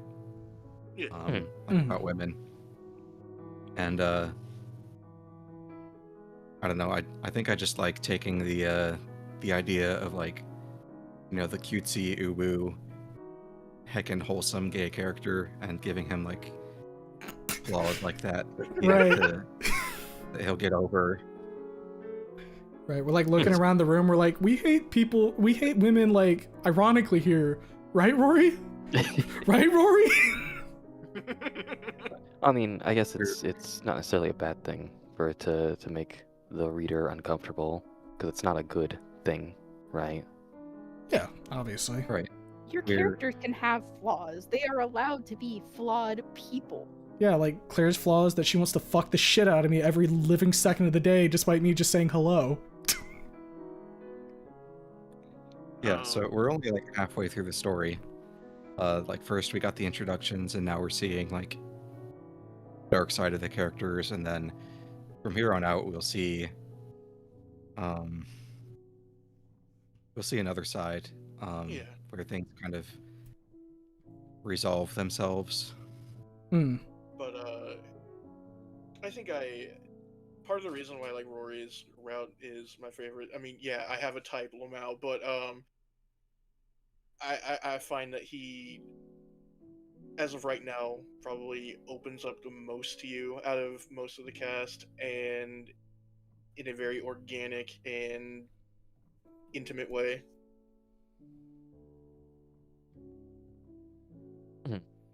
I'm a sucker for stories where it's like, let me show you the world.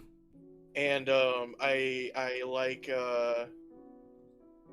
on the other side of the pond, Mishka is a very sweet little slow burn.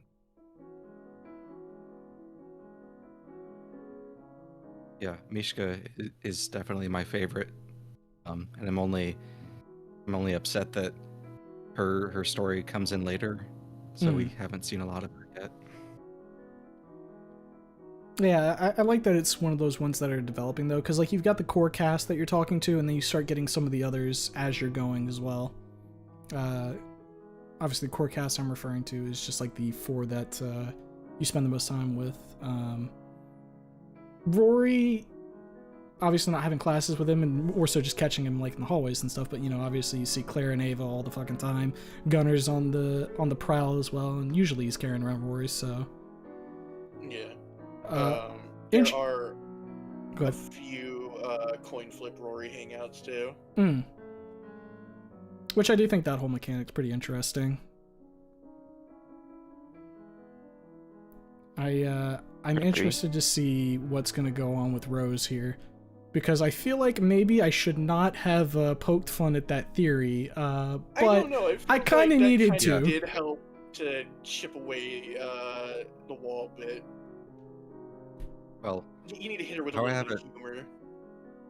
how I had it designed is that that particular choice sets a flag that makes her just like incredibly pissed off at you, and locks off a lot of content with her. Yeah, I Like, if you kind of had- felt that. You could have given her the coffee, and she would have been a lot more receptive. Yeah. If and I were to But go there's- back and change a choice, I'd probably change that one just so that way don't get too closed off from Rose, because I do want to see how that one blossoms. Not necessarily into a relationship, but just, not wanting to see me slit and dead in a fucking ditch. So, I guess that is a nice little segue to ask the question. So, how do you handle like branching off? Like, do you have like a point system or like criteria?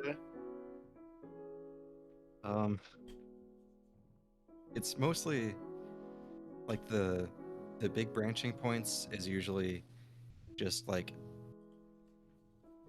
how nice you've been to each character or how often you've hung out with them. Like obviously there's a lot of choices where it's like either do this, hang out with Claire, or do that, hang out with Ava or whoever. Hmm. And the game keeps track of all of that. In addition to like the whatever you've been studying, which topic, that'll come into play a little bit. But I also try and like just make every choice in the game matter to some degree, where no matter how little or inconsequential, there will be a callback to it later on in the story. Right. Which does feel nice.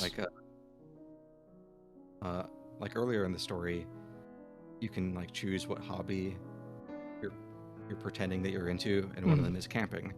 So if you had chosen that, it would have gotten brought up in the camping scene with Claire and Rory. Right. And there was the, because I had picked driving, later on Gunnar brought it up when we were talking about doing crime. Yeah. I find that just those little details,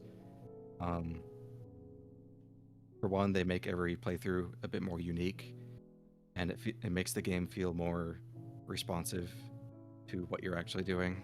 Absolutely. It feels more like you're in the moment, so to speak. And it's not like you're just on rails. Even if it's something that's just like flavor text, it always is nice from a player's perspective to feel like the game is paying attention to what you're doing. Yeah, I've noticed seeing people play through it that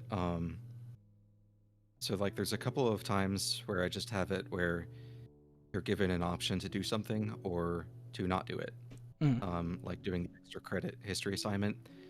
And I've noticed people tend to always like jump at it and do it, because I guess they're thinking, well, if I don't do it, then I'm missing out on content.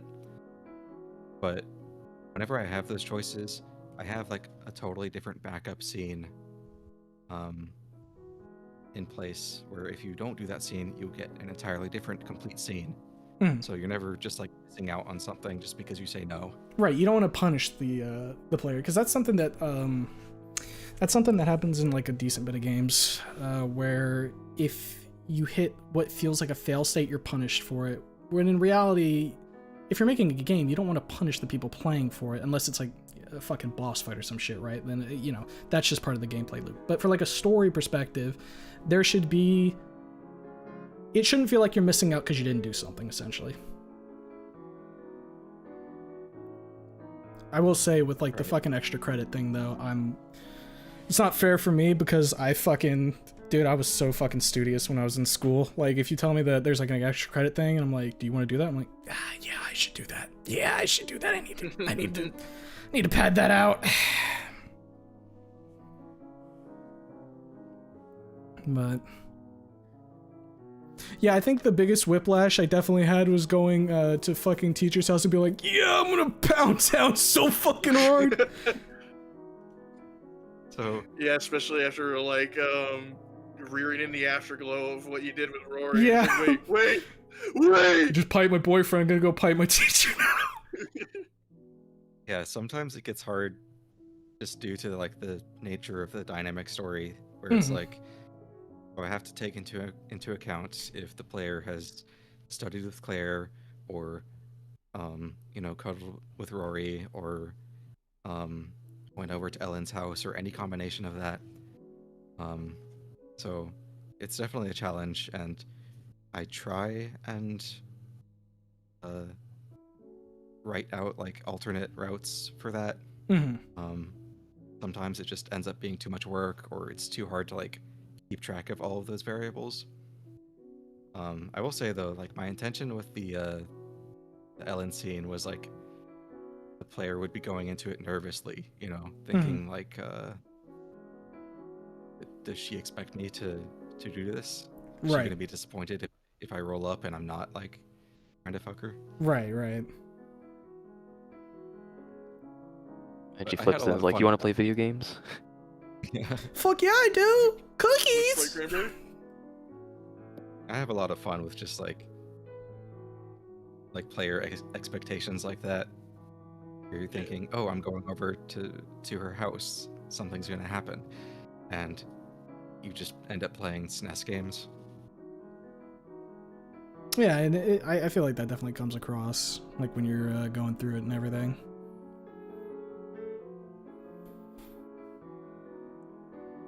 Ugh.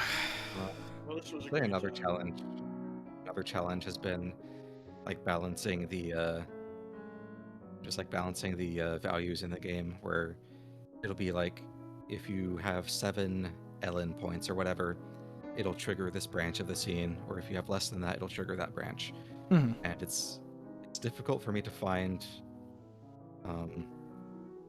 like a point where people who want to be on a certain route will have a good chance of getting it, Right. and people who are kind of on the fence, like where they might end up on it. Right. It seemed like you were just trying to be like a nice person in general, so you were just being nice to everyone. Mhm. And that kind of, I never really accounted for that. People tend to be nice to the one character they like, and then be mean to everyone else. You can ask anybody here. I can't find a mean bone in my body unless somebody's like a mega bitch, like Rory with a Y. Yeah, fuck that bitch. I'm gonna push her into traffic. But that's for like, she deserves it reasons. A lot of my playthroughs, I would like reach my limit with Rose and be like, okay, you can just fuck off. Yeah, I like when it comes to characters, I tend to have a hard time being like mean to anybody, because at the end of the day, like if I don't like you, I can just be cordial. I don't have to like instigate a fight or something. It's more work than it's worth, right?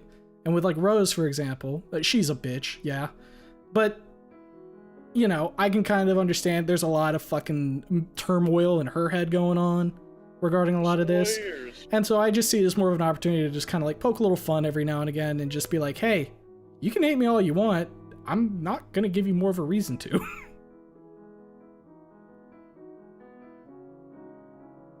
I mean, with Gunnar, he's a little bit of a dick at times, but he feels like he's like his heart's mostly in the right place, and He's a very genuine guy. right. What you see is what you're getting, right? It's not like he has an ulterior motive.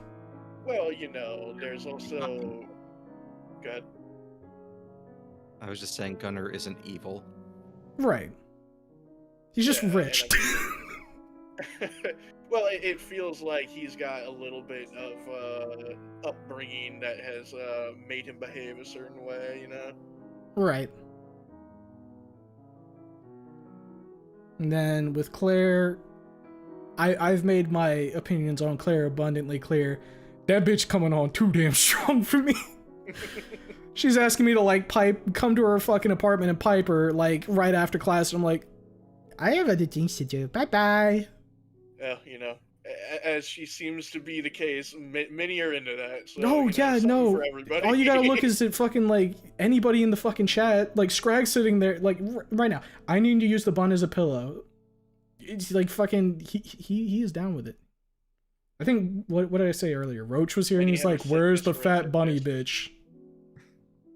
I think it's funny how I think Claire and Mishka seem to be the most popular characters, and they're like opposite sides. Like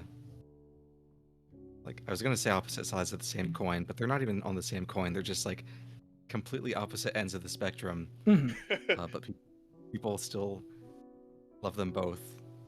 Right. I mean, like Iron said, One Claire. fills my heart, one makes my jeans tight. One fills my heart, one fills my hand, so to speak. Yeah. But yeah, no, Claire obviously appeals to a certain, certain person. That's not a bad thing. But when it comes to Mishka, it's one of those things where, yeah, like she's given you no reason to like not like her. She's been there to help you out when you need it. She serves you good ass coffee. She looks out for you. So yeah, just taking a bit of time to like out of your schedule to go spend time with her, it just makes sense. Yeah, she's the shy loner girl, so Right. And then Ava, I do like Ava, but I definitely have trouble seeing myself go for her, so to speak, because of the thing with like her and Gunnar. Gunnar is interested in her, so if I went for her, it feels like I'm cucking Gunnar. But then Claire tells me that Ava was hoping I would go for her just like Gunnar is, and that makes me even less likely to go for her because I'm like, well, that feels weird. I don't like that. I don't want to get to a Feels battle like- royale. Yeah.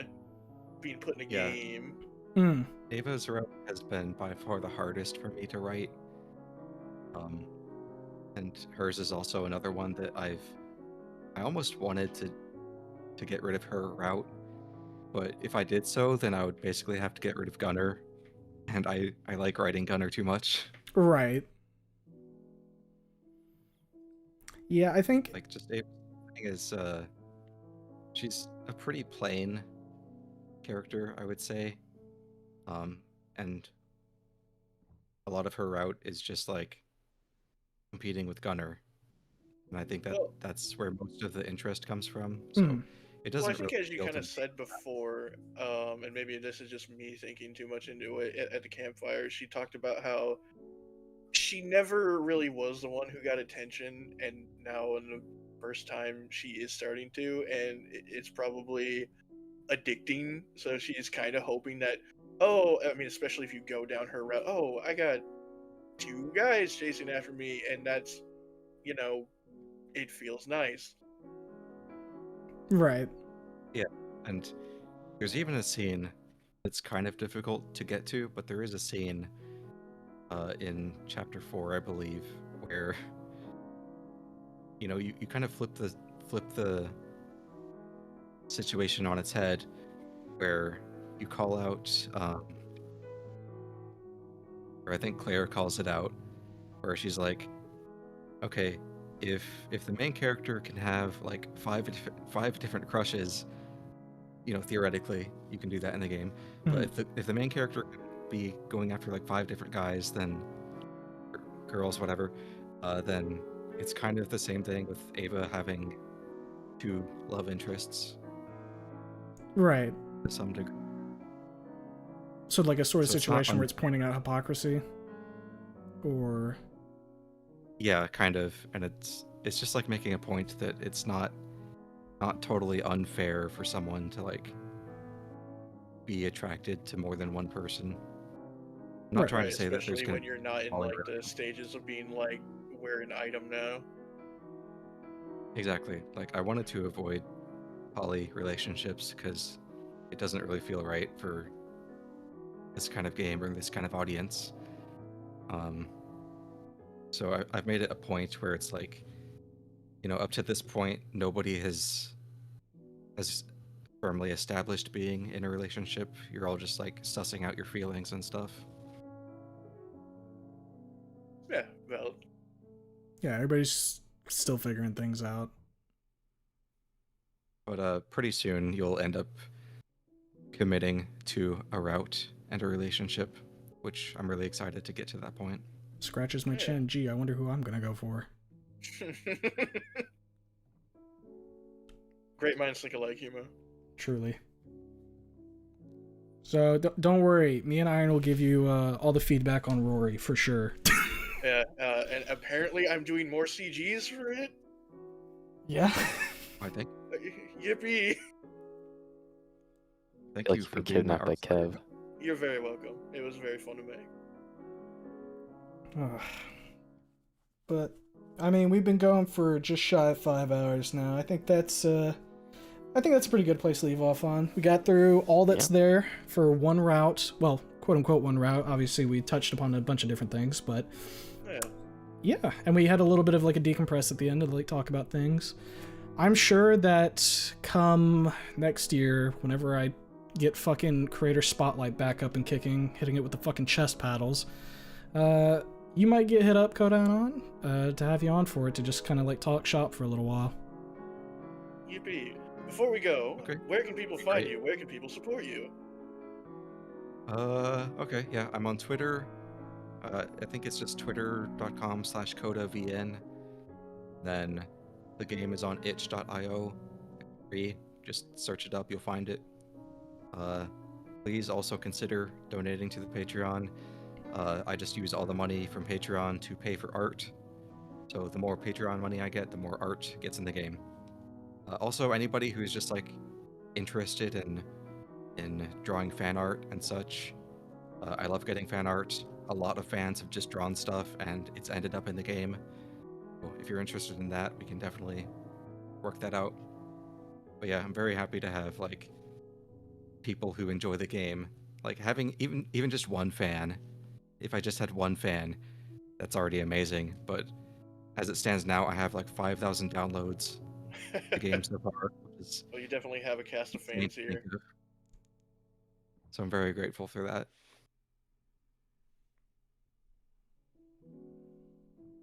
And I think it goes without saying, Well, for everybody's all grateful you for you making this. hosting. Yeah, I Yeah. look forward to seeing what else you cook up. Yeah, it's You all hosted really and good. did all the amazing voices. Group Thank hug. you.